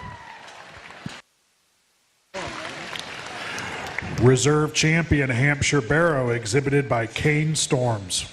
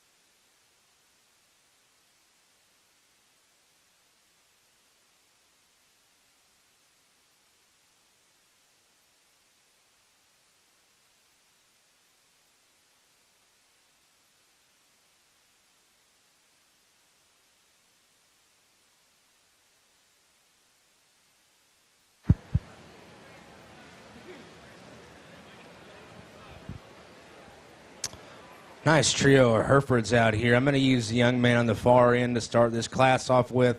Just a fault-free, problem-free type of a pig that's tall-fronted, long hip, got a functional hind leg. Probably not the most expressive in his back is what we got, a few of them out here, but man, you want to appreciate his skeleton, just the way his blades laid in him, his angulation to his hock, and the length to his hip. I think that's a good place to start. Now, I know there's some size difference in this little Barrow here that's going to be in second, but I can really appreciate a lot of things about this thing. I mean, he's opened up through the base of his chest. He's got good shape coming right out of the backside of his blade, where I get critical on him, and I just need to lengthen him out of his hip, make that hind leg, just utilize his hind leg just a little bit better, specifically right there in his lower joints. But that thing has an exotic look from the side and an exotic muscle shape. I like that one in that regard a great deal. Young man's Barrow that's in 3 here is tall-fronted and very dimensional. We just got to make that one better up front. Maybe pick him up on his front feet and make him taller in relation to his length of body. Congratulations, these 3 exhibitors.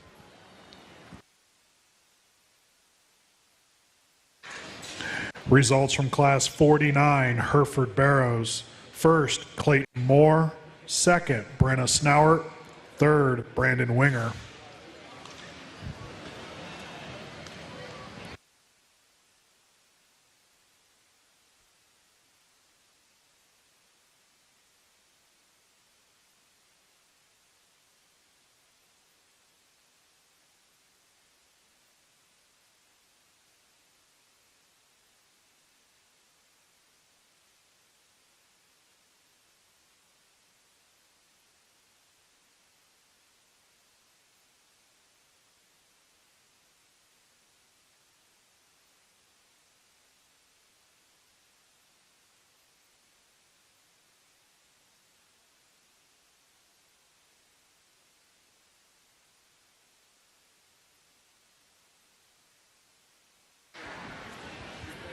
In the ring now is Class 50 Hereford Barrows, Barrows weighing 260 to 290.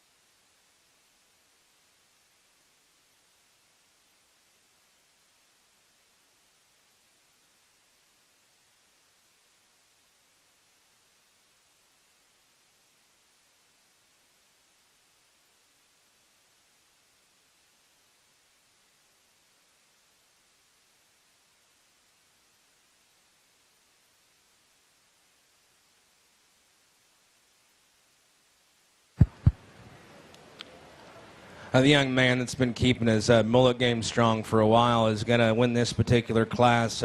Very fresh, well-presented pig that's very sound and flexible. I don't know what he's got going on in his sheath there, but I might clean that up just a little bit. But you want to talk about one that's very fresh, well-presented, has a very good hind leg and utilizes it extremely well. I guess this middle pair is where I spent most of my time, but I'm going to go ahead and use the young man right here in front of me.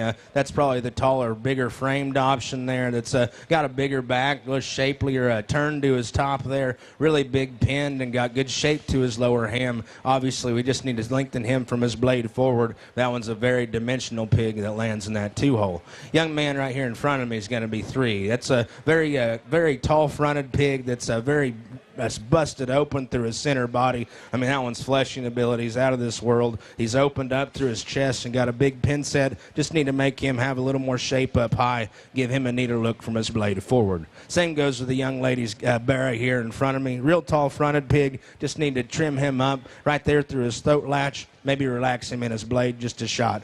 Nice Barrow. Let's give him a good round of applause. Results from Class 50 Hereford Barrows. First, Parker Johnson. Second, Brandon Winger. Third, Brock Winger. Fourth, Emily Stout. We will now be showing for champion and reserve champion Hereford Barrow. Out of Class 49, Clayton Moore.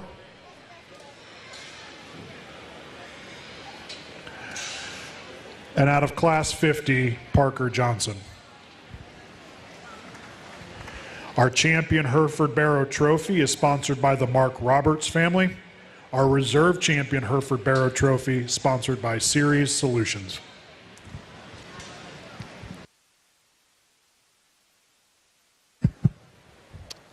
Good pairs. We bring these class winners out here. Obviously, there's one that's got a little fresher look out here, but most importantly, his skeleton's right. He's very flexible and utilizes the hind leg with some authority. Young man here in front of me will be champion. Champion Hereford Barrow, exhibited by Parker Johnson. That brings out Brandon Winger's second place.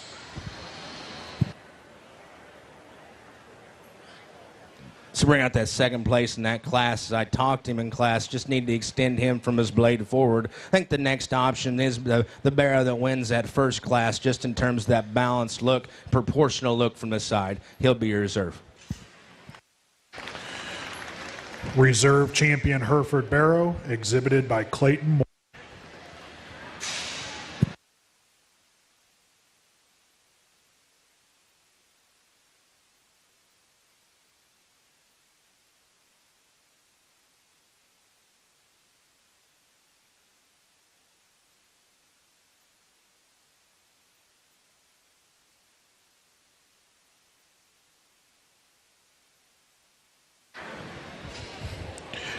In the ring now is Class 51 Landrace Barrows. This is our only class of Landrace Barrows, so this will also be our champion and reserve champion Landrace Barrow drive. The champion Landrace Barrow trophy is sponsored by Neil and Tashni Mosley, and the reserve champion Landrace Barrow trophy sponsored by Beck's Hybrids, Ben DeFries.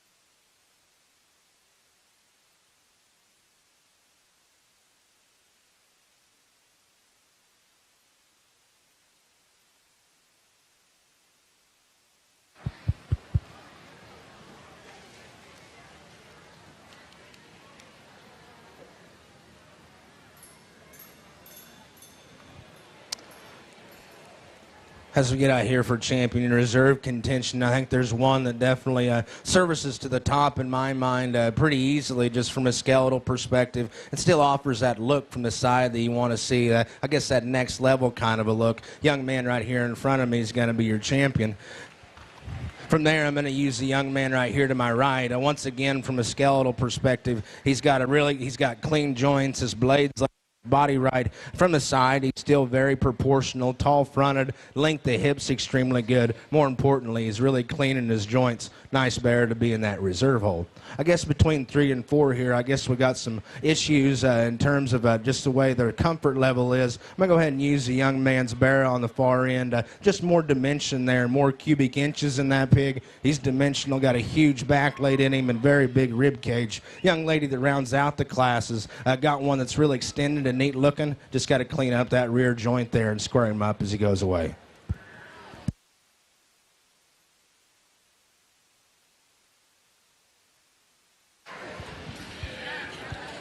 Results from Class 51 Landrace Barrows. First and champion, Avery Hankins.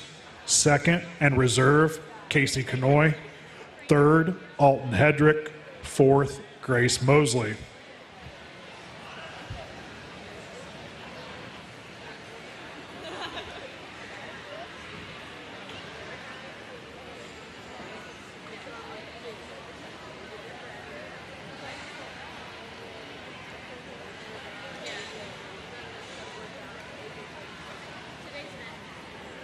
In the ring is Class 52 Poland Barrows. Barrows weighing 220 to 240.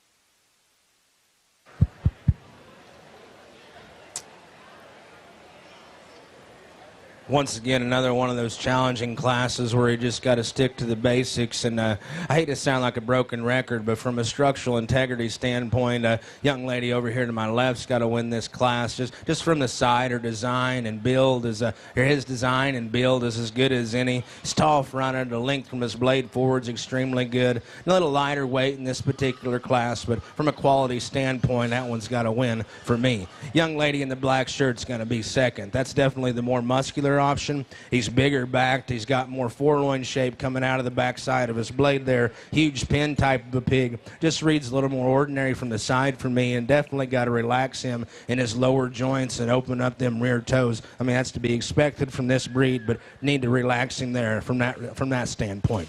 Young man in the green's going to be third. Another one extremely muscular. Just got to change the way his neck ties into his blade, pick him up in his pin bones, and relax him in his hock and his lower joints. We could definitely move him up a few more spots. Young man's got the biggest bear in here. He's got one that's really sound and flexible. Just got to give that one more shape.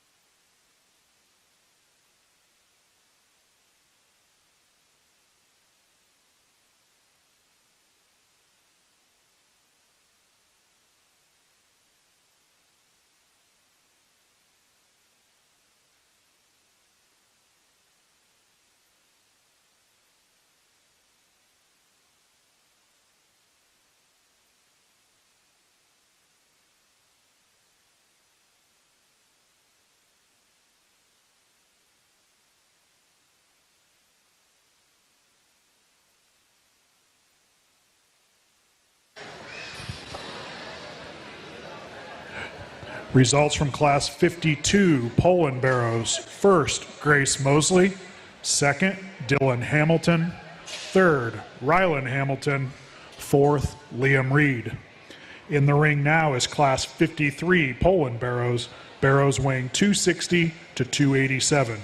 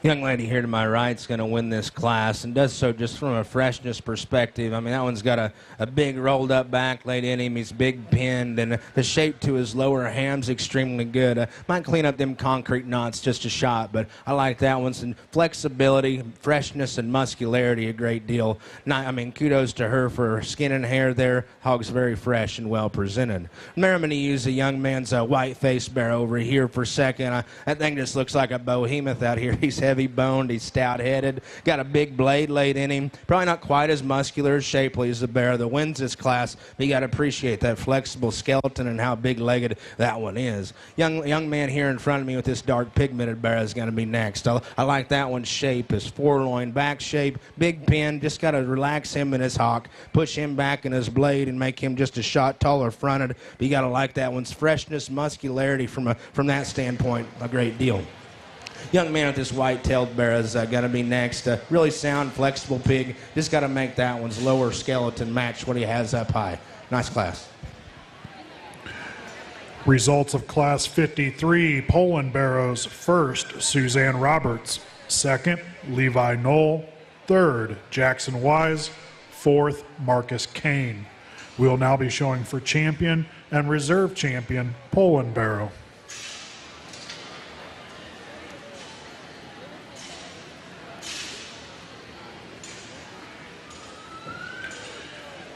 In the ring, we have our Poland Barrow class winners. From Class 52, Grace Mosley, and from Class 53, Suzanne Roberts. Our champion Poland China Barrow trophy is sponsored by DeKalb Pat Hahn, and our reserve champion Poland Barrow trophy sponsored by Troy's Farm Tires.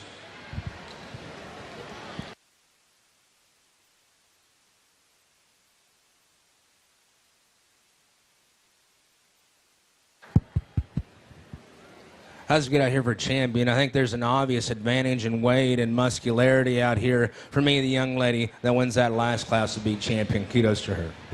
Champion Poland Barrow exhibited by Suzanne Roberts. That brings out Levi Knowles second.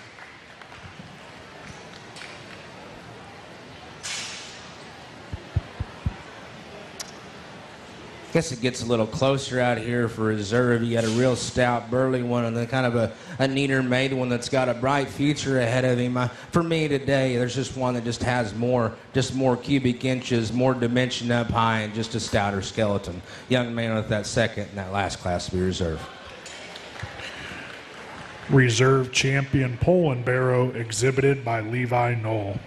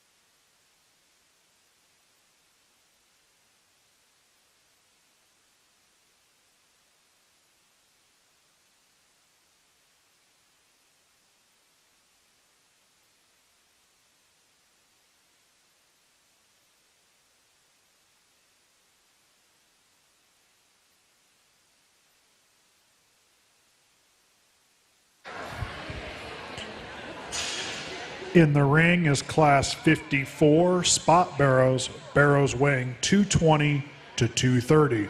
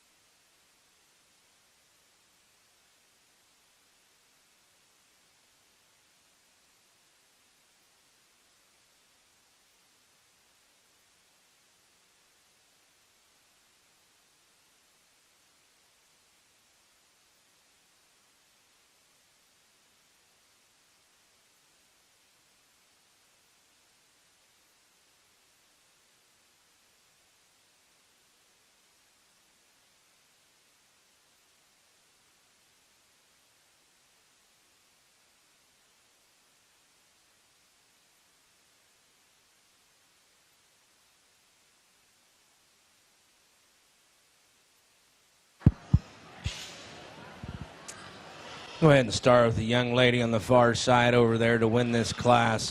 Just has them unique bear proportions and big legs to match. I mean, from the side, Barrow's very proportional. He's tall fronted, level out of his hip. You might lengthen him out of his hip just a little bit and push him back in his blade. But I mean, that one's extremely opened up. He's tall fronted and very muscular. Young lady here in front of me is going to be 2. Another one that offers those unique bear proportions. Has a monster forearm laid in him and a big, stout, rugged skull. Just wish what he had there matched what he had going away from me. Just need to stouten him up in his pins, give him a shot more right there through the seam of his pants. More importantly, to maybe just give him a shot more fill out here today. 3. It's a little more interesting between 3, 4, 5, and 6 out here. But I'm going to go ahead and use the young man in the checkered shirt with that lighter pigmented barrow. Another one that offers a good design from the side. Very muscular and heavy boned. Might clean up some of that funk that he's got going on right there through the lower part of his joints. But that's an extremely stout, rugged barrow that's very flexible. Got a big dimensional back laid in him. Extremely big pinned. Just need to freshen his skin and hair up just a shot.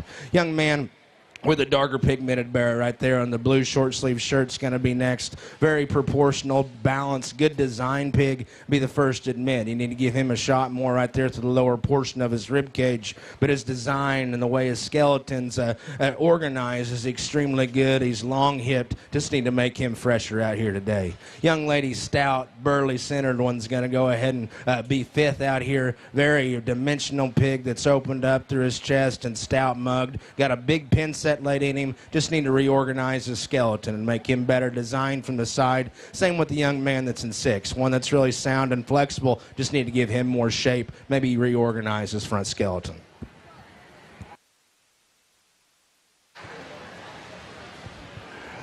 Results from Class 54 Spot Barrows. First, Claire DeFries. Second, Harley Bowerman. Third, Alexander Buck. Fourth, Corbin Bullhofer. Fifth, Emily Brown. Sixth, Colton Ratcliffe de Ford.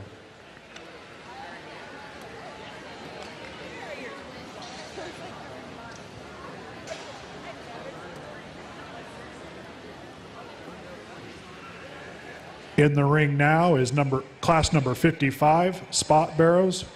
Barrows weighing 233 to 245.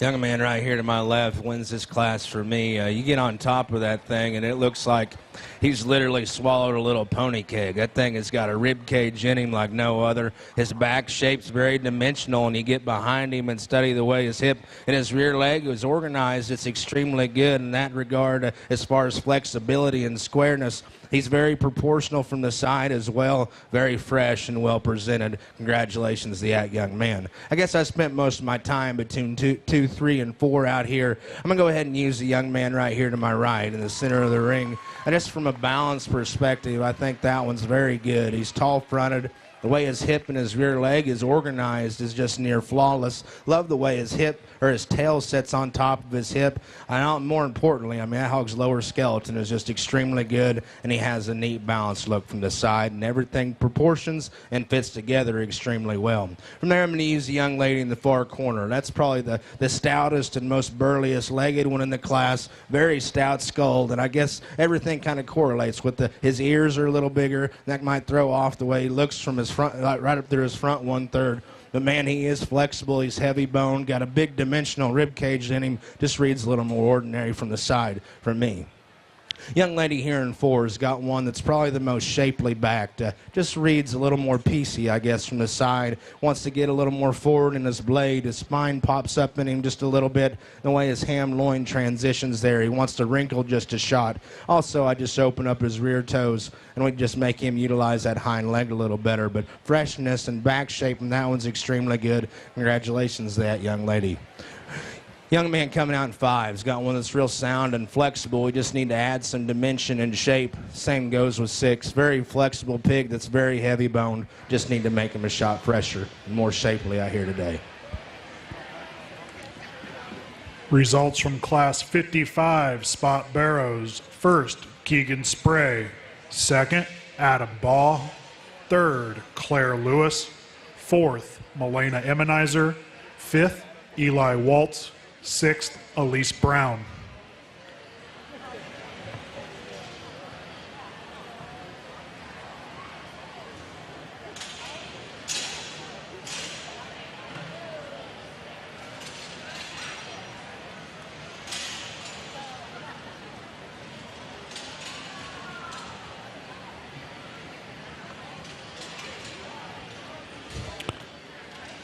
In the ring now is Class 56 Spot Barrows. Barrows weighing 255 to 280.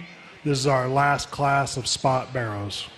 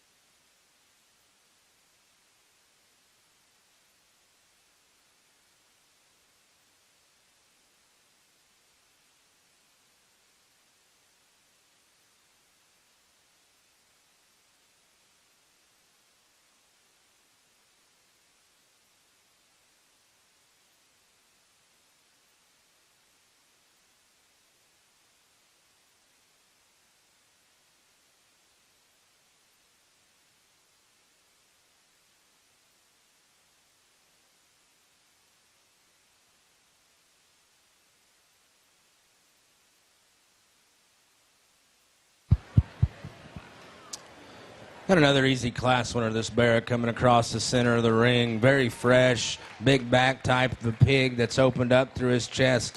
He's got a really big pin set laid in him, and I wish I could give him just a little more clearance between his hock there and maybe just lengthen him and level him out of his hip just a shot. Yeah, that's being critical of one that's really fresh and well presented. Love the way that one comes directly at me and got a beautiful back laid in him.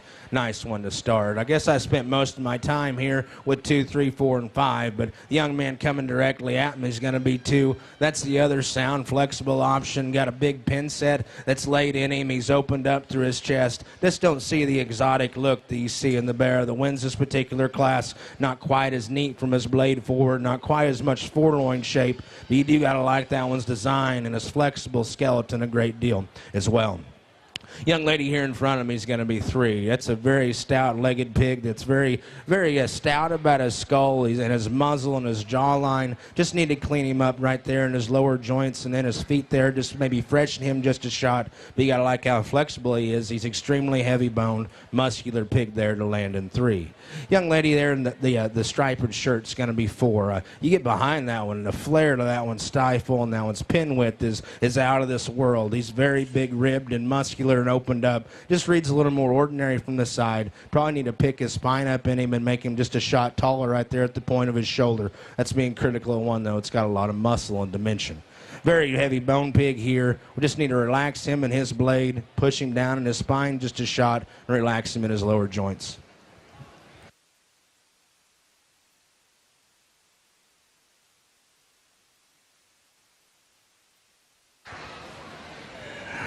Results from Class 56 Spot Barrows. First, Kaylin Martin. Second, Gentry Oliver. Third, Kaylin Demick. Fourth, Rylan Garrett. Fifth, Dylan Bryan. We're now showing for champion and reserve champion Spot Barrow. Out of Class 54, Claire DeFries. From Class 55, Keegan Spray. And from Class 56, Kaylin Martin. Our champion Spot Barrow trophy is sponsored by the Chuck Dill family. Our reserve champion Spot Barrow trophy sponsored by Craig Spray and family.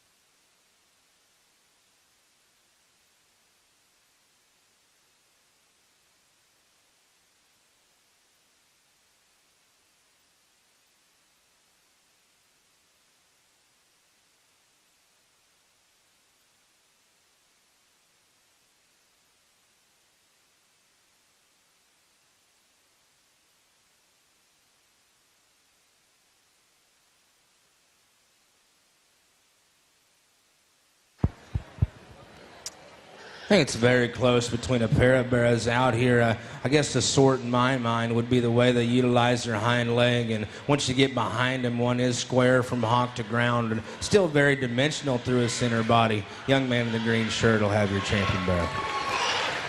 Champion Spot Barrow exhibited by Keegan Spray. That brings out Adam Baw's second place pig.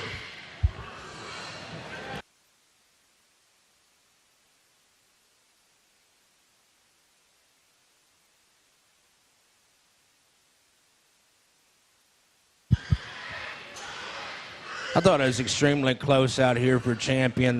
This one actually offers some trade-offs and having more shape right behind his blade. Just wish I could change the way his hip and his rear leg is assembled, but I love that hog's chest floor. I like that hog's look from the side a great deal. She'll be your reserve.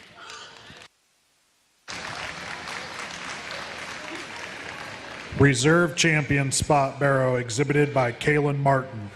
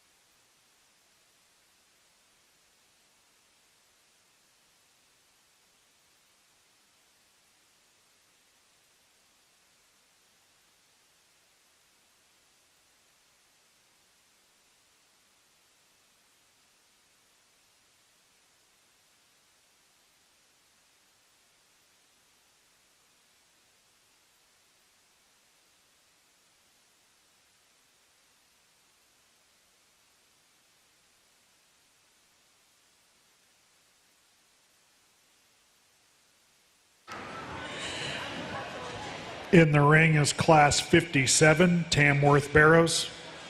This is our only class of Tamworth Barrows. This will also be our champion and reserve champion Tamworth Barrow Drive. Our champion Tamworth Barrow Trophy is sponsored by Davy Dowell. Our reserve champion Tamworth Barrow Trophy sponsored by Troy's Farm Tires.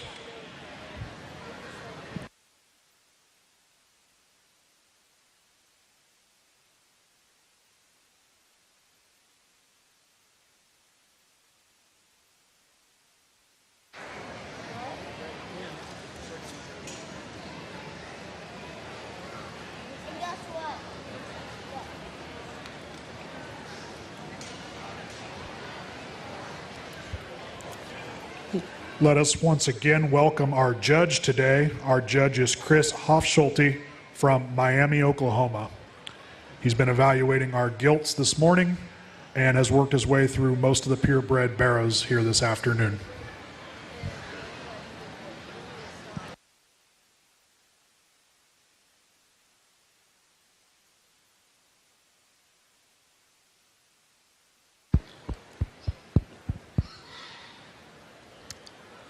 Once again, I think we got an easy class winner out here in champion. The young lady right in front of me is going to be that champion for me.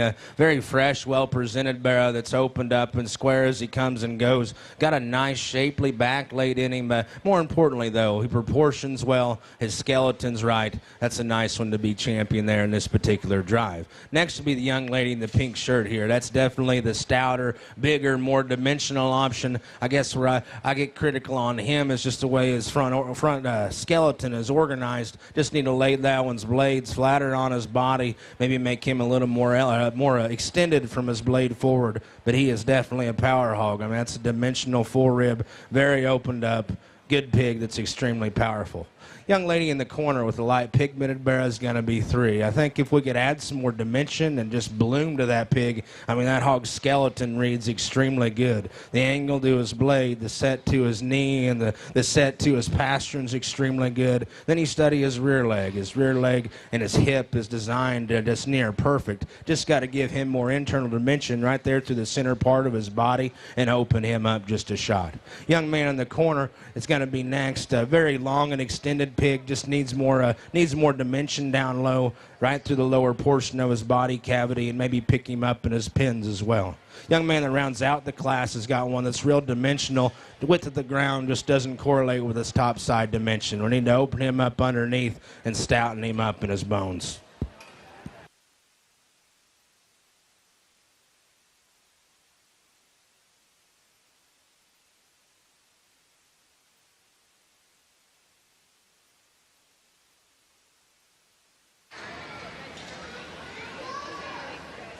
Results from Class 57, Tamworth Barrows. First and champion, Caden Zemenizer.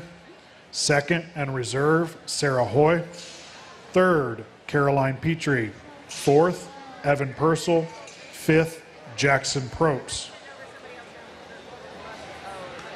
In the ring now is Class 58 Yorkshire Barrows, Barrows weighing 222 to 245.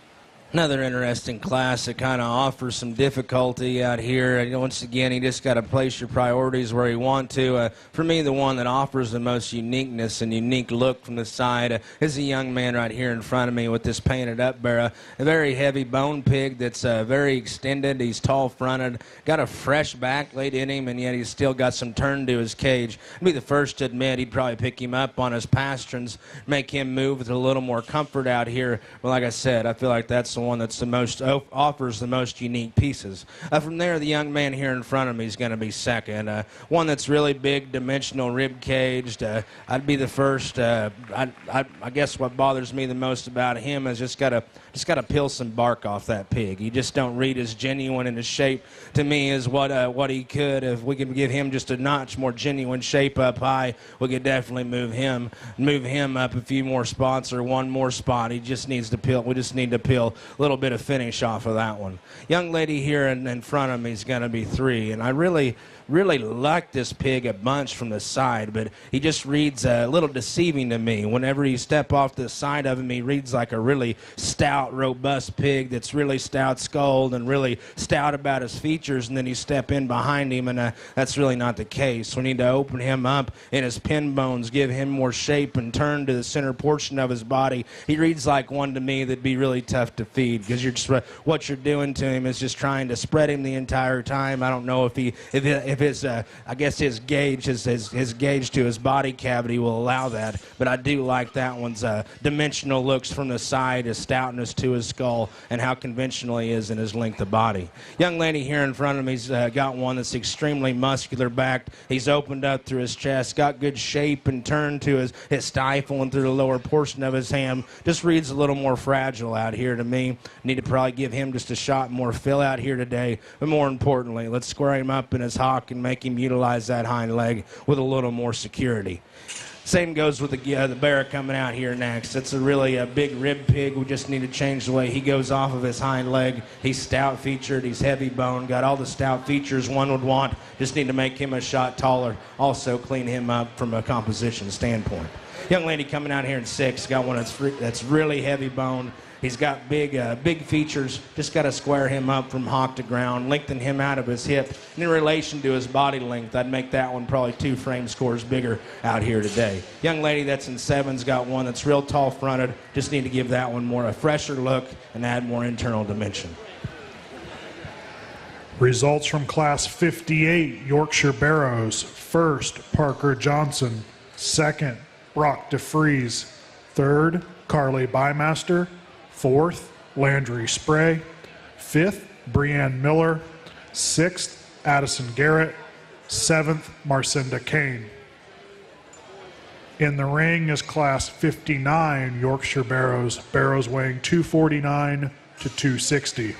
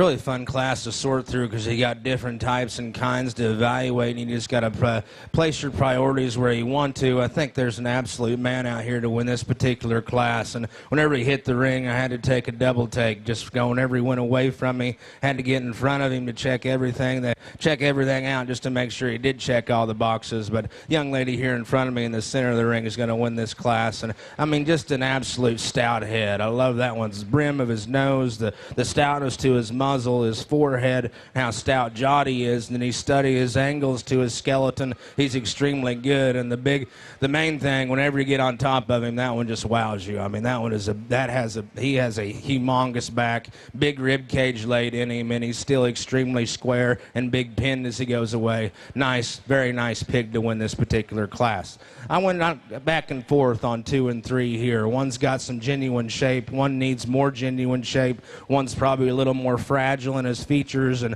one is bigger and he's got a longer hip blade in him. I think the young lady's Barrow in the purple shirt, he's got enough muscle for me. Just like to give him a little more right there through the seam of his pants and give him just a harder turn to his back. But you step off the side of that pig, I mean, that is a long level hip, very functional hind leg laid in that one. The way his blade is laid on his body allows him to utilize that front leg extremely good and move with good reach out of his front end. But like I said, I just like to give him more hard shape. We could definitely get to digging that one. Like this Barrow here in front of me, he's very intriguing to me to be in the 3-hole. Really love his silhouette from the side. He's tall fronted, got real hard genuine shape to his blade and down his back. I mean, I love the way that hog's neck comes right out of the top side of his blade. Just need to change him as he goes away from me. He wants to deviate to the ground just ever so slightly. Give him just a shot more flesh out here today, and I think that would definitely add to his look. He looks just maybe just a shot harder out here than some, but man, I do love his silhouette, his flexibility. Just need to change you in those few areas. Young lady coming out here in 4 has got one that's really fresh and well presented. He's opened up through his chest, very proportional from the side, I guess. Very tall fronted, as I said. Just need to relax him in his blade, open him up in his chest. Don't read as much natural shape in that one either. And at the same token, he does roll his hock outside of his body wall there. That's where I got nitpicky on that one. But a neat Barrow to land in 4.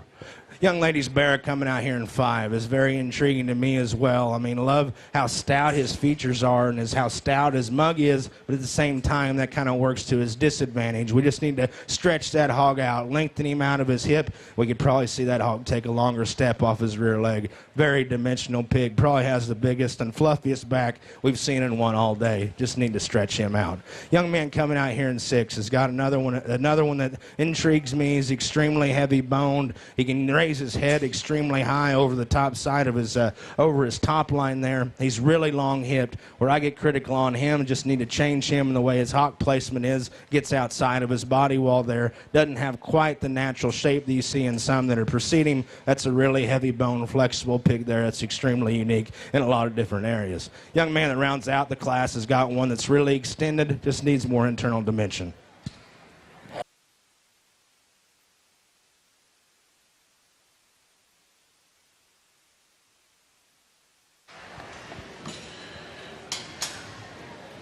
Results from Class 59 Yorkshire Barrows. First, Katie Holmes. Second, Hunter Royer. Third, Milena Emmenizer. Fourth, Harley Bowerman. Fifth, Olivia Hedden. Sixth, Gavin Coffey. Seventh, Cale Castor. We're now showing Class 60 Yorkshire Barrows. Barrows weighing 264 to 282. This is our final class of Yorkshire Barrows.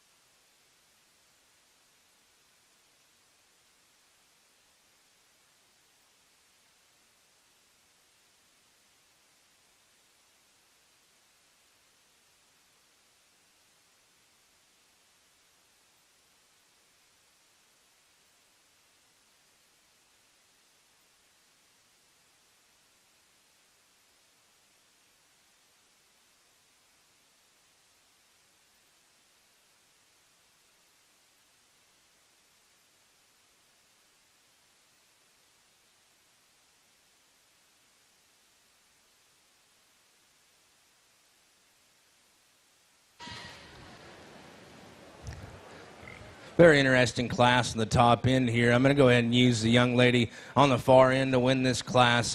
Just one that's very dimensional, opened up through his chest, and everything correlates from there back. He's got a big rib cage laid in him, and on top of that, it's a tremendously fresh back. He's very opened up through his pins and got a really functional hind leg. Just a nice type of a market bearer there to win this class. From there, it gets a little more interesting to me. I'm going to go ahead and put this young lady second here. From the side, I love that pig. I mean, that hog's head is very intriguing to me. I love his design, just his lines from the side. Very clubby, I guess, about his hip and his hind leg. I don't know, as you spread that hog later on down the road, if his blade allows, I mean, that thing could get very, very good. And I mean, that hog is very neat from the side. And like I said, if we can add more chunk and bulk, I'd like that one more. But I like his like that added look and flexibility he has in his skeleton. Same with the young man's bear that's here in 3. That's one that's very flexible. He's opened up. He's more dimensional to the bear that lands in 2. I guess from the step off to the side of him, he just reads a little more ordinary from the side, a little piecier in the way his neck blends into his blade. Maybe not quite as bulky, I guess, right behind his blade. But man, he's got a big rib cage laid in him, and that might work to his disadvantage as well. Sometimes when you get them bigger ribbed ones, it's hard to get that big fluffy back laid in one. But man, he is heavy boned. He's got a big pin set. Love his hip and rear leg a great deal. 4 coming out here is very dimensional and opened up. Just need to change his rear leg skeleton just ever so slightly and lengthen him out of his hip, bring his hock within his skeleton. We could definitely move him up a few more holes as well. 5 is one that's very neat from the side. Just need to open him up underneath. His width at the ground doesn't correlate with his top side dimension, but man, he is shapely. He's got a neat look from the side. Just need to open him up, give him more internal dimension. 6 and 7 are very dimensional pigs. Just need to give them a shot more look and freshen them in their skin and hair.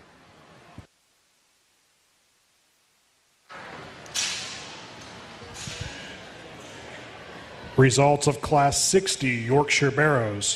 First, Ella Carlson. Second, Ainsley Stonecipher. Third, Peyton Welch. Fourth, Suzanne Roberts. Fifth, Cooper Bymaster. Sixth, Alton Hedrick. Seventh, Corbin Bullhofer. We'll now be showing for champion and reserve champion Yorkshire Barrow. In the ring from Class 58, Parker Johnson.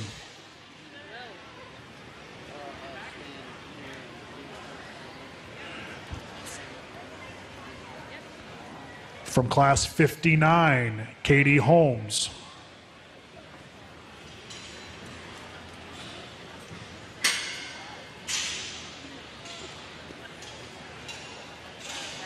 And from Class 60, Ella Carlson. Our champion Yorkshire Barrow Trophy, sponsored by Craig Spray and family. Reserve champion Yorkshire Barrow Trophy, sponsored by Cox Farms.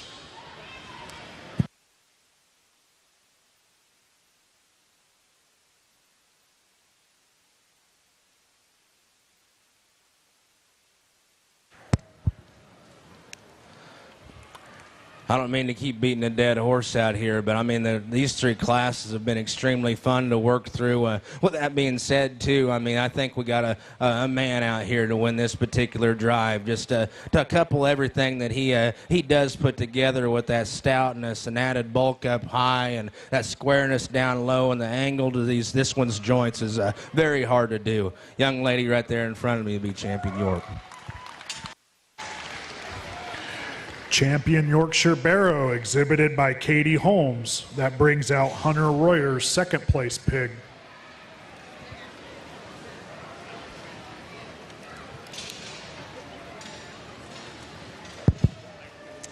Like I said in class about the second, I mean, a very good skeleton pig that's very loose and flexible. Just like to give him a shot more real muscle right there to the seam of his pants and down his spine there. I think there's one that definitely does that and utilizes his skeleton extremely good. Young lady that wins that last class will be your reserve. Reserve champion Yorkshire Barrow, exhibited by Ella Carlson.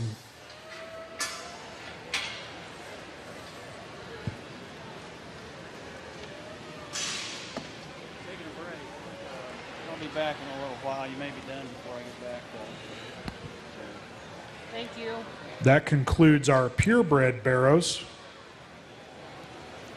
Our next class in the ring will be Class 61 Crossbred barrows, barrows weighing 220 to 222.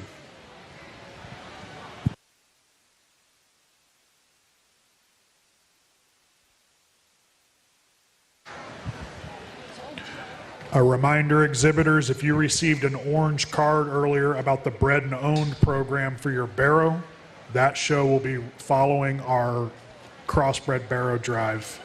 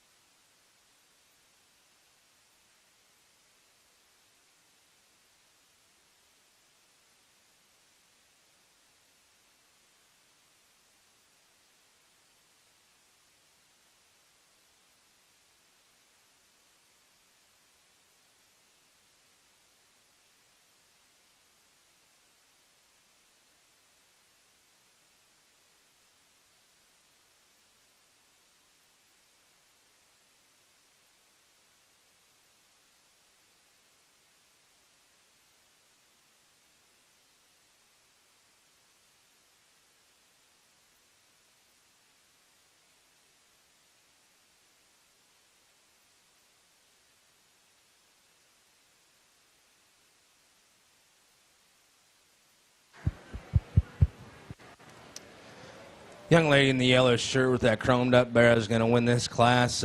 Very good pattern pig from the side. He's tall fronted and has them neat lines. Whenever he comes at you, he's opened up through his chest. He's got a stout mug. I'd like to tighten him up right there in his throat latch and maybe make that jaw a little more pronounced. That's being critical of one that's very fresh, very well presented, stout-legged barrow. Very good one to win this class. From there, the young lady's thin-belted barrow is going to be next. And just his look from the side, and he definitely has the upper hand, I guess, from his blade forward. I just relax him in his blade just a shot, give him a little more real muscle down his back, and when he step in behind him, definitely need to deepen him there in his twist and give him a little more punch through his outer stifle.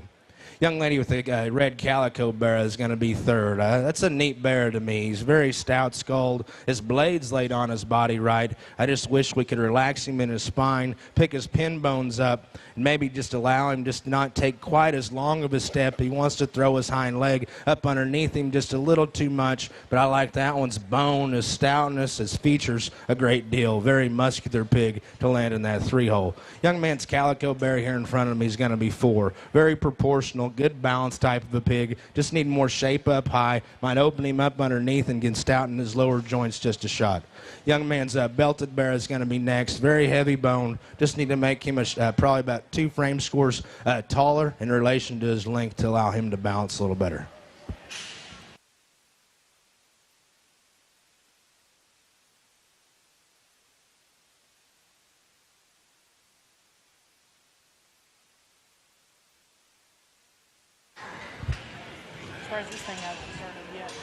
Results from Class 61 Crossbred barrows. First, Emma Klauser.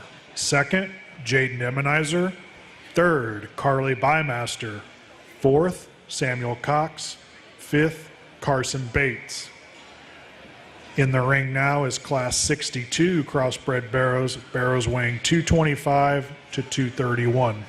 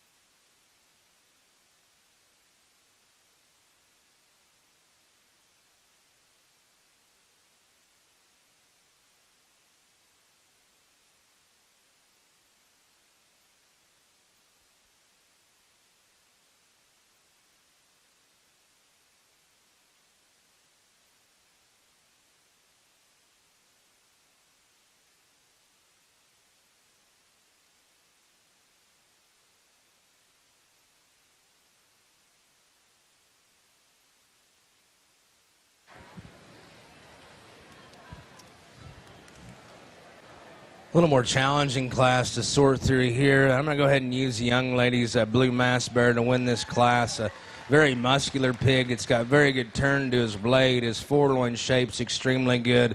Ditch down his back all the way to his tail root. And I'd be the first to admit I'd probably elongate that muscle pattern just a little bit whenever he goes away from you, but you have to look twice. That hog has a very square hind leg. How opened up he is. That's a very square hind leg and a very dimensional back leg in that one as well. Very fresh and well presented. Nice pig to win this class. The young lady's other blue bear is going to be 2. You talk about a huge chest floor and everything matches from their back. He's got a big forerib laid in him, round rib cage, and a big back laid on top of that. You get behind him, he's opened up through his pins. I just don't see as much set to his hock, and I don't see him utilizing his hind leg as well as the bear that wins this particular class. And he might push his his blade back on his body just ever so slightly. He's wanting to maybe just push out of his front end just a skosh. That's a very dimensional pig, and that's being critical of one that's very opened up.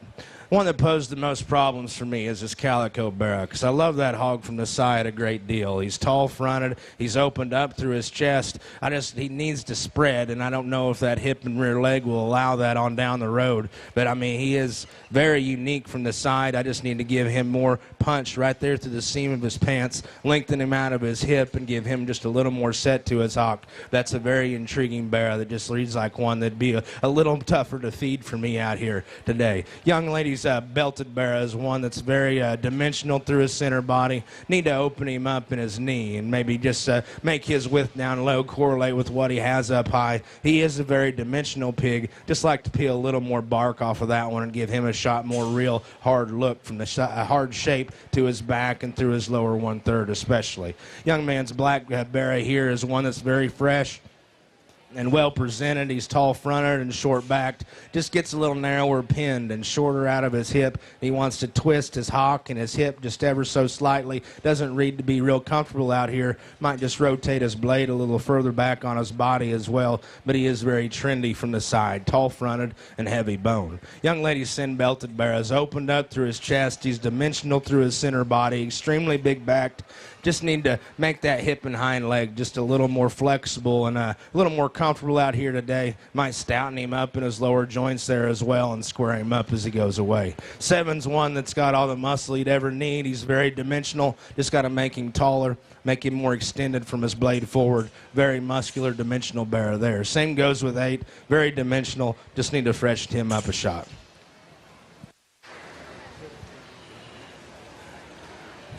Results of Class 62 Crossbred Barrows. First, Ainsley Stonecipher.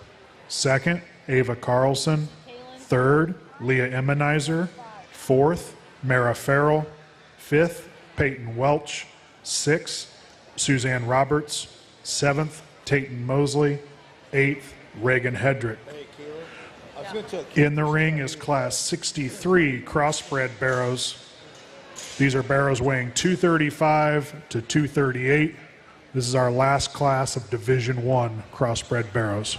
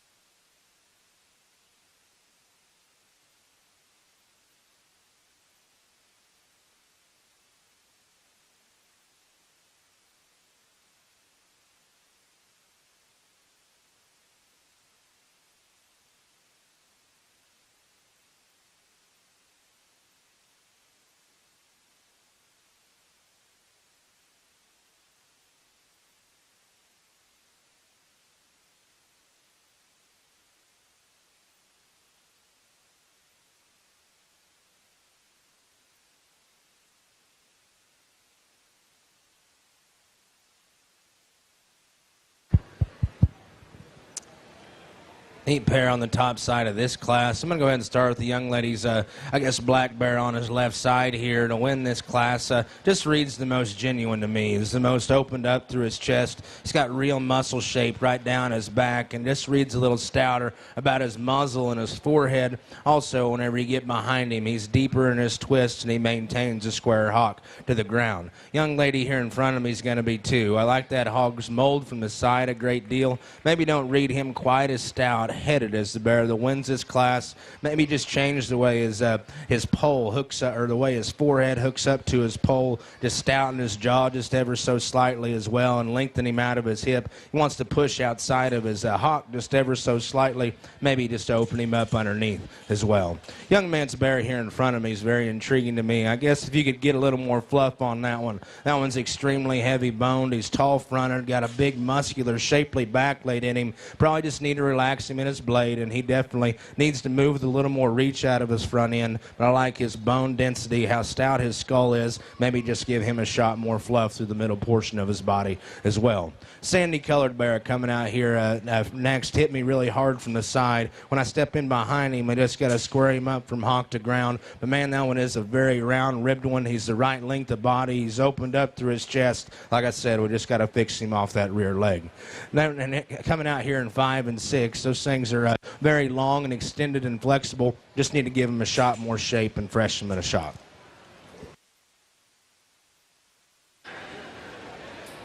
Results from Class 63 Crossbred Barrows. First, Ella Carlson. Second, Kaylin Martin. Third, Caden Peters. Fourth, Andrew Klinkhammer. Fifth, Eli Waltz. Sixth, Madeline Cheeseman. We will now be showing for champion and reserve champion Division I Crossbred Barrow. In the ring from Class 61, Emma Klauser.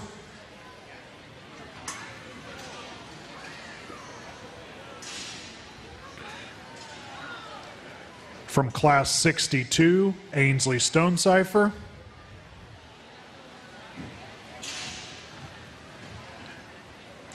And from Class 63, Ella Carlson. Champion Division I Crossbred Barrow Trophy, sponsored by Doug Moore and family. Reserve Champion Division I Crossbred Barrow Trophy, sponsored by Troy's Farm Tires. Thank you again to all of our trophy sponsors throughout the day. We appreciate your support of the Swine Project.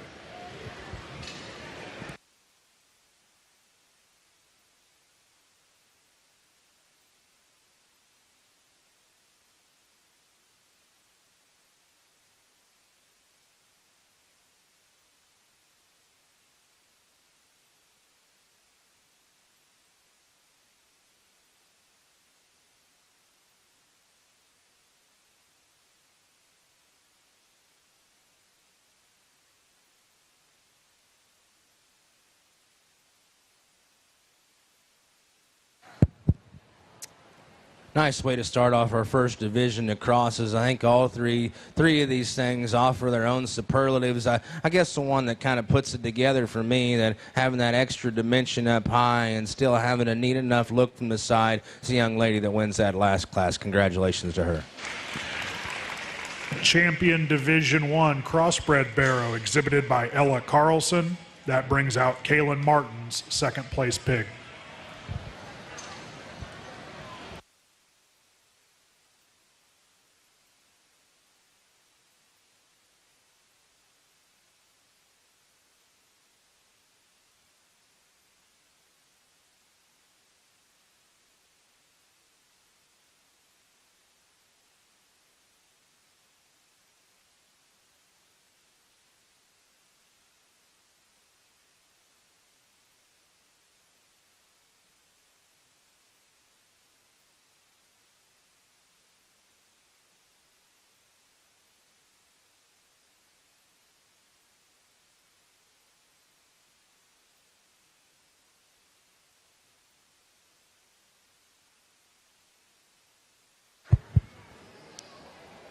becomes more challenging to me out here for reserve. I guess between the trio, it comes down between these two for me. I think he's starting to study them both, and one's probably a little more genuine through his chest.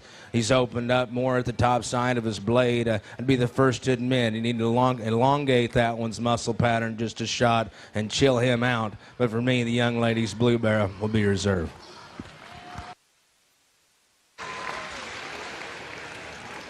Reserve champion Division 1 Crossbred Barrow, exhibited by Ainsley Stonecipher.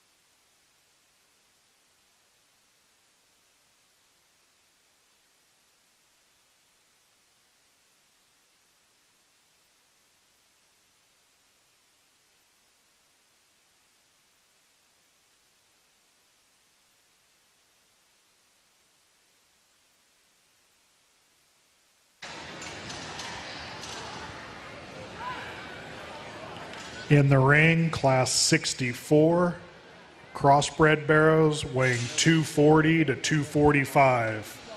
This begins our second division of crossbred barrows.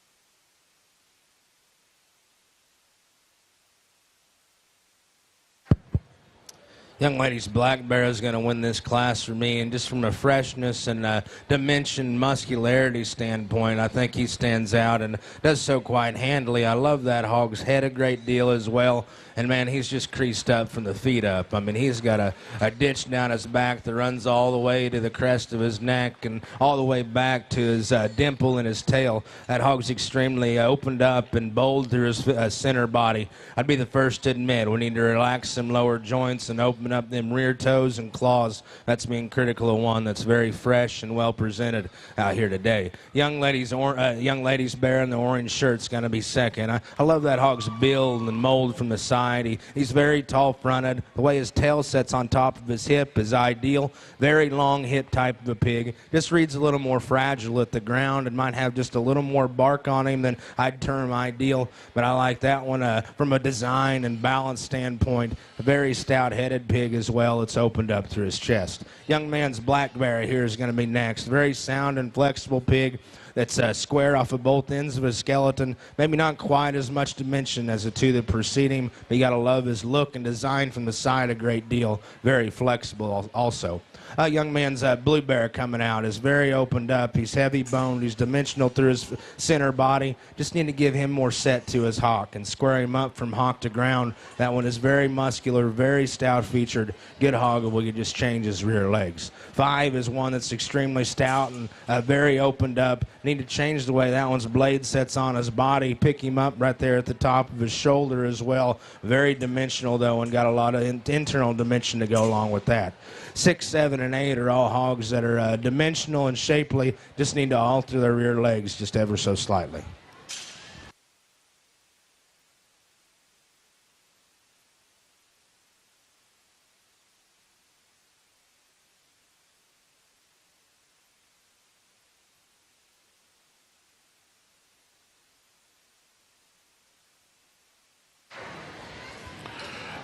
Results of Class 64 Crossbred Barrows. First, Olivia Hedden. Second, Catherine Willoughby. Third, Brock DeFries. Fourth, Landon Ratz. Fifth, Kaylee Rosenbarger. Sixth, Connor Gamble. Seventh, Rebecca Hoy. Eighth, Savannah Underwood. In the ring is Class 65 Crossbred Barrows. Barrows weighing 248 to 250.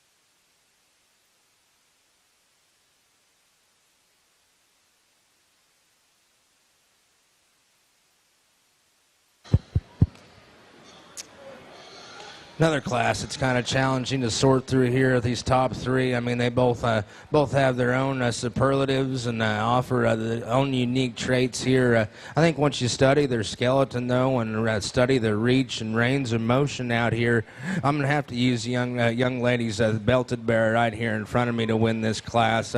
I'd be the first to admit I'd like to pick him up in his spine and give him more crisp turn to his top, but I like that one's length of hip, his flexibility off his rear leg, still elevates his head high above his spine and utilizes his front leg extremely good. He offers enough muscle shape for me, maybe just give him a little more shape down his back, as I said, but I like his bones and his skeleton, his flexibility to his lower joints. I'm not going to lie, whenever the young man in the purple shirt came in, I wanted to gravitate to that pig. He's going to go ahead and be second, because I like how fresh and well presented that thing is. He's opened up through his chest, got a beautiful fluffy back laid in him. I can't get into his rear leg and his hip and the way he's organized, the way his hip and rear leg is organized. I just got to make that thing longer and make him take a longer step off his rear leg and maybe make that back leg just a little bit stouter for me. That just kind of throws off his balance from the side. Young lady's black Barrow here is one that probably has the biggest and most fluffy back in the class. He's fresh and well presented. Just got to change the way his neck ties into his blade, tighten his ears set up, maybe knock his the top of his neck down and make it just a little bit slimmer. But man, you want to talk about one that's got a big fluffy back, a big pin set, and a very big ham. Might square him up from hawk to ground as well.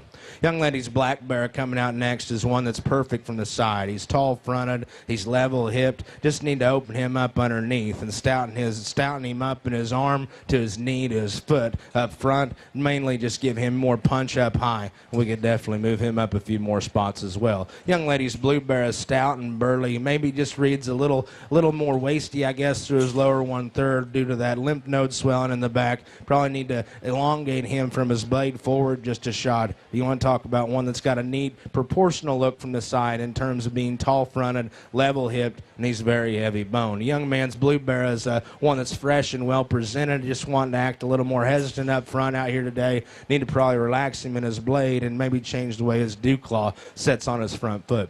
Young man's 7, Barrow coming out in 7 here is very extended and flexible. Just got to give him more shape and dimension throughout.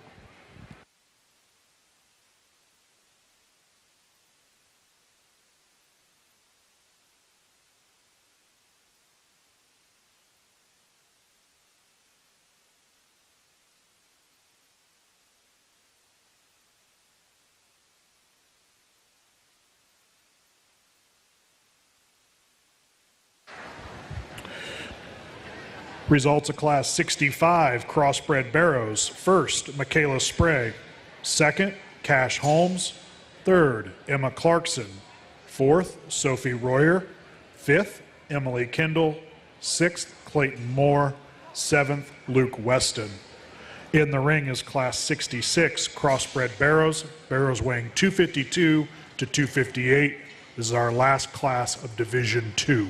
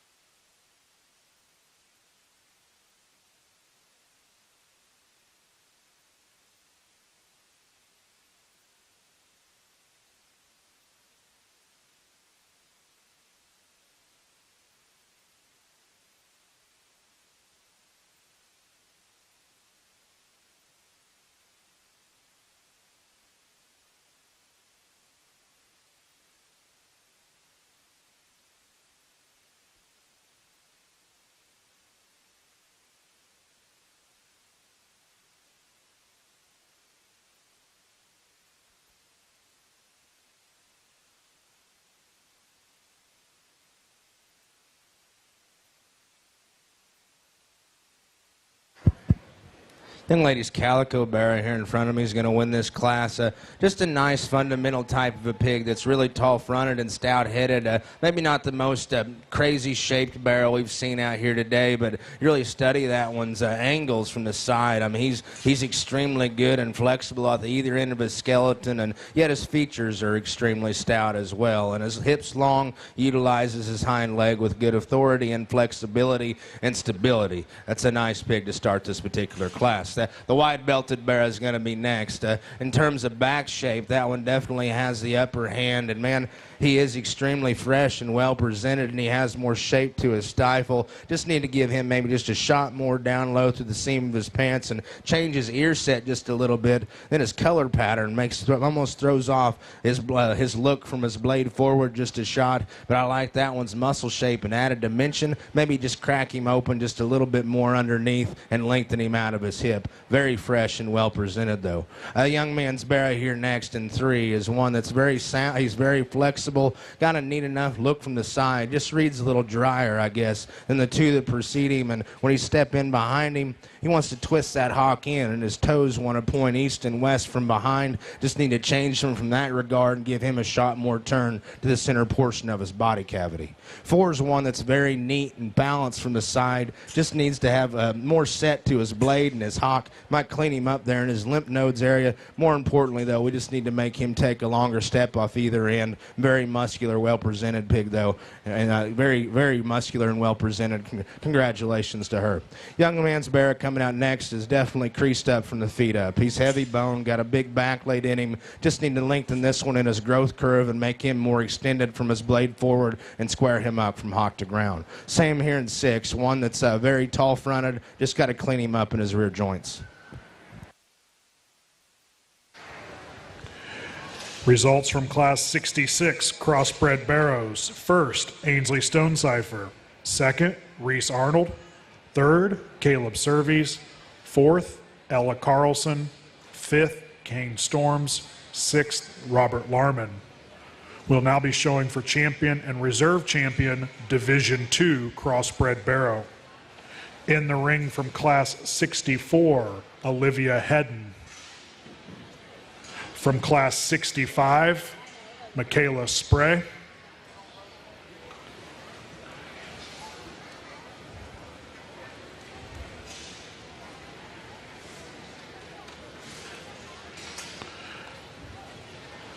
And from Class 66, Ainsley Stonecipher.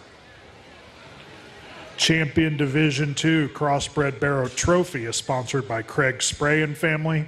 Reserve Champion Division II Crossbred Barrow Trophy sponsored by Troy's Farm Tires.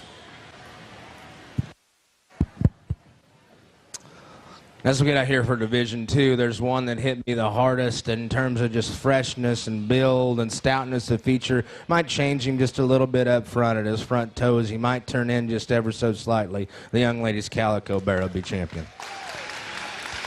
Champion Division II Crossbred Barrow exhibited by Ainsley Stonecipher. That brings out Reese Arnold's second place pig.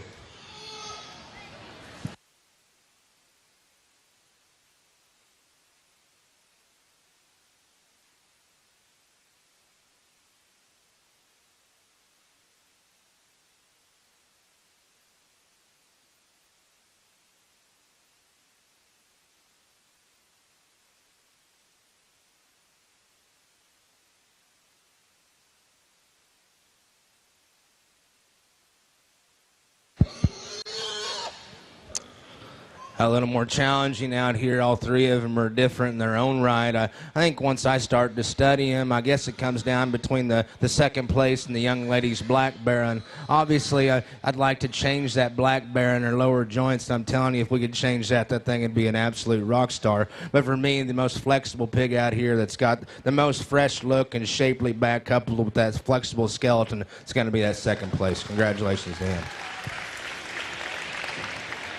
Reserve Champion Division II Crossbred Barrow exhibited by Reese Arnold.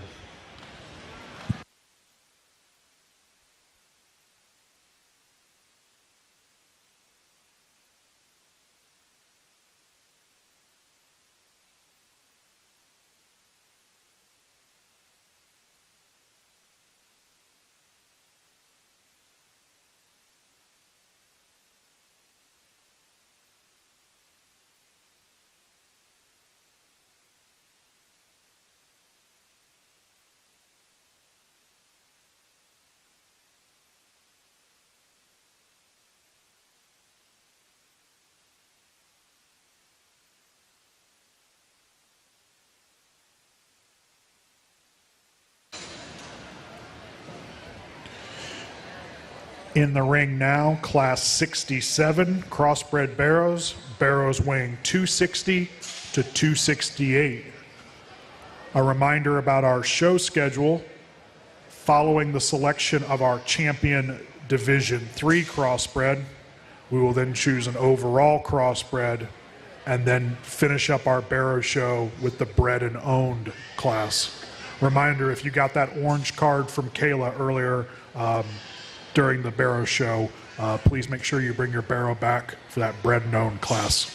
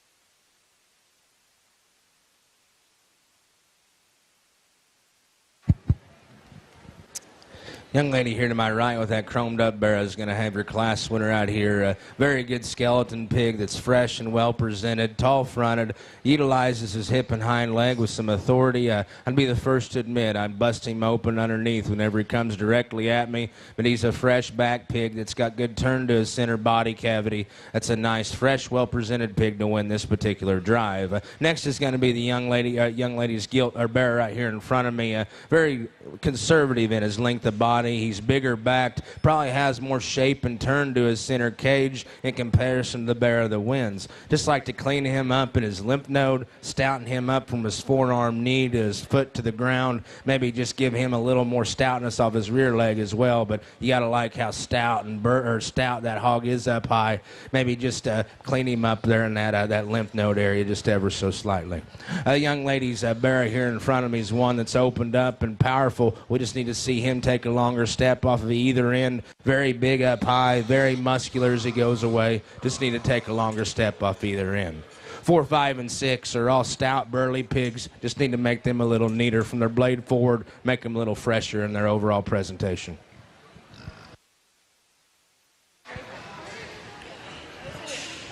Results of Class 67 Crossbred Barrows. First, Jaden Emmenizer.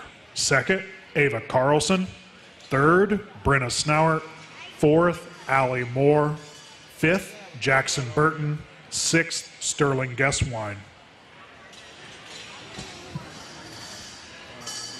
In the ring is Class 68 Crossbred Barrows, barrows weighing 270 to 278.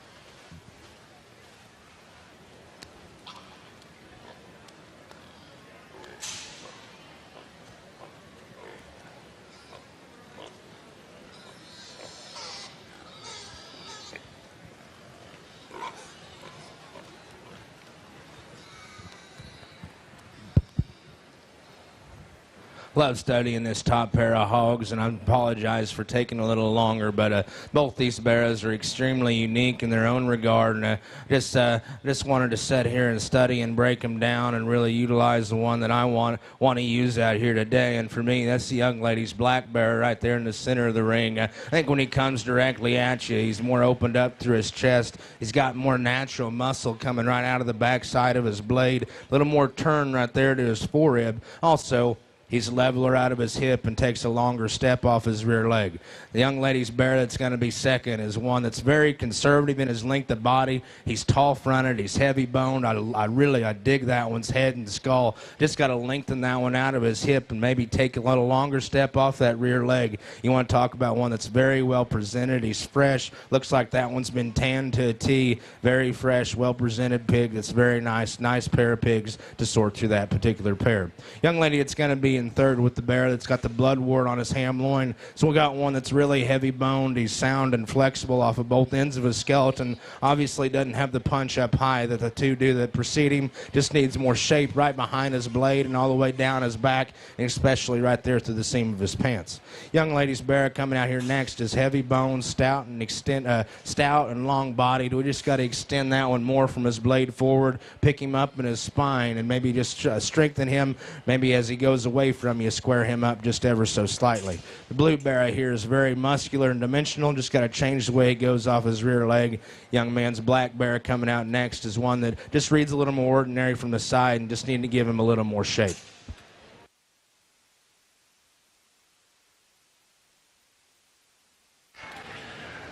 Results from Class 68 Crossbred Barrows. First, Cadence Emmenizer. Second, Peyton Clauser. Third, Mara Farrell. Fourth, Kaylin Dimmick. Fifth, Jenna Thomas. Sixth, Sawyer Guesswine. In the ring is our final class of crossbred barrows. Class 69. These are barrows weighing 280 to 290.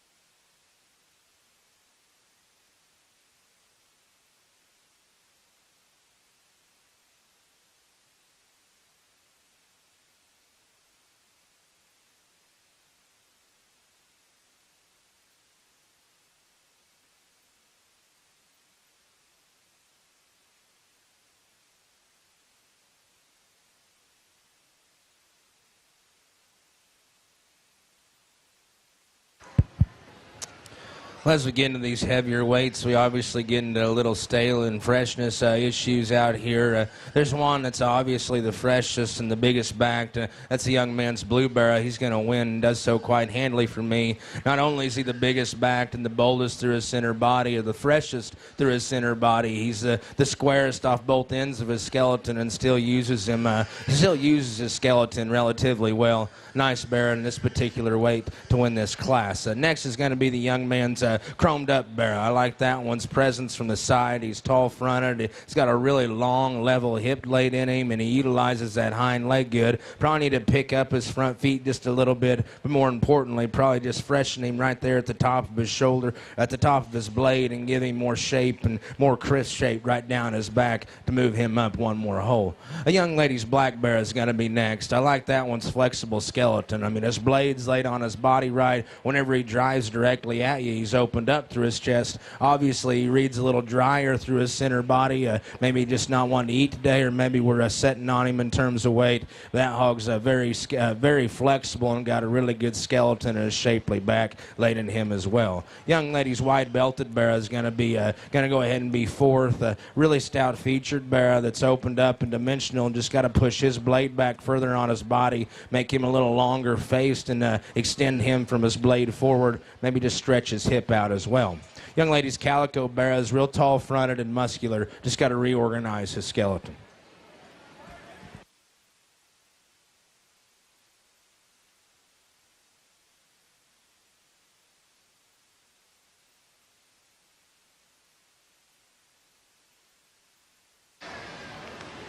Results from Class 69 Crossbred Barrows. First, Ty Leader. Second, Brecken Good. Third, Lily Graves. Fourth, Catherine Purcell. Fifth, Sarah Hoy. We'll now be showing for champion and reserve champion Division III Crossbred Barrow.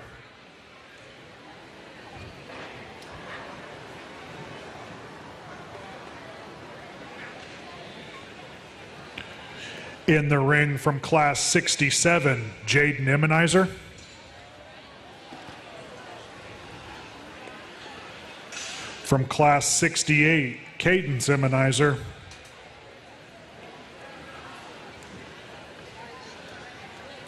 And from Class 69, Ty Leader. Champion Division III Crossbred Barrow Trophy, sponsored by Garrett Swine Farm. Reserve Champion Division III Crossbred Barrow Trophy, sponsored by Lloyd Lehman family. Directly after selecting our champion and reserve D3 Cross Barrow, we will select our overall Crossbred Barrow and then the Bred Known.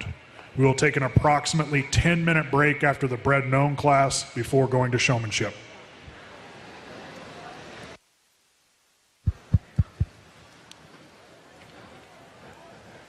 Well, kudos to these kids in this D3 division. They're awfully fresh and well presented for their particular weights. And as I talked in class, I think there's a pair that hit me extremely hard and just were fun to study for me. For me, it's obvious out here. The young lady here in front of me is going to be your champion.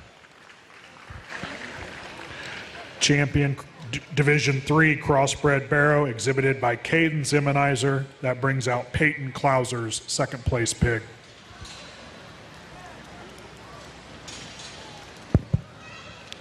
As we bring out the second in that class and you study him, I mean, he actually corrects the criticisms of that Barrow that was champion. He's probably a little more relaxed in his blade. I just didn't think he was as opened up underneath or had as much curvature to the center portion of his body. But man, you really study that one from the side, and his stoutness and his features, just the unique traits that one offers. I think that's an awfully unique creature. He's going to go ahead and be reserved.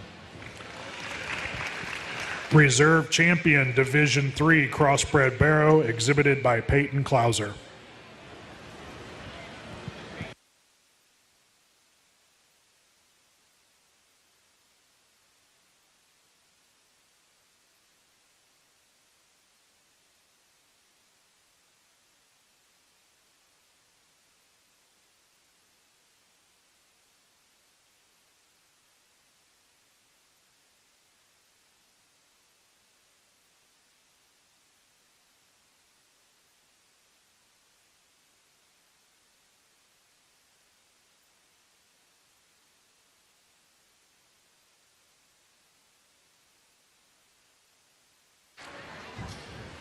We are now showing for our champion overall and reserve champion overall Crossbred Barrow. We have our 3 division champions. Representing Division 1, the lightweight division, Ella Carlson.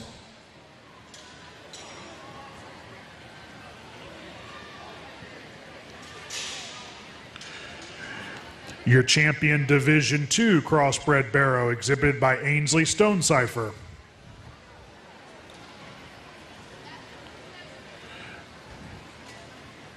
And your champion Division 3 Crossbred Barrow, exhibited by Cadence Immunizer. Our champion overall Crossbred Barrow trophy is sponsored by Immunizer Family. Our reserve champion overall Crossbred Barrow trophy sponsored by Neil and Tashney Mosley.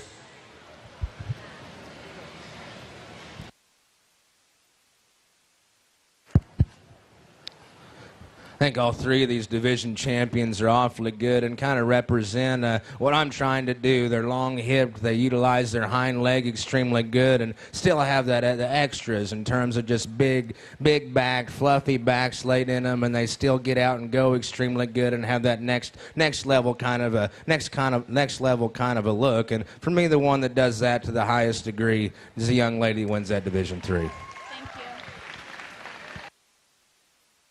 Champion overall Crossbred is the D3 champ, exhibited by Cadence Immunizer. That brings out Peyton Clauser's reserve. I thought that was an awfully fun pair to sort through and study. I'm going to go ahead and keep that pair together. Congratulations to her. Reserve champion overall Crossbred, exhibited by Peyton Clauser.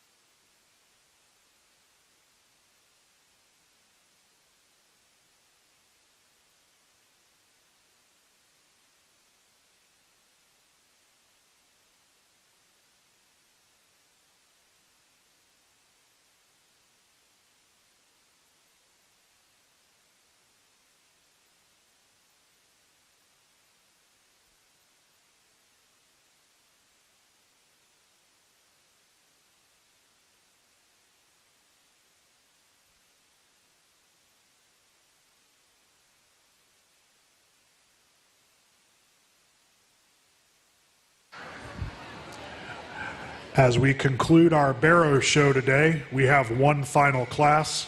This is a class that you won't find listed in the program today, but a very important class nonetheless. Much like this morning we did with the Gilt, this is known as the Bred and Owned class. All of the pigs you see out in the ring were raised by the exhibitor, and so the exhibitor is taking care of this animal from the time they were born. Obviously that project requires a lot more work and dedication than some of the others in the barn. And so let's give these folks a nice round of applause for their bred and owned animals, showing for champion and reserve champion bred and owned. Our champion bred and owned Barrow trophy is sponsored by Dave and Linda Swank, and our reserve champion bred and owned is sponsored by Roy Show Pigs.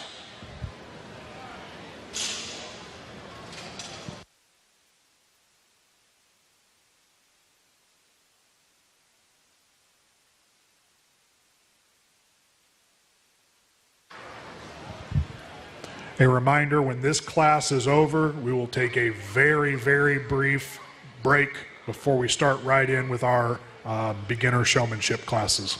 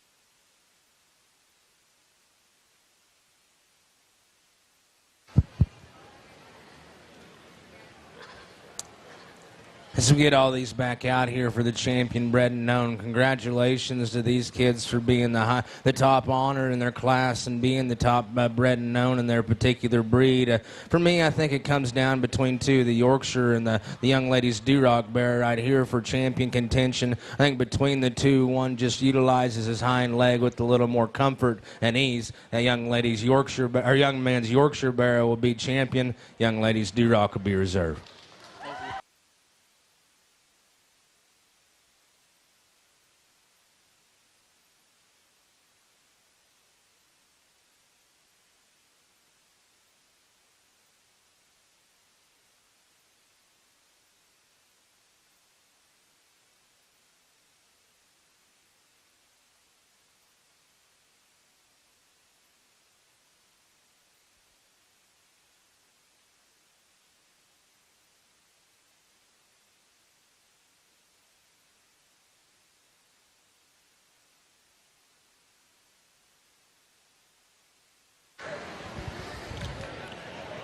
Champion bred and owned Barrow exhibited by Parker Johnson.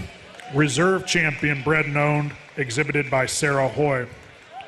We'll take a 10-minute break before we begin beginner showmanship.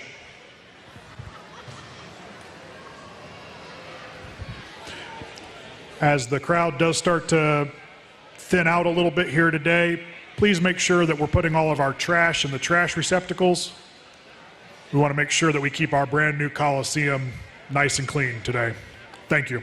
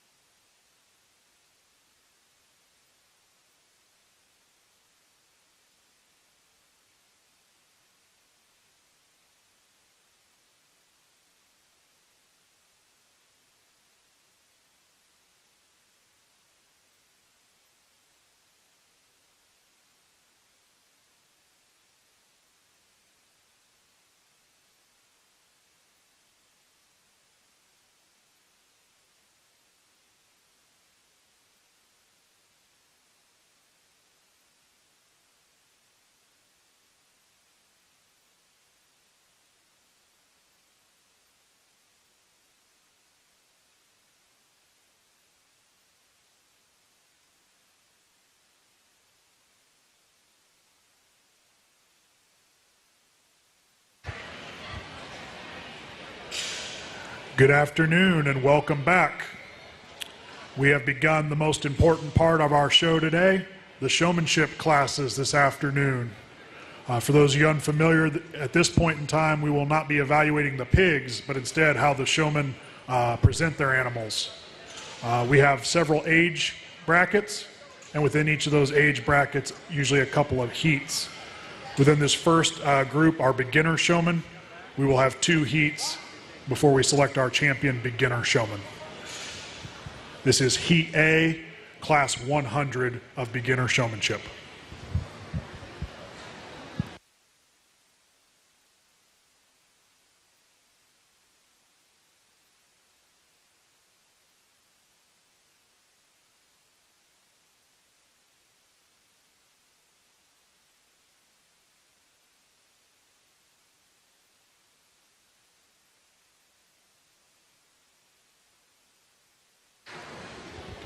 All of the participants in our beginner showmanship heats today will receive a bucket supplied by Buck Creek Show Feeds. Thank you to them for their sponsorship once again this year.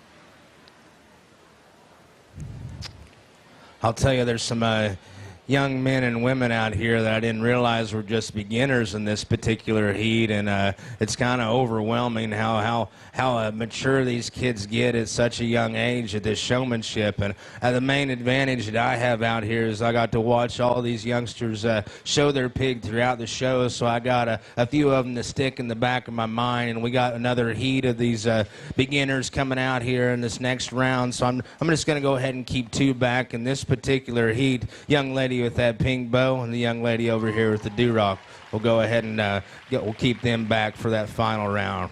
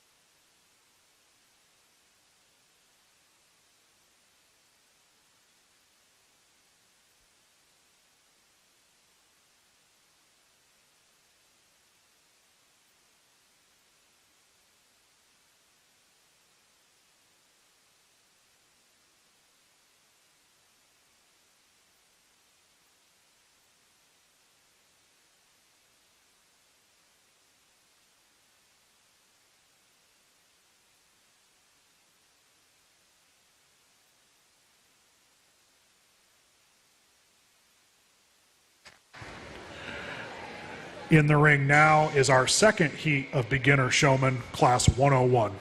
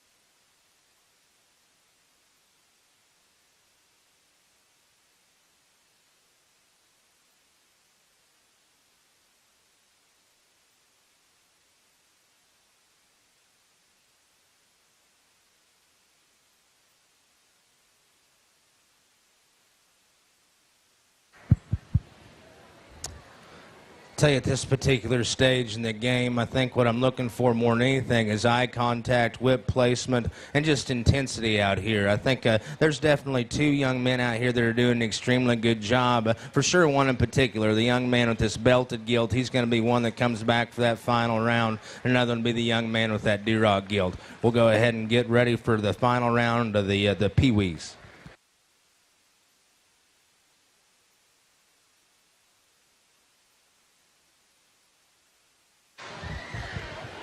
Once again, a thank you to Buck Creek Show Feeds for supplying the buckets that all of our beginner showman exhibitors are collecting on their way out of the ring. Judges selected a couple of showmen from both classes 100 and 101, our two heats of beginner showmen. And here in just a moment, we will be showing for our champion beginner showman.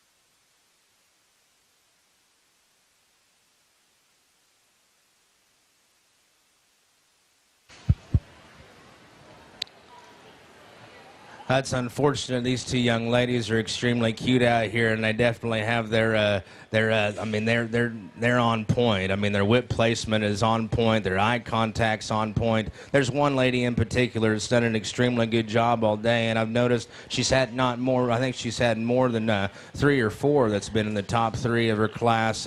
Does an extremely good job with her whip placement, eye contact, keeping that hog at the right pace and staying calm and collected at the same time. The champion showman's going to be the young lady with that Duroc. Reserve will be the young lady with the Hampshire. Congratulations to them.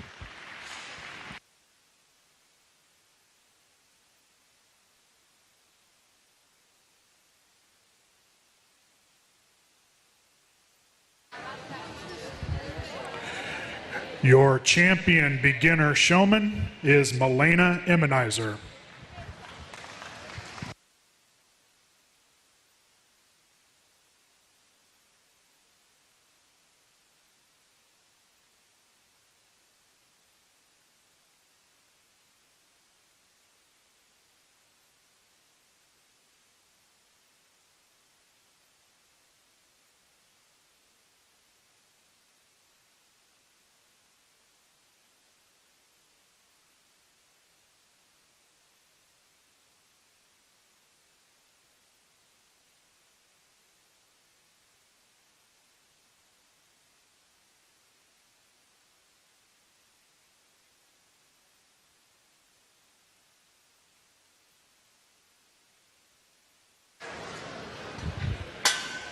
We are now in our second age bracket of showmanship.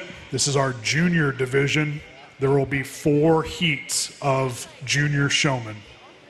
Again, the judge will likely select a couple of showmen out of each class, and then we will show for champion junior showman in a few minutes.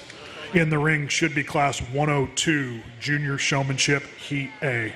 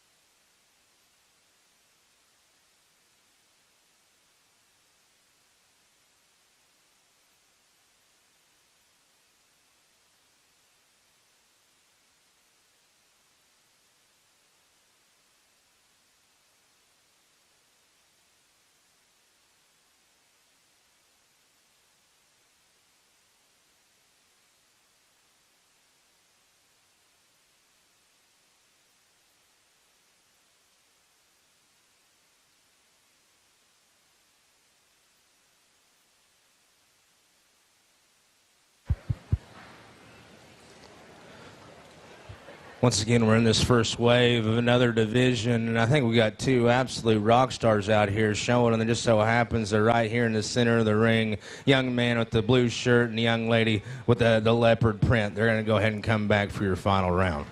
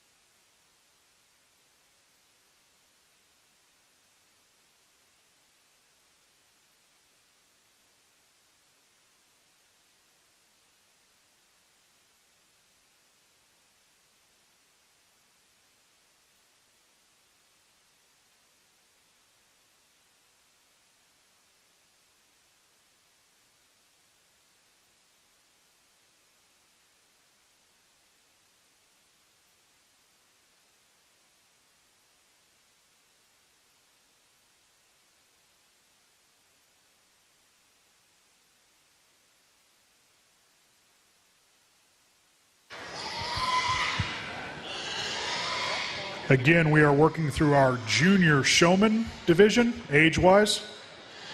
We are in our second of 4 heats. This is class 103, junior showmanship, heat B.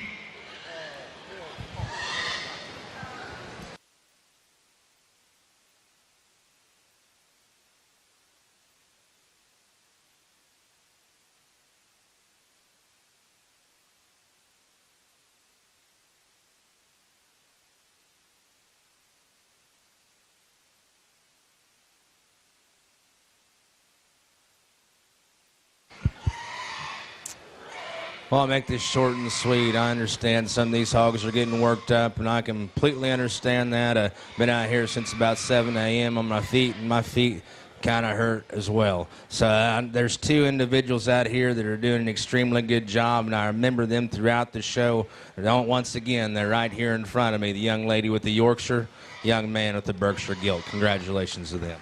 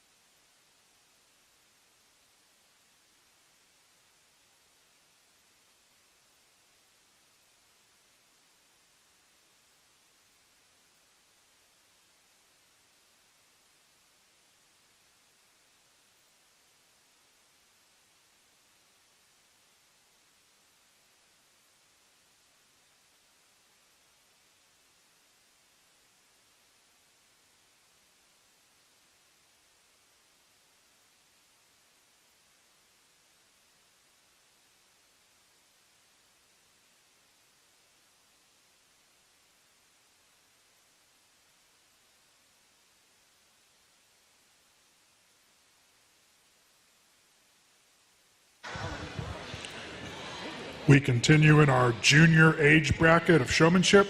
In the ring is our 3rd heat of 4 for our junior age division. This is class 104, junior showmanship, heat C.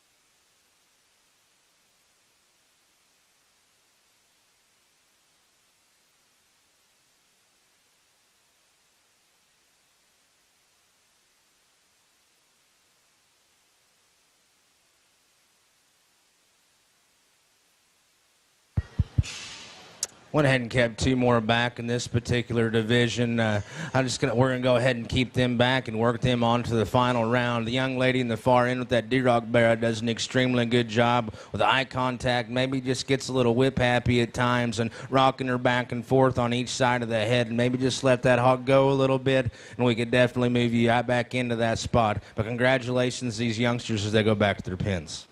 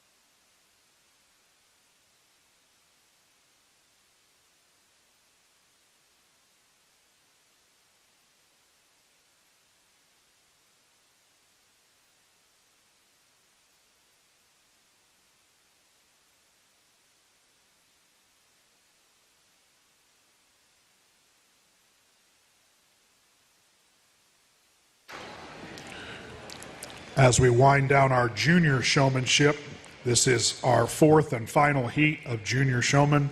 This is class 105, heat D of our junior showmanship.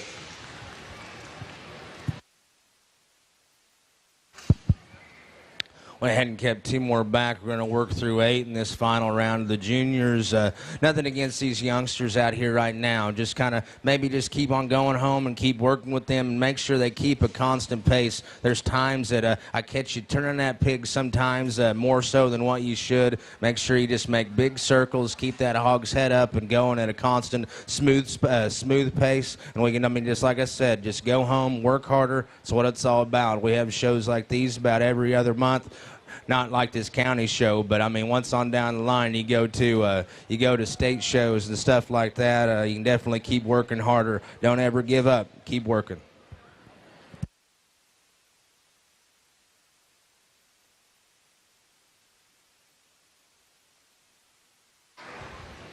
Let's give a nice round of applause for all of our junior showmen.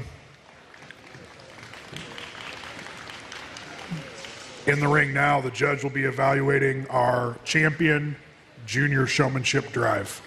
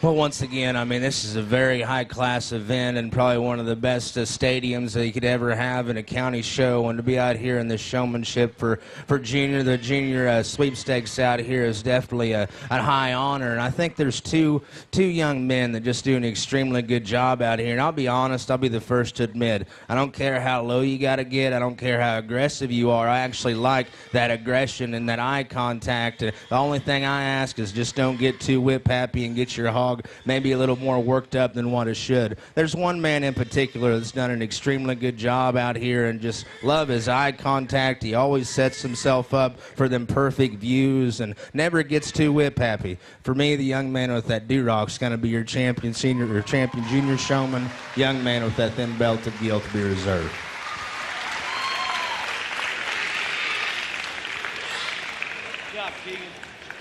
Your champion junior showman was Keegan Spray.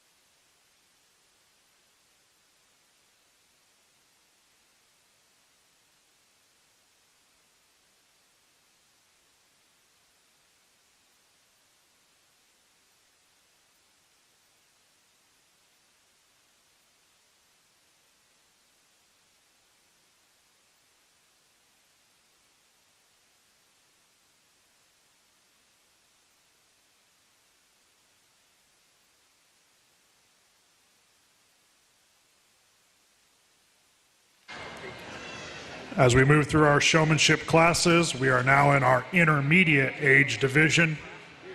Our intermediate division this year has 5 heats. Once again, the judge will probably select a few showmen out of each class, and then we will show for our champion intermediate showman in a few minutes. In the ring should be class 106, intermediate showmanship heat A.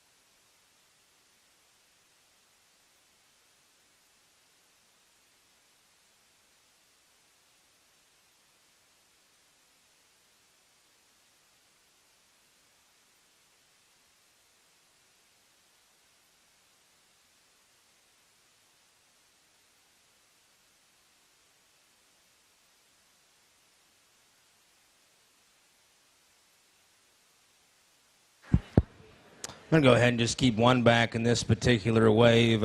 There's a few issues, I guess, in whip placement out here. I always tell the kids that I help at home, the go buttons right there in the mid-rib of their body. I guess your steering wheel would be on each side of the cheek, and then cruise control would be right underneath the jaw, and then use your brush or your hand, whatever you got to do to keep them going. There's times I catch these kids hitting their hogs maybe behind their on their hip or their ham, and they drop their tail and they stop. A young lady in the corner over there's Barrow just doesn't want to cooperate with her today. This is a really good wave. Give them a good round of applause as they go back to their pens.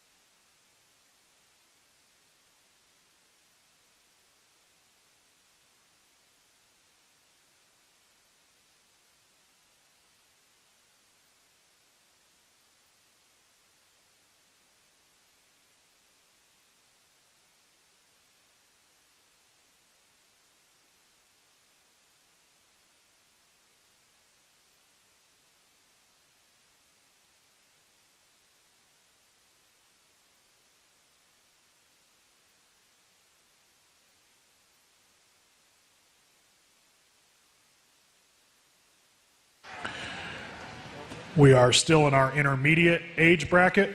In the ring is our second heat of intermediates. This is class 107, intermediate showmanship, heat B.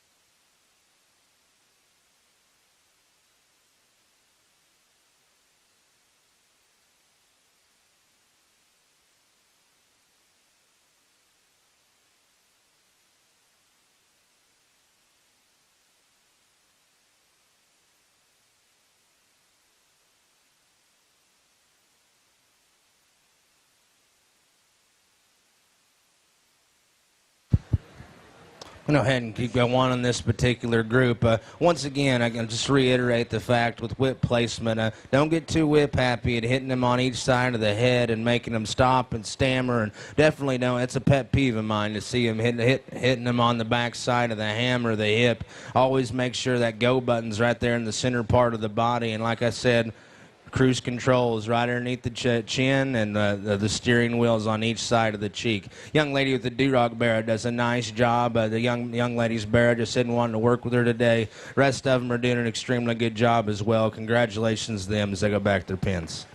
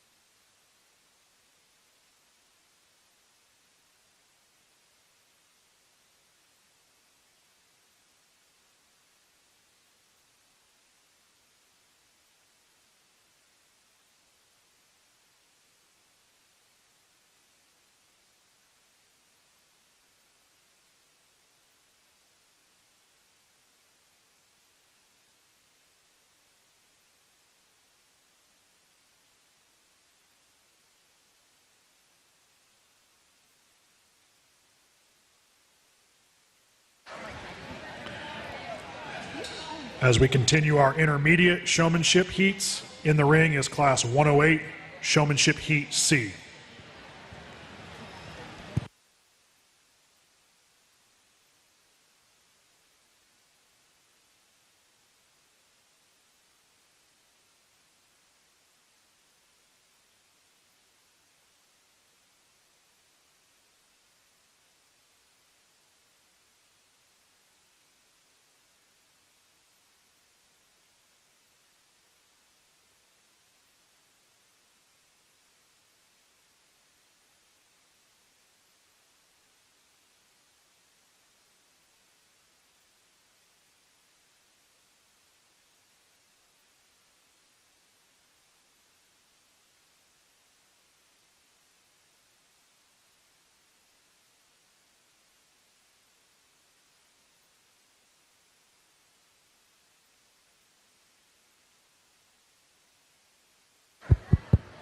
Go ahead and keep two in this particular wave.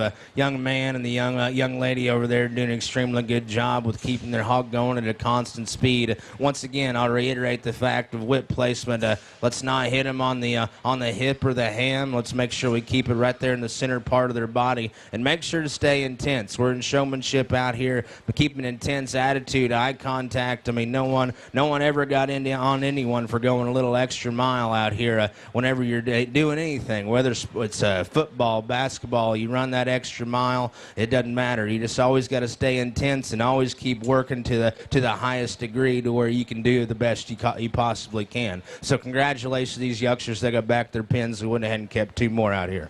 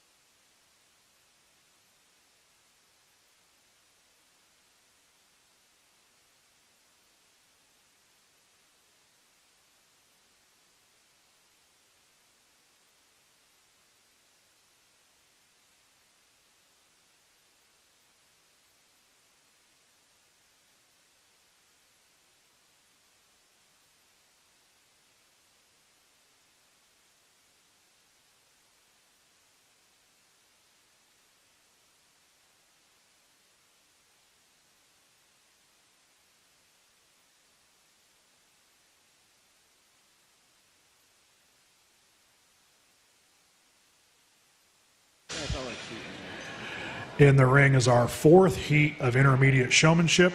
In the ring is class 109, heat D.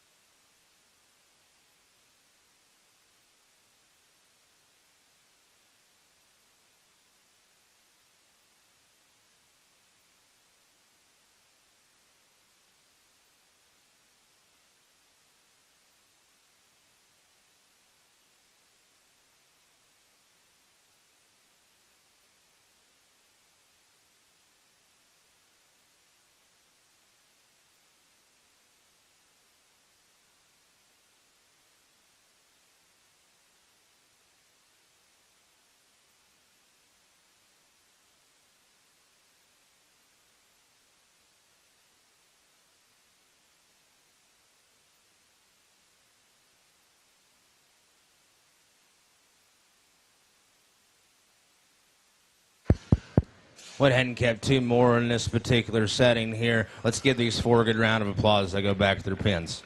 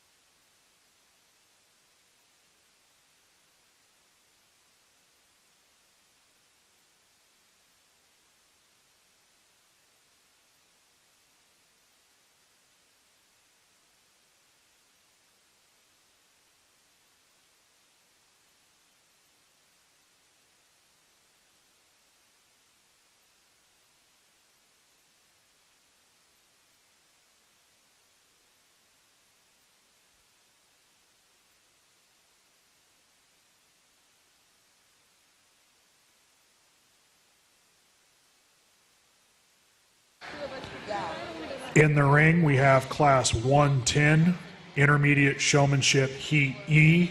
This is our fifth and final class of our intermediate division.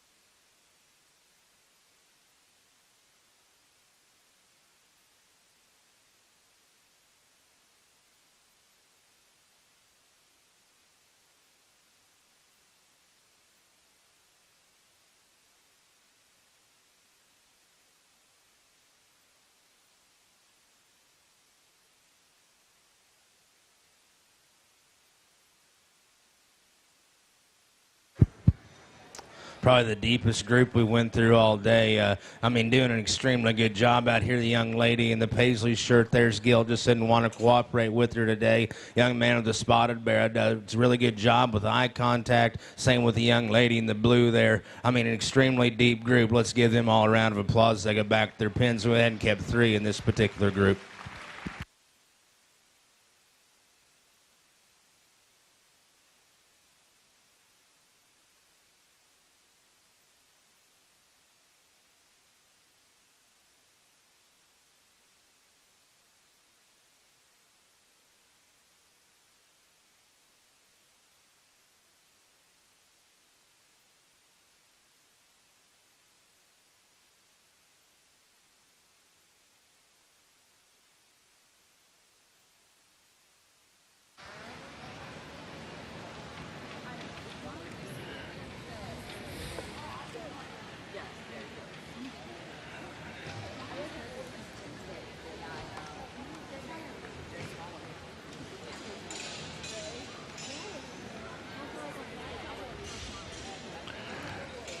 We are now showing for our champion intermediate swine showman.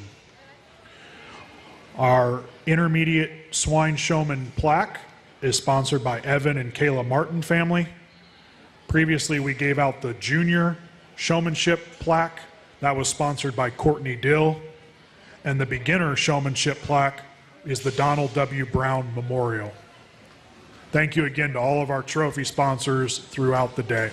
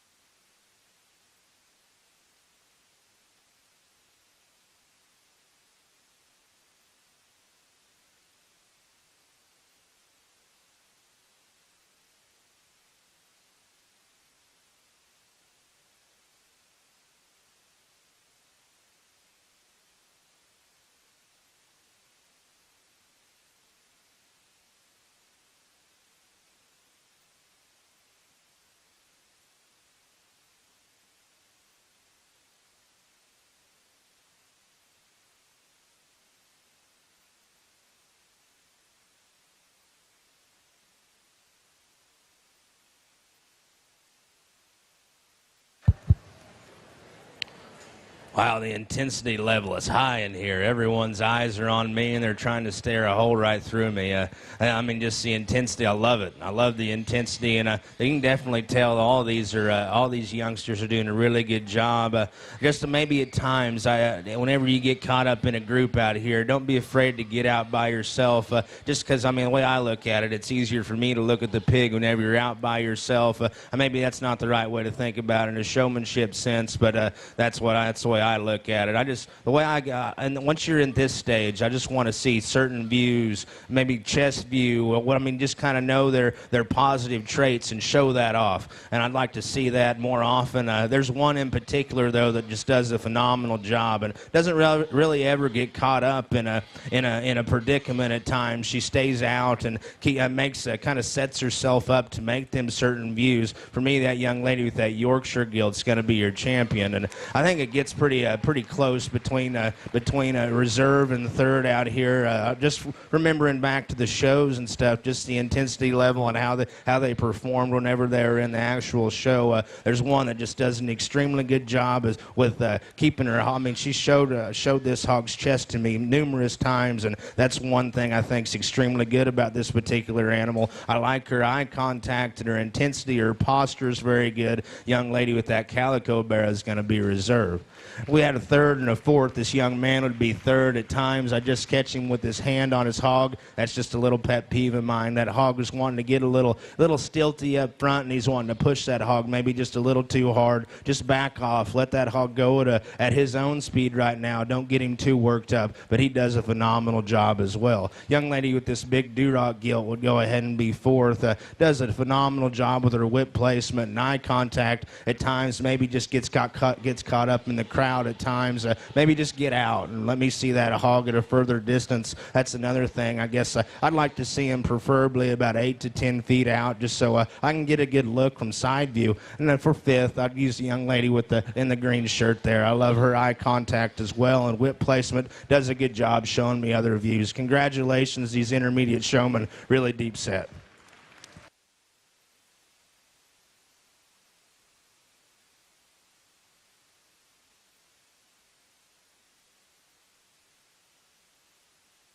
Congratulations to our intermediate showman, our champion intermediate showman, Ella Carlson. We now move into our oldest age bracket, the senior division. We will have 3 heats. In the ring will be class 111, senior showmanship, heat A.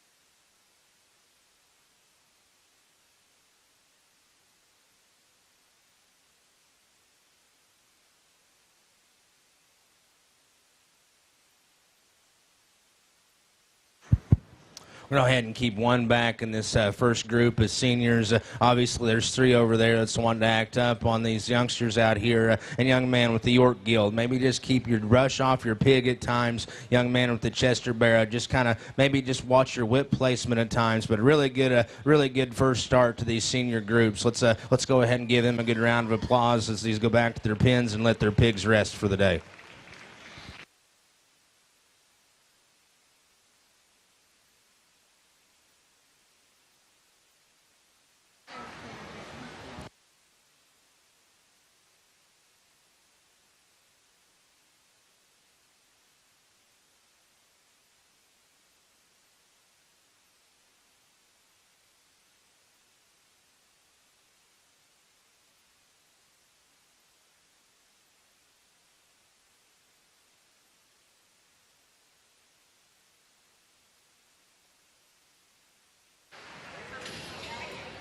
We continue our showmanship classes. We are now showing our second heat of senior showmanship. In the ring is class 112, senior showmanship, heat B.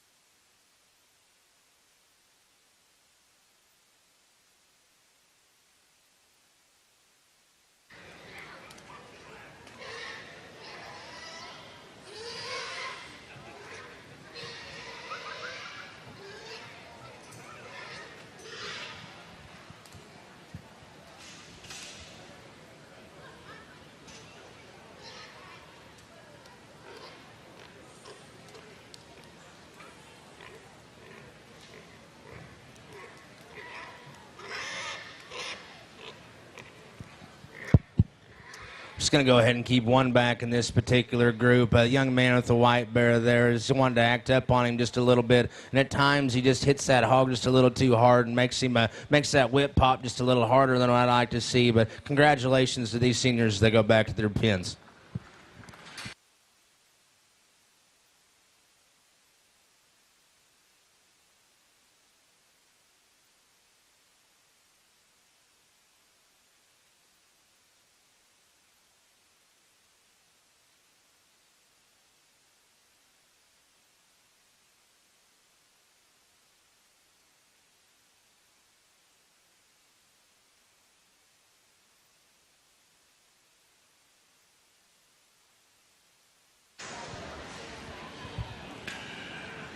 In the ring is our final class of senior showmanship.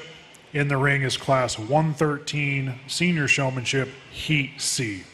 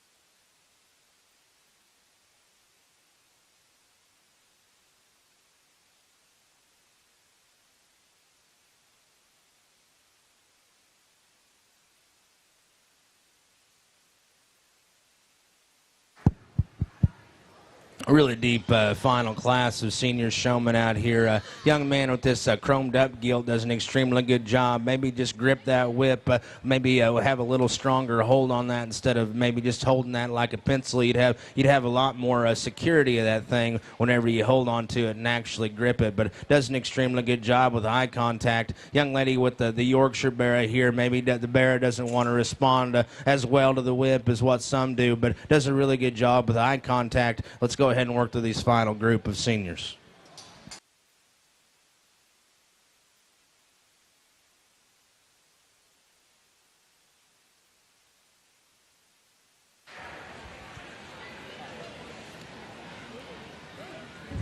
We will now be showing for our champion senior showman. Our champion senior showman will receive 2 pieces of hardware here today. They will receive a plaque sponsored by the Johnson Swine Farm, as well as our traveling trophy sponsored by the Harlow family.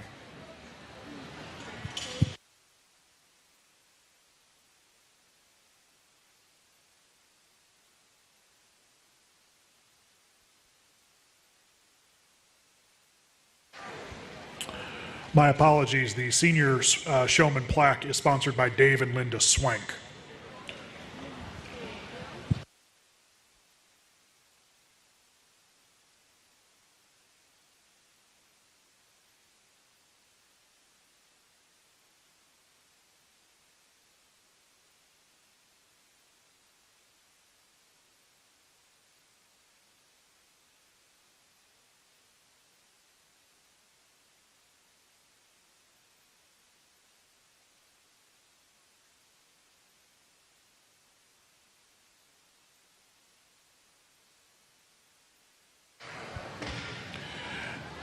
As we near the end of our show today, once again, we'd like to thank Titma REMC and Wintech for sponsoring our live stream so that we can be seen across the World Wide Web on YouTube today.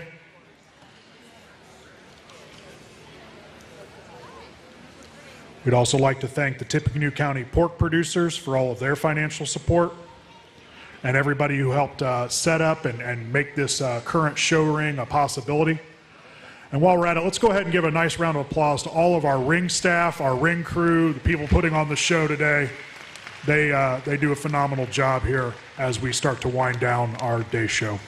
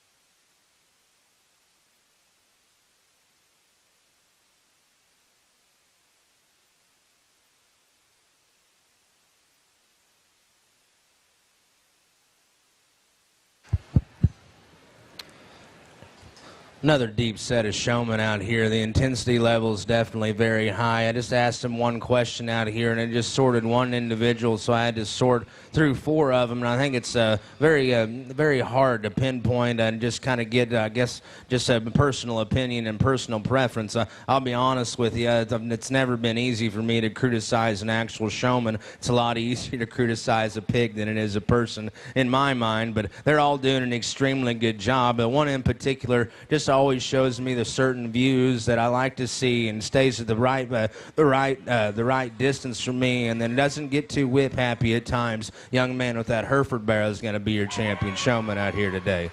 From there, I think it gets really close. I think it's just about whip placement, eye contact, and then showing me them certain views. The young man in the orange shirt with that blue barrow is going to be your reserve champion showman. Between that, but I guess it was between the young lady in the black for reserve and third there. She does a really good job of not whipping that barrow too hard. Maybe at times you'll catch her where she hits that barrow with the middle of her stick instead of more so the whip, but she does a good job not getting too whip happy, good eye contact. Young man with this Yorkshire Barrow does an extremely good job as well. I just catch him turning that barrow on a dime, maybe just make a little longer turn instead of turning him so quickly. The young man with the sandy colored barrow here, I wish you wouldn't have missed that question, but man, you do a really good job of staying very calm and collected, not whipping that hog too hard. Love the eye contact. Extremely good group of seniors. Congratulations to them.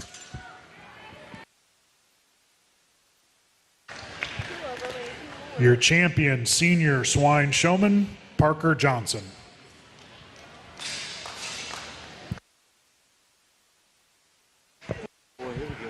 Our final showmanship drive, it will now be our grand champion swine showman. Many of the individuals that will be coming out were our previous winners today of the various age groups, as well as a few past winners that are still eligible.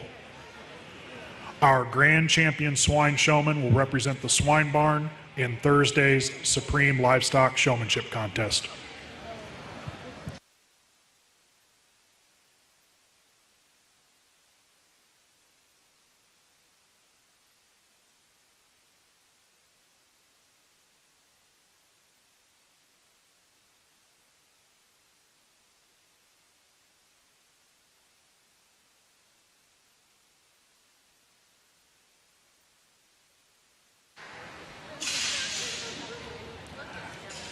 I'd like to take an opportunity as we wrap up our show to recognize and thank the Queens and their court who have been helping us with trophy and ribbons today. From last year's fair, we have the 2020 Queen, Lindsay Gwynn. This year we have our second runner-up, Caitlin Alkire. Our first runner-up, Casey Baird. And Miss Tippecanoe 2021, Amanda Pendleton.